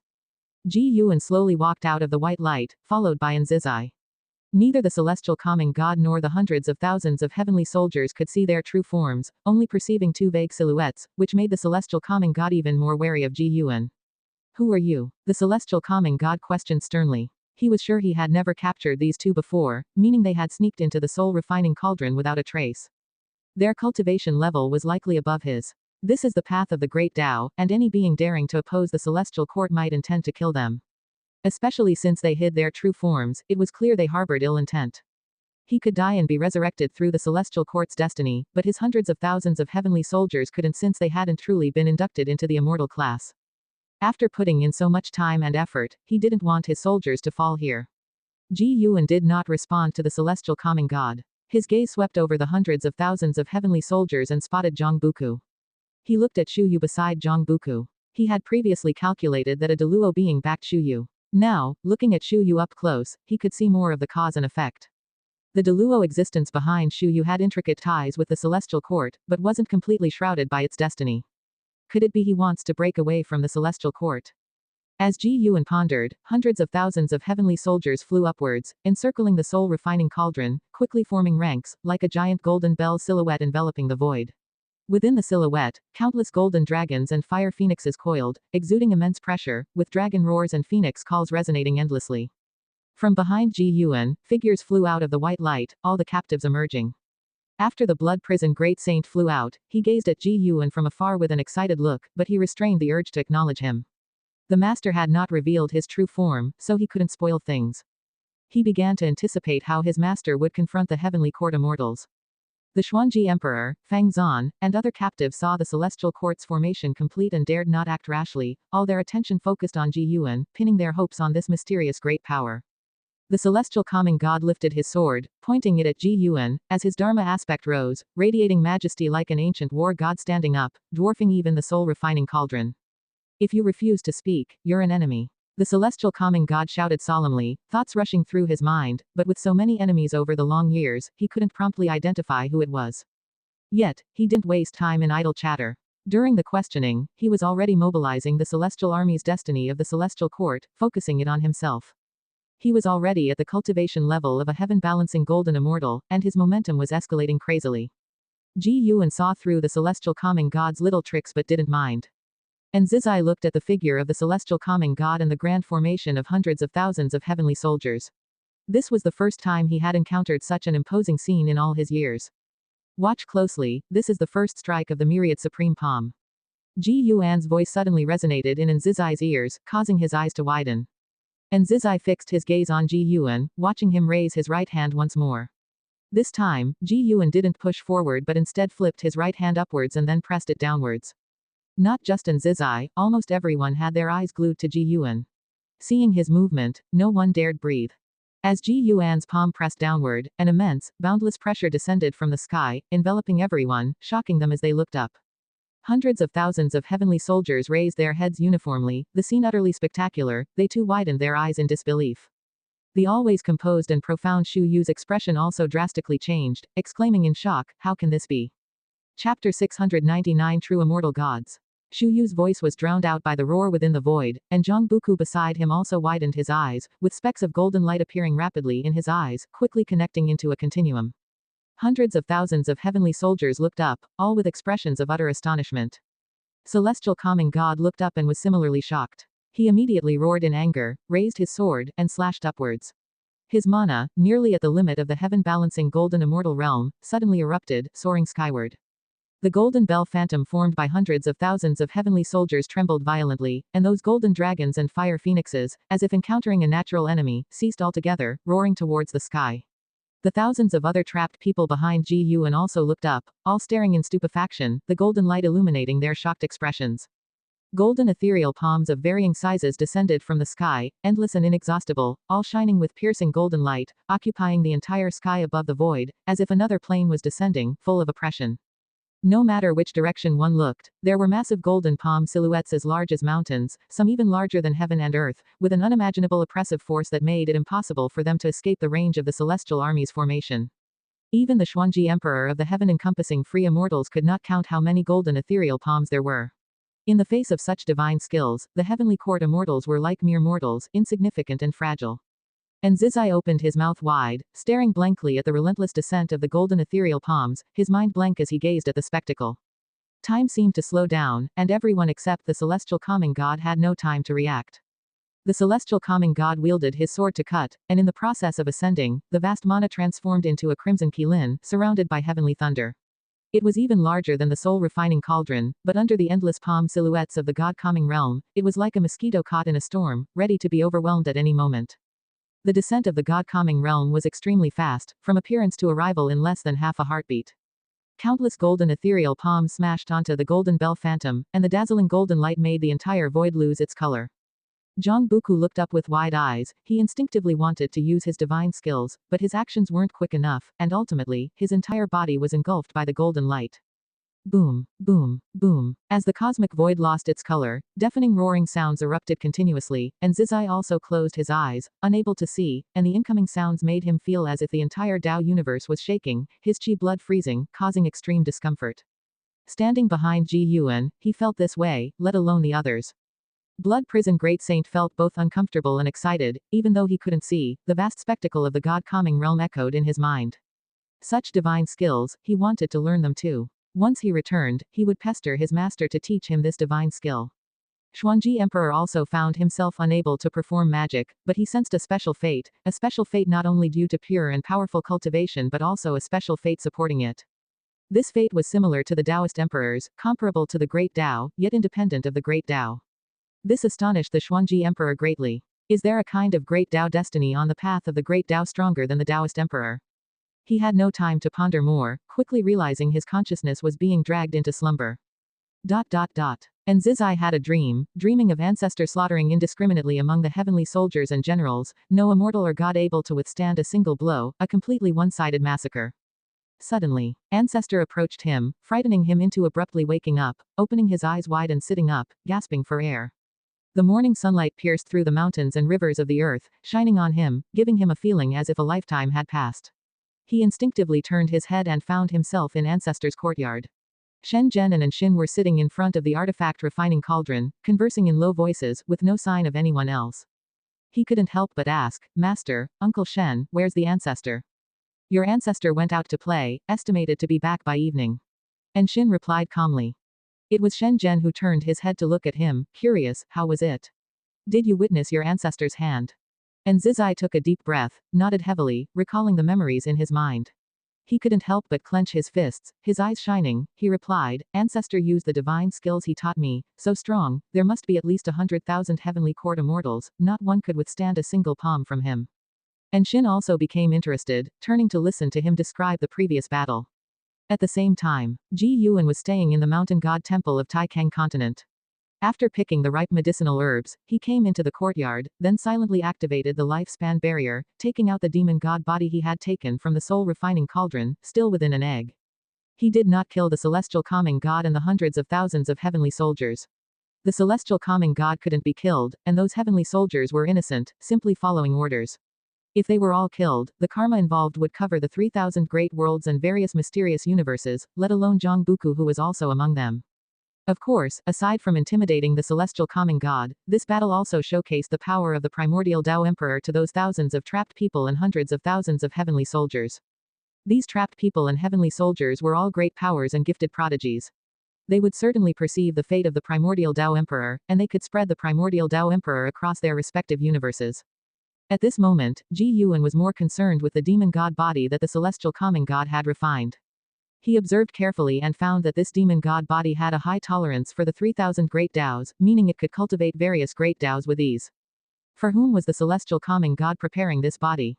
This body had no heavenly court destiny, so Ji Yuan realized that there were hundreds of such bodies within the 3,000 great worlds, and one was hidden within the divine court of Taiwei Great World. So many demon god bodies, and they are all being refined by immortals and gods, must be related to the struggle with the celestial emperor. Do they need so many demon gods to overthrow the current celestial emperor's rule?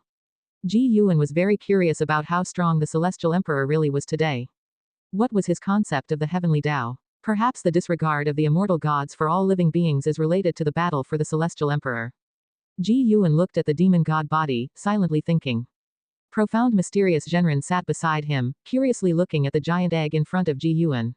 Even though the egg had shrunk a lot, the figure curled up inside still appeared large. Staring at the figure inside the giant egg, profound mysterious Zhenren felt very uneasy, feeling that this body was terrifying, making him afraid to disturb Ji Yuan. For a long time, Ji Yuan glanced at profound mysterious Zhenren and smiled, I shall grant this body to you, to aid in your possession. Do you agree? Upon hearing this, profound mysterious Zhenren's face changed greatly, not immediately agreeing or refusing, but cautiously asked, what is the origin of this body? This body was refined by the immortal gods, true immortal gods. If you possess it, you will have talent surpassing all creation, but you will also bear unforeseen karma, which might drag you into immense trouble in the future. Ji Yuan explained, making profound mysterious Zhenren even more nervous. True immortal gods. The reason profound mysterious Zhenren follows Ji Yuan is because he devoutly believes in immortal gods. Now hearing of true immortal gods from Ji Yuan, his heartbeat quickened. Chapter 700, The Supreme Celestial Emperor. How do you wish me to choose? After much thought, profound mysterious Zhenren decided to inquire about Ji Yuan's attitude. He owed his current achievements entirely to Ji Yuan's support, and he believed Ji Yuan would not harm him. Even if he was merely a pawn for Ji Yuan, he would willingly accept it. Ji Yuan replied, naturally, I hope you can accept it, and perhaps in the future, you could use this body to enter the immortal class. Profound mysterious Zhenren narrowed his eyes and asked, do you want me to infiltrate the celestial court? So clever. Ji Yuan spoke earnestly, immortal gods exist, but they disregard all living beings. Some even commit evil deeds in the human world. I think there might be issues within the celestial court that creates immortal gods. The reason he chose to give the demon god body to profound mysterious Zhenren was twofold, to genuinely help him change his fate, and because profound mysterious Zhenren yearned for immortal gods, thus he could send him to the celestial court as a spy. The destiny of the celestial court is complex and cannot be predicted, but if a spy is planted, they can still investigate the internal situation of the celestial court. After hearing this, profound mysterious Zhenren thought it made sense. The current immortal gods were indeed strange. They were not seen saving the world, instead, many catastrophes arose because of them. Then I am willing to possess this body, thank you for your grace. Profound mysterious Zhenren immediately knelt down and kowtowed to Ji Yuan. If it weren't for Ji Yuan's care, he wouldn't have lived this long. Even though he was already hundreds of thousands of years old, his path of cultivation was still hopeful, all thanks to Ji Yuan. Moreover, he believed Ji Yuan was greatly virtuous. Without Ji Yuan, the world he resided in would have been destroyed several times already. No matter the underlying reasons, born in the celestial spirit great world, he should take its side. Whoever protected it was the true immortal god in his heart. Ji Yuan, looking at profound mysterious Zhenren kneeling in front of him, couldn't help but think back to 56,000 years ago, when profound mysterious Zhenren had also knelt to him like this. He wondered whether this arrangement was a blessing or a curse for profound mysterious Zhenren. Ji Yuan did not hesitate. He had already explained the pros and cons and his intentions to profound mysterious Zhenren, which was also what the latter sought.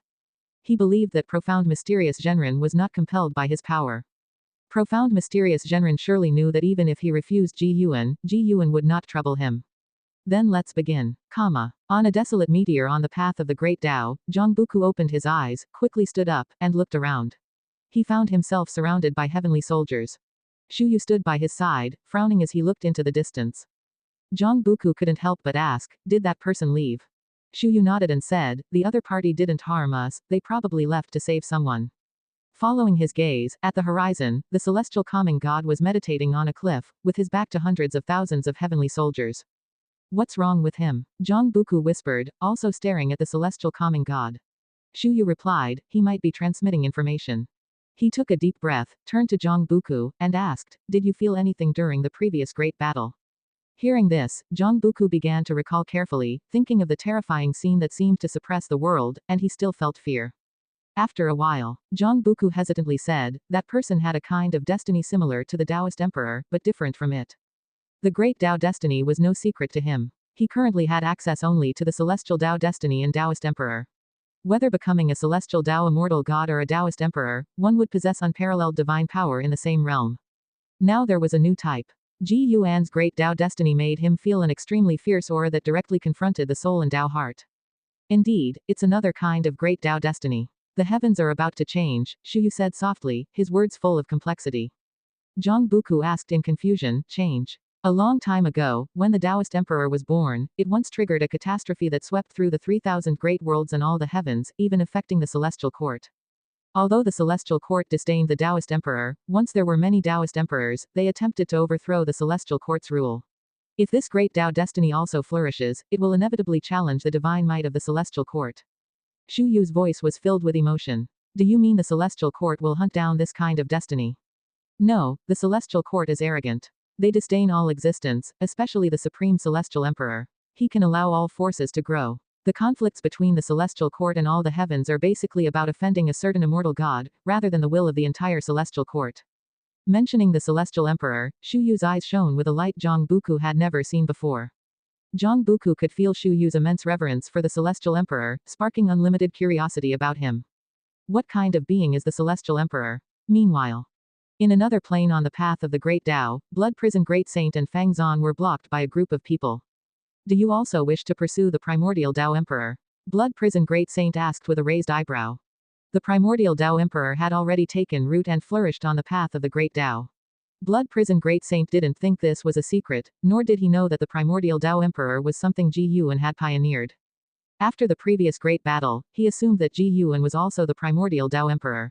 It made sense. If Ji Yuan wasn't the primordial Tao emperor, why would he let them cultivate as the primordial Tao emperor? As for Ji Yuan sending him to gather information, he understood it.